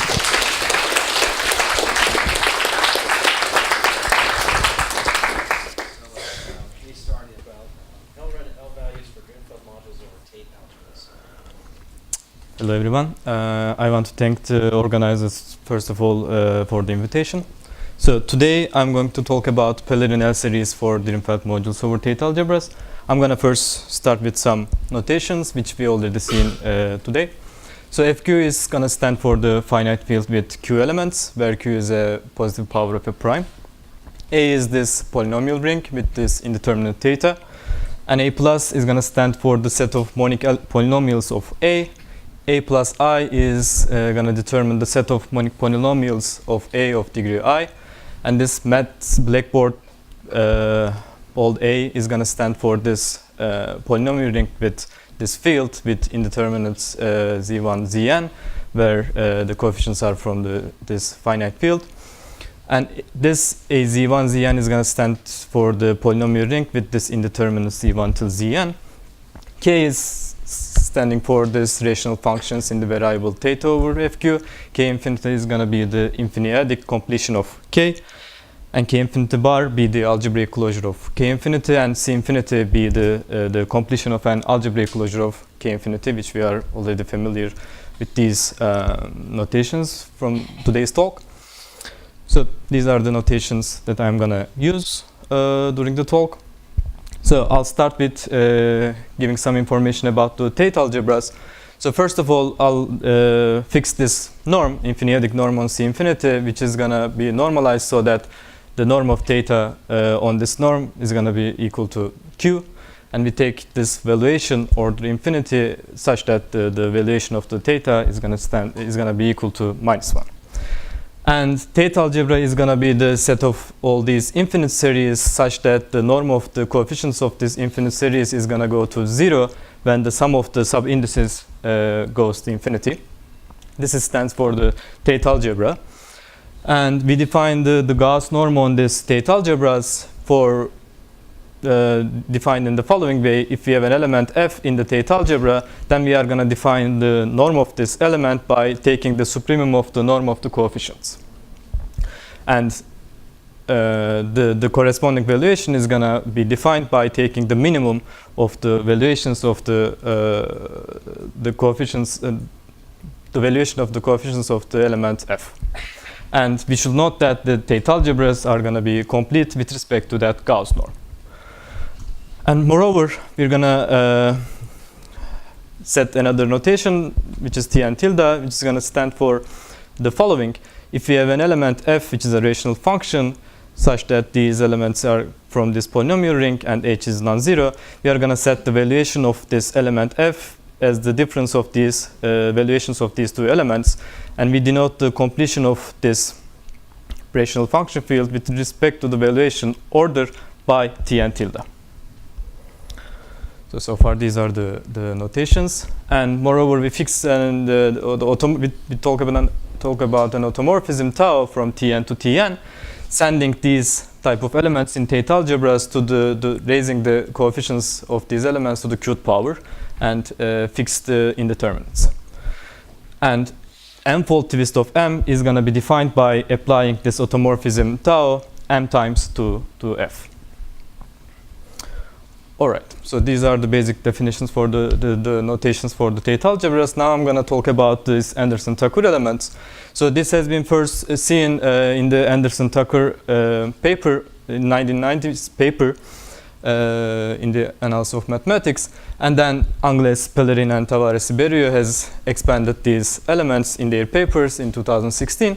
And this is what the definition of these type of elements are. We are gonna just stick on a specific type of Anderson-Tucker elements. We choose alpha as this element in Tate algebra, which is actually invertible. And we are gonna choose y as this minus theta to the n. And we actually, by using the definition of the Gauss norm, we see that the norm of y minus alpha is less than alpha. And this inequality gives us the fact that actually that infinite product is well defined. And if we just add this, multiply this product by this element xi, which is y to the 1 over q minus 1, then we are going to get this infinite product with this multiplication by xi as this Anderson-Tucker type element, which is called omega n. And this n stands for this number of indeterminates. So these will place an important part in our theory, and we are going to discuss it later on the slides. But this is the definition. All right, so I'm going to talk about these non-commutative rings are tau. Actually, this tau in this case, not just the FQ, not just the Frobenius automorphism, but it can be anything. But at the end, eventually, we are going to stick on this Frobenius automorphism. But to be general, let R be an FQ algebra and let tau be an FQ algebra homomorphism. We are going to define this twisted power series ring by that rule, which is going to be a non-commutative ring, and this twisted polynomial ring is going to be the polynomials staying on that power series ring, which we are going to denote as that R tau. And the ring R tau operates on R by setting for, if we have an element delta in that form, then we are going to see the operation of R tau on R by just applying this automorphism tau to elements of F, to element F. Okay? And this is the notation from this M-fold twist, and this is just the notation after applying this automorphism tau to our element F, where F is in R. Now we are ready to discuss what Drinfeld A modules are. Actually, this is more general than just over R. We can pick over even C infinity instead of R, but for our purposes, we're just going to stick on the Drinfeld A modules over R. A Drinfeld A module phi of rank R is an FQ algebra homomorphism from A to this twisted polynomial ring, defined in the following way, such that the last coefficient is going to be non-zero. So if you want to give an example about that, we can give the Karlitz module, which is going to be a rank 1 Drinfeld A module over A, defined in this following way. We can see this as a function from C infinity to C infinity, which sends x to the theta x plus x to the q for all x in C infinity. And moreover, by using this Drinfeld A module, we can put a module structure on C infinity by defining the action as phi ax, when the action of A on x is going to be equal to this phi ax for all A in A and x in C infinity. Yes? So excuse me, do you require that the highest coefficient is non-zero or that it's a unit? It's just non-zero. So the rank might drop? Yeah, exactly. Yeah. All right. So now we can also assign exponential and logarithm function to our Drinfeld module by the following. So let phi be a Drinfeld A module, and the exponential series is going to be defined as this infinite series subject to the condition that the first coefficient is 1, and it satisfies that functional equation over the twisted power series ring. Moreover, the series induces an FQ linear endomorphism and also an entire function on C infinity, which can be given in this as follows by using this infinite series expansion of exponential phi. And at the same time, we can also give the logarithm series for Drinfeld modules, which is in a similar way. We have an infinite series such that the first coefficient is 1, and it satisfies that functional equation over the twisted power series ring, and it induces the logarithm function from C infinity to C infinity by defining in that way. But in this case, it's not going to be an entire function. Instead, it's going to have a finite radius of convergence. And whenever we have an x in the radius of convergence of log phi, then this equality is going to hold. Now, we know that the Drinfeld modules are function field analog of elliptic curves. We can also discuss about Tate modules for Drinfeld modules. So this is how we define it. Let phi be a Drinfeld A module of rank R, and f be an irreducible polynomial of degree d. Let h be an irreducible polynomial which is going to be different than f, for any element A, we are going to define this A bar such that this the reduction of A over mod F, and we define phi bar as this in this following way, such that R naught is going to be between 0 and R, and this new rank is going to be defined by this R naught, which is the biggest non-zero coefficient of this phi theta bar. And if we choose L as the algebraic closure of the field A over Fa, we define this HI torsion points of phi in a following way. X is going to be in the algebraic closure, and it's going to make this phi, it's going to be the zero of one of the zeros of this function phi hi. And we are going to define this phi h infinity as the direct limit of this HI torsion points. Lastly, let's set AH and KH be as the completions of A and K at H respectively, and we're going to define the HA dictate module by this homomorphism group of from KH over AH to the H powered torsion points of phi. But if we just take a look at this, we are going to see that this is going to be an free AH module of rank R, where R is the rank of this Drinfeld A module. R naught? The R0, which is in some expression above. Because it's the reduction is a Drinfeld module of rank R0. Yeah. Okay, yeah. Yeah. All right. Okay, so now I'm going to pass the definition of the dual Gauss L series. Let F be standing for the Frobenius map tau to the D. We are still having this irreducible polynomial F of degree D. And we are going to consider the action of F on this homomorphism group, which is, and we are going to define the Euler factor of Pfx at phi by this determinant, and which is actually does not depend on the choice of H. So, and then for all S in Z, we are going to define the dual Gauss L series by using these Euler factors, and where the products runs over irreducible polynomials in A plus.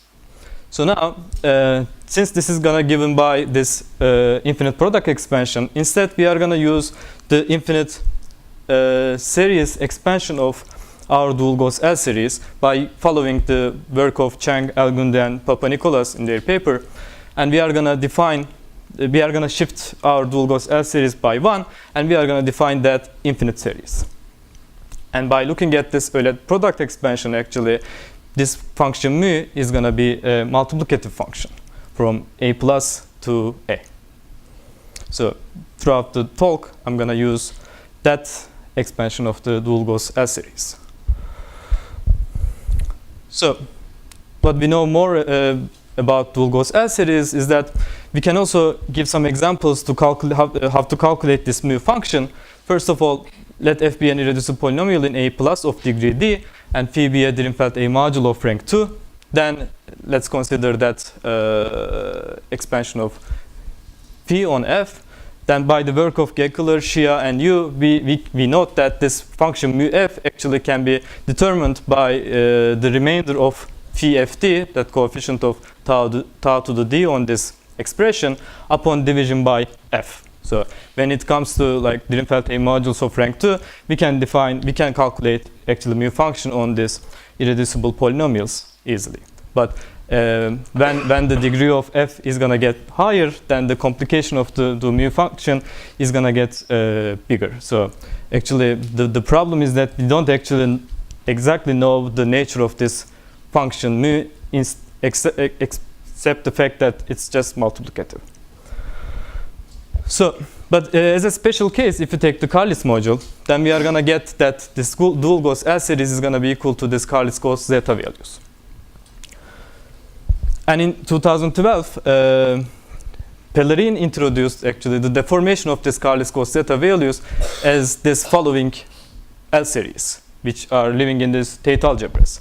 where this Z1 and Zn are still indeterminates. And by specializing these indeterminates on the elements of C infinity, we can actually talk about the special values of the Carlis-Gauss zeta values as well. Alright, so this is the story about the dual Gauss L series. Now I'm gonna talk about the Taelman L values. So Taelman in 2012 came up with the formula, class number formula in the function field setting, and he also introduced a new type of L values. And this is how we define these values. Let K be any field, and R is this polynomial ring. And if you choose M as a finite R module, expanded in this following way, we are going to define this monic polynomial by this multiplication of all these FIs. And we call the principal ideal generated by this expansion as the fitting ideal of M. And we are going to set one more notation, which is phi A over Fa, which is going to stand for actually A over Fa, whose A module action given by this action induced by the Drinfeld module. So the Taelman L value, after all these definitions, are going to be defined as this ratio where f is a irreducible polynomial of A plus. And it's going to be in this K infinity. And moreover, what's the here comes the link between dual Gauss L series and Taelman L values. In his paper, Taelman pointed out that L phi A is actually the value of dual Gauss L series at s equals 0, which can be also shown as this way. Okay, so this is the link between dual Gauss L series and the Taelman L values. Now, starting from that, we are gonna start to understand our results. Okay, so I'm gonna introduce one more Drinfeld A modules which are living in the Tate algebras. So we are gonna recall that this A is gonna stand for this polynomial ring. Z1 till Zn are still indeterminates, and for K is running from 1 to n, we are gonna define this finite product, and then we are gonna define this Drinfeld A module over Tate algebras from as an FQ Z1 Zn algebra homomorphism from A to A tau given in this way. So these type of Drinfeld A modules actually, the Drinfeld modules over Tate algebras, this notion has been introduced by Langlands, Pellarin and Taelman in 2016, but this special type of Drinfeld modules over Tate algebras has been used by Langlands and Taelman in their 2017 paper. So if you want to give an example, let's take the Carlis module and look at its deformation. And this can be given by that Drinfeld A module. So this is going to be our base example to understand our results. So now, in a similar way to the Drinfeld modules over A, we can also assign an exponential function and logarithm function in the same spirit. And this exponential function is going to be again an entire function, is going to be a series which has infinite radius of convergence, and it's going to be defined with respect to the conditions that the first coefficient is going to be 1, and it's going to satisfy that relation. And for the logarithm function, we can also define it as an infinite series, such that whenever we have a f within the radius of convergence of log, this identity is going to hold. Alright, so now we can define Taelman L values for Drinfeld A modules in the same spirit for the Drinfeld A modules over A by this ratio, and this is again gonna stand for the fitting ideal of A over Fa, and this is gonna stand for the fitting ideal of A over Fa with the action induced by this phi. And this is gonna be an infinite series in T and K infinity, which what we mean by that is these are the all infinite series such that the coefficients are gonna be in K infinity. Okay, so after this definition, Langlands, Pellarin and Taelman proved that if we take this C tilde from this example, and if we calculate this Taelman L values, we are gonna see that this Taelman L value is gonna be equal to the Pellarin L series at s equals 1. So that's how we relate Pellarin L series to Taelman L values. But this is for only rank 1 Drinfeld module over Tate algebras. And in this point, it's so natural to think about the Taelman L values for Drinfeld modules over Tate algebras of higher rank, not just the Carlis module. And we ask this question to ourselves, and we answer this question in the following way. Let phi be a Drinfeld A module of rank R, defined in this way, and we have this dual-Gauss L series, and let phi theta is this Drinfeld module over Tate algebra, defined using by this Drinfeld A module phi, and then the Taelman L value corresponding to that Drinfeld module over Tate algebra is going to be that infinite series. Okay, so at that point we can check our results for the Carlis module. We can actually, if we check our results for the Carlis module, we see that actually we are in the same page with Angles, Pellarin and Taelman, because they found that this is the Taelman L value corresponding to the deformation of the Carlis module. But in our case, since mu A is going to be equal to 1 for all A in A plus, we are going to stay on again this Pellarin L series. But this is more general for, and this is going to be the case for also the Drinfeld modules for higher rank. All right. So this is one of our results. And then this result is going to lead us to give a link between the Carlis module and arbitrary rank Drinfeld A modules in the following way. Angles and Taelman in 2017 proved that if we have a Drinfeld A module of rank R, defined in this following way, and if we have this phi theta, which is just the Drinfeld A module over Tate algebras, then if we exponentiate this Taelman L value, we are going to stay on this polynomial ring. And moreover, by Pellarin, we know that this omega 1, which is this Anderson-Thakur element with just one indeterminate, can be written as the value of the exponential, the value of the minus pi tilde over z1 minus theta on this exponential function of the Carlis module, where pi tilde is going to be the generator of the kernel of the exponential function. And moreover, in 2016, Angles, Pellarin and Taelman observed that we can write this omega n as this product of this bunch of the exponential function of the Carlis module up to a constant from the finite field. So then by using our result, we can give this following corollary. So if we define p phi as this expression, then we know that p phi z1 zn is going to be a polynomial. And moreover, if we know that p phi is between the radius of convergence of log phi, then we can just take the logarithm of both sides, and we can end up with that this infinite series is going to be equal to logarithm of p phi z1 zn, and we can write logarithm of phi in terms of logarithm of that corresponding to that Drinfeld module by using our Anderson-Thakur elements. And this we are going to see the link here. So left hand side is only dependent on the arbitrary rank Drinfeld module, but the right hand side is just a mixture of the Carlis module and the arbitrary rank Drinfeld module. And this omega n is going to give the relation with the Carlis module actually. All right. So now we are gonna investigating when we are gonna get this expression which is equal to 1.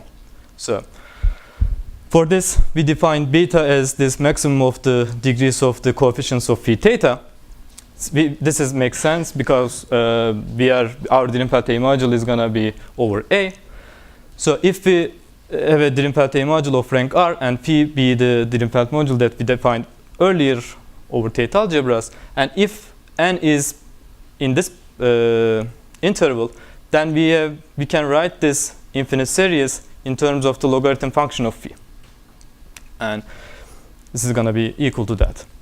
So, and as a special example from Angles, Pellarin and Taelman's paper, if we take n between 0 and q minus 1, we're going to see that Pellarin L series, the value of the Pellarin L series at s equals 1 can be written as in terms of logarithm function of the Carlis module over the Anderson-Thakur element.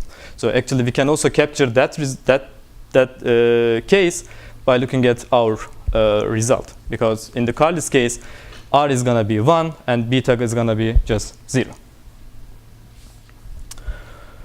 So I'm going to talk about also the twisted power sums. First of all, for any x in the domain of the logarithm function, we are going to define logarithm function as this infinite series. And we are going to define the power sums by SIK, where we are going to sum a to the k when a runs over the monic polynomials of a of degree I. So the college student Herbert Leonard Lee proved that for I is bigger than or equal to 1, we have that equality. When k is bigger than or equal to I, we can write this power sum as using the coefficient of the logarithm function of the Carlis module and bunch of the product there. When k is less than I, this power sum is going to vanish. Okay, so by using this result as our motivation, we can do the following. Let V be a Drinfeld A module of rank R. Specifically, the maximum degree of the coefficients is going to be between 0 and q over 2r minus 1. And log phi, let's say log phi is this infinite series, which is the logarithm function of the Drinfeld A module phi. Then we have that vanishing result. Mu a times a to the q to the k minus 1 is going to be equal to that when k is bigger than or equal to I, and 0 when k is less than I. So the beauty of this vanishing result is that instead we don't know about the nature of this mu function. We can calculate some power sums including this mu function, and we can show that at some point these sums can vanish. And this can be seen as just the generalization of this result by just taking this Drinfeld A module as the Carlis module. If you take this as the Carlis module, then this is going to be always 1, and this part is going to be just equal to that part. All right. So now, lastly, I'm going to talk about the entire functions on the Gauss upper half plane. First of all, we are going to define this topological group as C infinity cross, the direct product of direct sum of C infinity cross and the periodic integers, and the group action is going to be given by component wise, and we are going to call it as Gauss upper half plane. And we are going to define this 1 units in that way. So in 2013, Gauss defined another type of Pellarin L series in the following way, where xy in S infinity. And we can actually observe that by using this definition, if we take x as theta to the s and y as minus s, we're going to see that that value is going to be equal to the Pellarin L series at s. Okay. So this is what. Now the definition of Gauss for the entire function S infinity is going to be the continuous family of C infinity values entire power series in x to the minus 1, which is parameterized by the periodic integers, such that the family is uniformly convergent on bounded subset of C infinity. So this is what we mean by the entire functions on S infinity. And when n equals 1, Gauss proved that as z1 xy is an entire function on S infinity, and Langlands and Pellarin in 2014 proved that this as z1 zn xy is actually entire on S infinity for any n. So these are the well-known results. Now we define our L series by using any Drinfeld A module over A. So we define this series in the following way, but we are just the difference between these two definition is that here we are adding this mu function. And we further set L phi dual z1 z and s when specialize x to the theta to the s and y to the minus s. This is going to be the infinite series. We can note that if we choose our Drinfeld A module as the Carlis module, then this is going to be equal to the Pellarin L series at S. So after all these definitions, we can state our theorem. The function, in a sense of the definition of the Gauss, is going to be entire function on S infinity. So that result is not just showing that it's an entire function, but while we are proving that, we are also giving some log algebraic identities corresponding to the Drinfeld module, Drinfeld A modules of higher rank. And the last thing that I want to add is that all results are showing that although the Pellarin L series has arisen independently, these results actually may say that the Pellarin L series might be an L series corresponding to the Carlis module and can be a specific type of a class of L series which is also including the Pellarin L series. So whenever we think of Pellarin L series, we can talk about the Carlis module, and we can also define more general L series, which also taking Pellarin L series as a special case. So that's.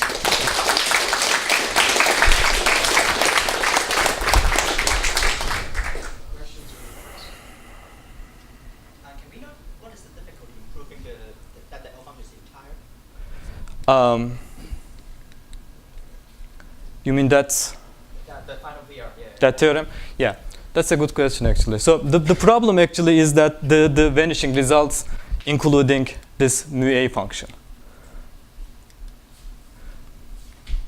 So here the proof of Gauss and Angles and Pellarin actually using this vanishing results also about the power sums, but without this mu function. But when we include this mu function into these power sums, then things are gonna change because we don't know the nature of this mu function. But once we understand these vanishing results about the sums including the mu function, then we are gonna be okay, and we will prove that. And that's the main difficulty. I mean, to understand the vanishing results about the power sums, which are including this mu function. Yeah.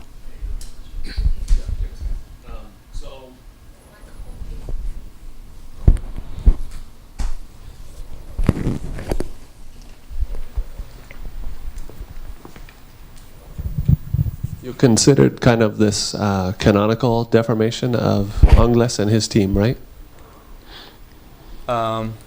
So where you twist by the... You mean this one? Zn minus theta, yeah. Yeah, exactly. Did you also consider where they've twisted by another variable, just z? Because they define those Anderson-Stark units in terms of that. Yeah. Does your formula with the mu now give any kind of interesting description of those Anderson-Stark units? I mean, yeah, that's a good question. I haven't thought about that. I mean, there's Stark units that they defined in their paper, but I definitely use the other deformation of them, this canonical deformation of them, adding one extra variable to that Drinfeld A module to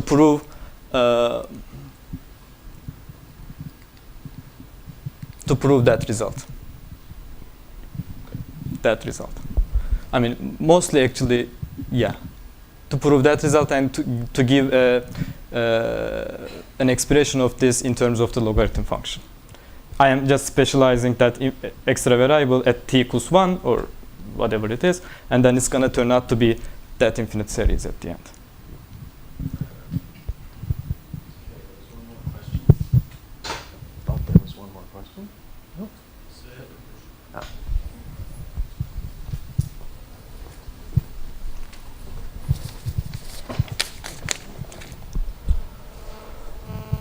Thank you. Just wonder to know if you have tried to look at special values of this twisted series. This new type of? Yeah, namely if you have found some kind of phenomena like trivial zeros or...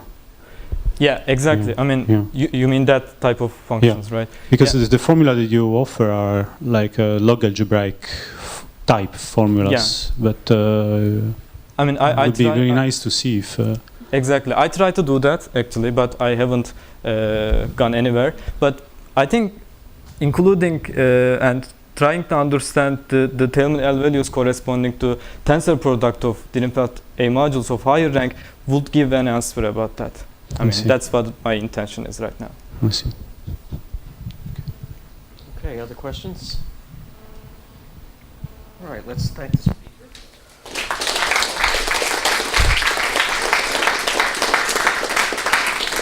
Let's press on in just 2 minutes.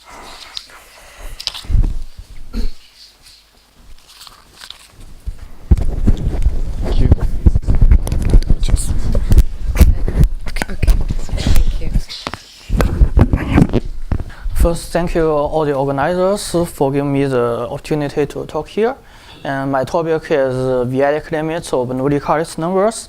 And first, in my talk, I will talking about first the V-adic limits of Bernoulli-Cartesian numbers, and as well as the Gauss polynomials and Eisenstein series. And then at the last, I will talking about how to compute the V-adic limits of the Bernoulli-Cartesian numbers as well as Gauss polynomials. So all these are joint work with Marshall Papanikolaou. So this I think you are very familiar with, so I will skip this for all the notations. But I need to mention one thing about for the V-adic case. If V is a finite place, we fix P in AV to be the monic generator of the prime ideal PV corresponding to V, and set D to be the degree. And let AV and BV be the V-adic completion of A and K. Also, we set some polynomials, the bracket, Di, and Li. And now, let me remind you the definition of the Drinfeld modular forms. So we say a holomorphic function f from omega to C infinity. Omega is we call the half plane in the function field case, is C infinity minus K infinity. Is a Drinfeld modular form of weight K and type M.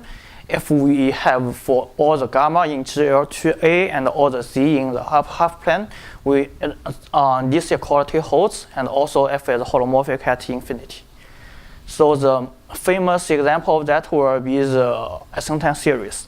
When K is congruent to 0, mod Q minus 1, and positive, we define the Eisenstein series as this, which is a modular form of weight K and type 0.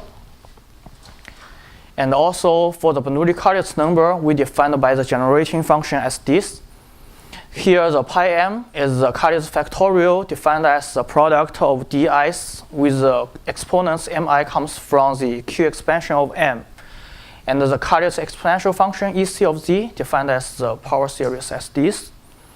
And we can see if m is not congruent to 0 mod q minus 1, then the Bernoulli-Cartesian number is 0. So this is similar as in the classical case. And then Gekeler showed the relation of the Eisenstein series with the Bernoulli-Cartesian number. So here at first we know the relation between this and the Gauss polynomial and the Cartesian zeta value. And then we see the Cartesian zeta value actually is very related to the Bernoulli-Cartesian numbers. So that means Eisenstein series can be written as a constant that we can consider as the Bernoulli-Cartesian number or some kind of that. And then with the sum of the Gauss polynomials. And then for the Gauss polynomials, we have a generating series identity as this. And then actually what we can do is we can split that out, expand that out, and to get the explicit formulas for Gauss polynomials. So actually, we can get the explicit formula as this. It's a polynomial, and with the coefficients, it's a little bit complicated. And the most important part will be the set I. So I will write it down. So for this I, m comma L to be the set of from I0, I1 to IS. Here S be arbitrary for the non-negative z s such that it satisfies these two equations, I0 plus I1 plus IS is L, and I0 plus I1Q plus ISQ to the S is M. So this set is, we can write it down, but we don't quite understand what kind of elements in this set, and it will be difficult for us to compute for this coefficient. And also, this is a multinomial coefficient. So one of the big problems in my research will be how can we figure out this set so that we can do something with the coefficients. And I will say that in 1 minute. And then for convenience, we write the Gauss polynomial as this. So we change this beta m comma l just to be the coefficient. And now I define a little bit for the v-adic norm. So for the power series f, we define the order v of f to be the infimum of the order v of all the coefficients. And then we define the v-adic norm to be the q to the negative order v of f. And then first we have the lemma. The order v of this is kind of like the coefficients of the Gauss polynomial. It has a lower bound. Moreover, for m fixed, the order v of this is bounded below by a function that increases with L. So someone may ask why I multiply the pi m here. So actually the reason is for the Gauss polynomial, Gm plus 1 of t, with the coefficient, it may contains like denominators. But if we multiply by pi m, then this cancels all the denominators for the coefficients. But it's not too much. So you will see in a minute about that. So in this talk, when I talking about for all the Gauss polynomials, what I mean is by the pi m multiple Gm plus 1. We multiply the pi m in the front. And also when we're talking about for the asymptote series, what we mean is by m minus 1 times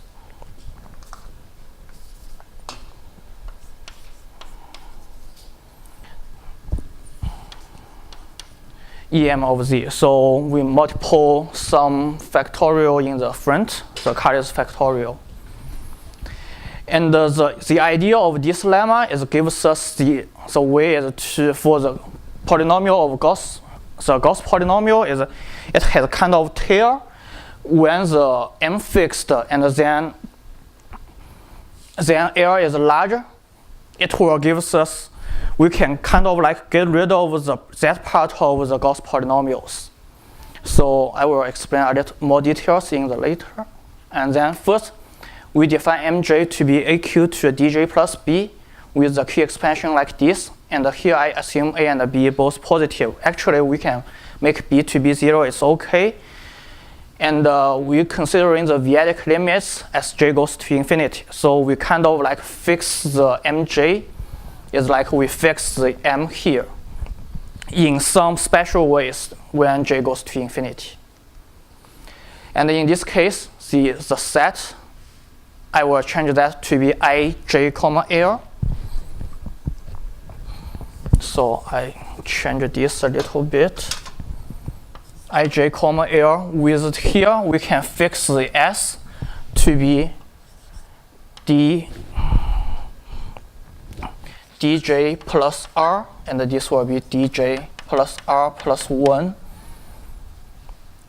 dj plus r, and also here dj plus r, and this will be mj aq to the dj plus b. So one of our tasks will be try to understand what this set it is. Actually, this is not very easy for us to say which element is in this set or not, but we have something to do when j goes to infinity. So first we have the lemma. When j is large enough, we can say something about the elements in the set I. So the first is the first r plus 1 terms. It gives us b. So that means the first part, it tells us we can get the first part, it gives us like the constant kind of like b here. And then the part b, it tells us there's a lot of zeros in the middle. So that means we can kind of like separate this in 3 parts. One part, it gives us b. Another part is only zeros in the middle.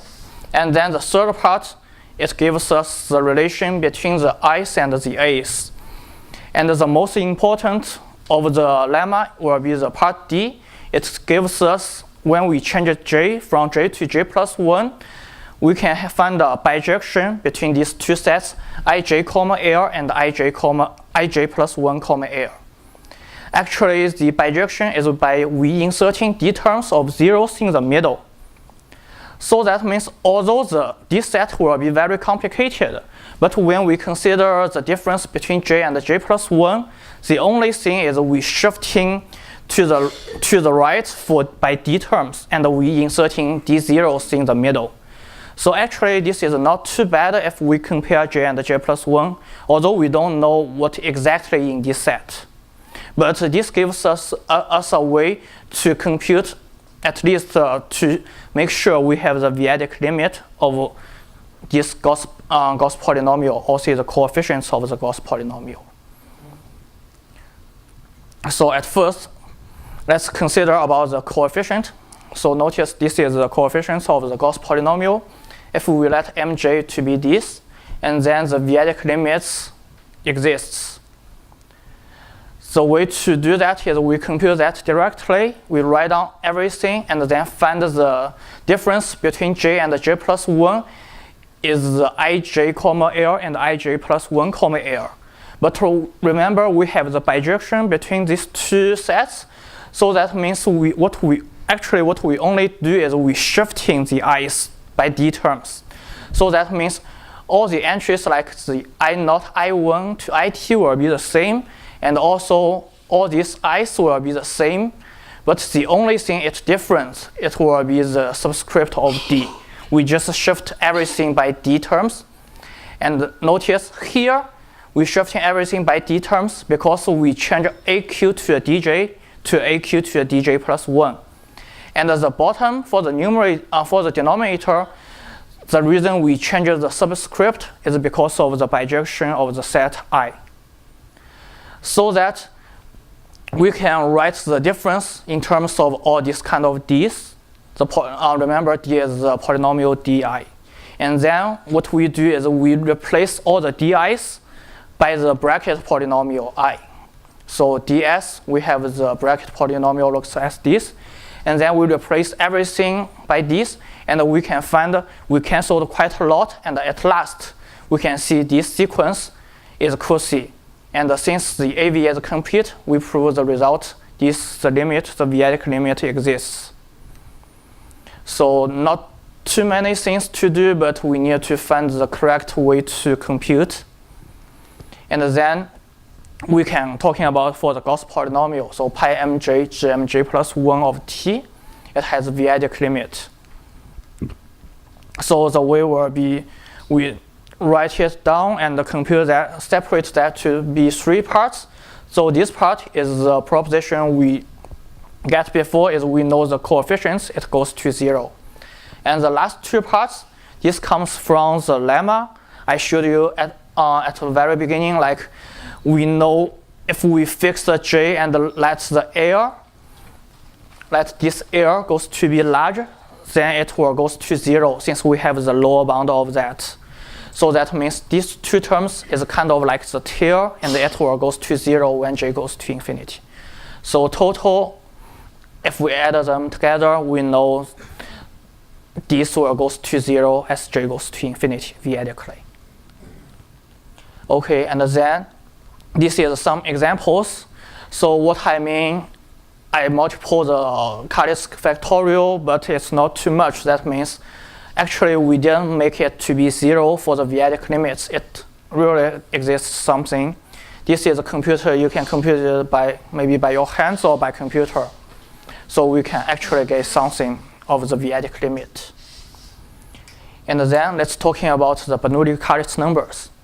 So by Cauchy and Gauss, we have a formula for Bernoulli Cauchy number as this, and here AMK is defined by, here is the kind of the coefficients of the power of the exponential function.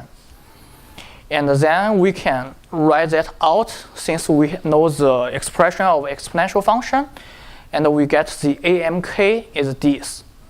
So remember these 2 equations, it's very similar as the 2 equations here. So actually, is we can say the AMK is beta m comma q to k minus 1. So this is what I say that the Bernoulli Cauchy number is kind of like similar as the Gauss polynomial. The coefficients of the Gauss polynomial is kind of like we pick out some of the coefficients and add them up. So this is if we write that in terms of beta. So on the numerator, it's just the coefficients of Gauss polynomial, but we have the LK here. It's a little bit different as the coefficients, but it's almost the same. And then we can prove this theorem. If we set mj to be as before, and here we assume a plus b congruent to 0 mod q minus 1, otherwise the Bernoulli-Cartesian number will be 0. And then the Bernoulli-Cartesian number has a v-adic limit in kv as j goes to infinity. The method will be exactly the same because when we divide it by Li, it's not too much for the convergence. And then also, since the Eisenstein series is the sum, kind of like the sum of the Bernoulli-Cartesian number and the Gauss polynomials, so we can use the same method to talking about the pi mj minus 1 e mj of u. It have a v-adic limit in the power series space. So remember here, we allow a plus b congruent to 0 mod q minus 1. So here we need to make the Cartesian factorial to be mj minus 1 and the Eisenstein series be the emj. So need to be a little bit attention for the subscript. And then this gives us the v-adic limits exists, and then can we compute that? Can we get what the v-adic limits, what it looks like? Actually it is, but we need to introduce a little bit something more. So here we introduce the mj to be aq to a dj plus b as before, but here we rewrite the a and b, the q expansion of them, in this way. So here we allow a dr and b dt. It may be 0 or not, whatever. We don't care too much, but it will convenient for us for the computation. And then we first have the proposition for any prime polynomial p of degree d, and this limit exists in AV. And moreover, the limit is in an algebraic extension of fq of degree d. We call that fv. So the reason is we have this kind of map. Omega is a Takimura character defined by omega of x to be the limit of x to the q to a dj of AV, or in AV. So that means any elements in AV, when we apply to the omega, the rest of that it will goes to 0. The only the kind of like the constant it remains, and this gives us the image will be a field with the elements with q to a d elements, so it will be a finite field. And also this extension is a finite extension. And then we can set alpha to be the limit of the theta to a q to a dj. And also we can compute the limit, v-adic limit of all the bracket polynomials. And we define the limit as to be alpha n. And also we can fix the choice of q to a d minus 1th root of all these alphas, all these limits, v-adic limits. And for I in z, we can set ai to be this. So in here I need to say something more about this AI. Actually, when we get the AI and we find there's an interesting property of this, is the Cartesian p torsion points. Actually, we can compute that by the Cartesian logarithm, log c of the sum of AI. This will give us 0. Actually, we can just compute that by direct computation. And then we have the theorem is like for any x in CV. Here CV is similar as C infinity, but with the v-adic norm. With the v-adic norm is less than 1. We know the log C of x is 0 if and only if x is a Pn torsion point on C for some n greater than 0. So in particular, actually in our case, Cp of this term is 0 for any L in Z. And notice here we can choose L to be any arbitrary integers, so that this gives us q to d minus 1 root of the Cp. Notice here the Cp is a polynomial. And if we add the trivial 0, 0, we actually get the Q to D zeros for this polynomial Cp of x. So actually, this gives us all the zeros of Cp if we consider Cp as a polynomial, Cp of x. So this is another interesting properties of this, the sum of A. Okay, so let's back to the v-adic limits. So we can first compute the v-adic limits of the coefficients of the Gauss polynomial to be these. Although it looks like a little bit complicated, but the point is both of the two sums, they are finite, and all these like strange symbols, it can be computed. So I will see the definition of all these symbols in next slides. But here, notice xi we define as this, with theta is in FQD cross as a primitive root.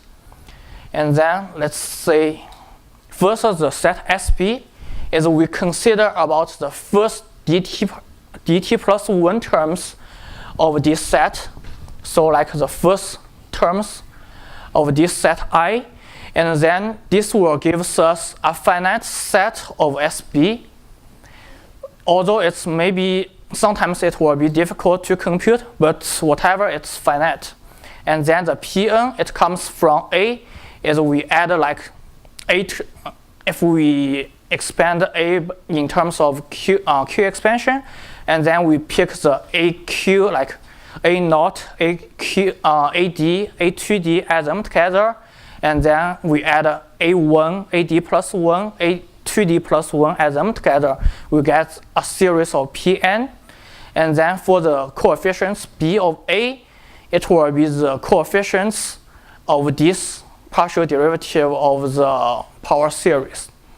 So let's back to have a look at the formula again. So the B of A is the coefficients.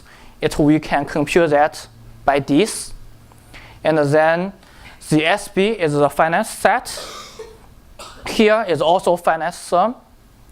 And all the x, it comes from the theta multiple the a's. And all the p's, it comes from here. So everything is computable. And notice this one may be not so easy to compute, but actually we find this is also not too bad if we write A in terms of Q to a D expansion. So notice here is not Q expansion, it's Q to a D expansion. Then the B of A, it will just be kind of like the multinomial coefficients of these. So totally all these values, they are not very difficult to compute. We just do that one by one, and it's the finite sum. And also this coefficient, the limit of the coefficients will be in k of alpha. Notice this is the finite extension of k. So because of the time, I will skip the proof. But the idea of the proof is we try to regroup the set I and try to add the sum of them together and gives us better terms and add them together. And then the examples is what I had before. If we consider about V as theta, D as 1, Q as 3, and then we can get the alpha, theta, and A. Notice here, this n we can be any number because since D is 1 here. And then we get x naught. And for the Gauss polynomial, this one, 3 to j plus 1, we can find the coefficients has a v-adic limit as this. And it gives us, when L is even, it's 0, and L is odd, it will be this.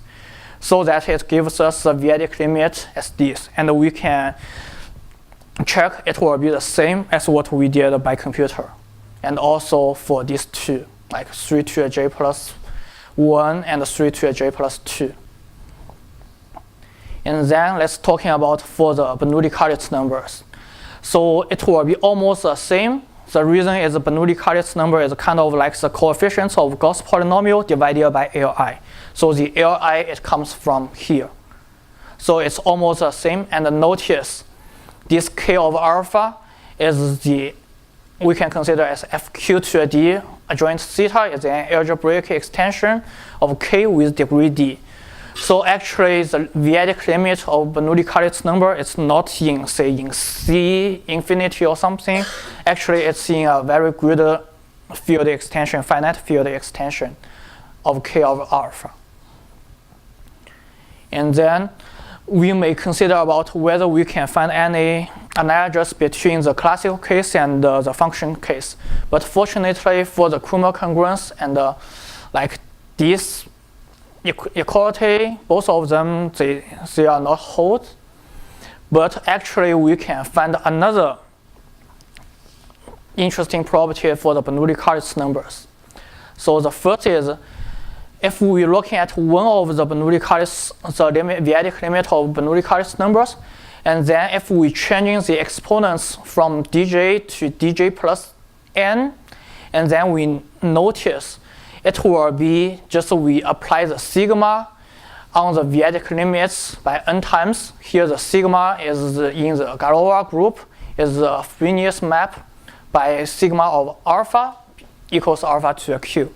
So actually we can kind of like consider when we shifting a little bit for the exponents, it will give us kind of like the conjugates of the Garai conjugates. And also, if we permute the digits of Q expansion of A by a distance of multiple of D, so it's kind of like we changing A naught to be AD. Say if previous is A naught plus A1, so A naught plus A1Q plus A2Q square. And if we change that to AD plus A2D plus 1Q, 2D plus 1 plus A, say, 2Q square. If we changing that, then the v-adic limit of Bernoulli-Karitz number will not change. So this is very interesting. It's kind of like give us the environment of the similar as like what we did here in the classical case. Like there's some environment in the v-adic limits of Bernoulli-Karitz numbers. And also give you some examples for the Bernoulli-Karitz numbers. So if we shifting the 3 to a 2j to 3 to a 2j plus 1, and then if we apply the sigma to here, we will get back to be the b to get alpha. And the same as here, since in this case the sigma is we map alpha to negative alpha and negative alpha to alpha. So that means we can easily check that it's just a change in the sign of the alpha. And it's so just give you a general idea of the v-adic limits, the property of the v-adic limits of Bernoulli-Karitz numbers. And that's all. Thank you.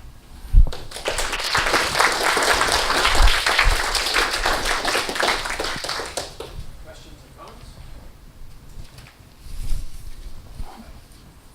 In your theorem where you calculate the limit of the Bernoulli-Karitz numbers, do you go back to the case? In the theorem of, you mean this one? Yes, that one and the previous one. That second row where you have a product of binomial, on the statement of the theorem, you have a product of binomial coefficients. Isn't that just a multinomial coefficient? This is a binomial because it's kind of like we fix first dt plus 1 terms, and if we fix that, we can put the multinomial coefficients to the product of binomial coefficients. And then the rest of them will be the binomial multinomial coefficients inside of the summation, but when we compute that, we get rid of that. Any other questions? All right, let's thank Guchao and all the other speakers today.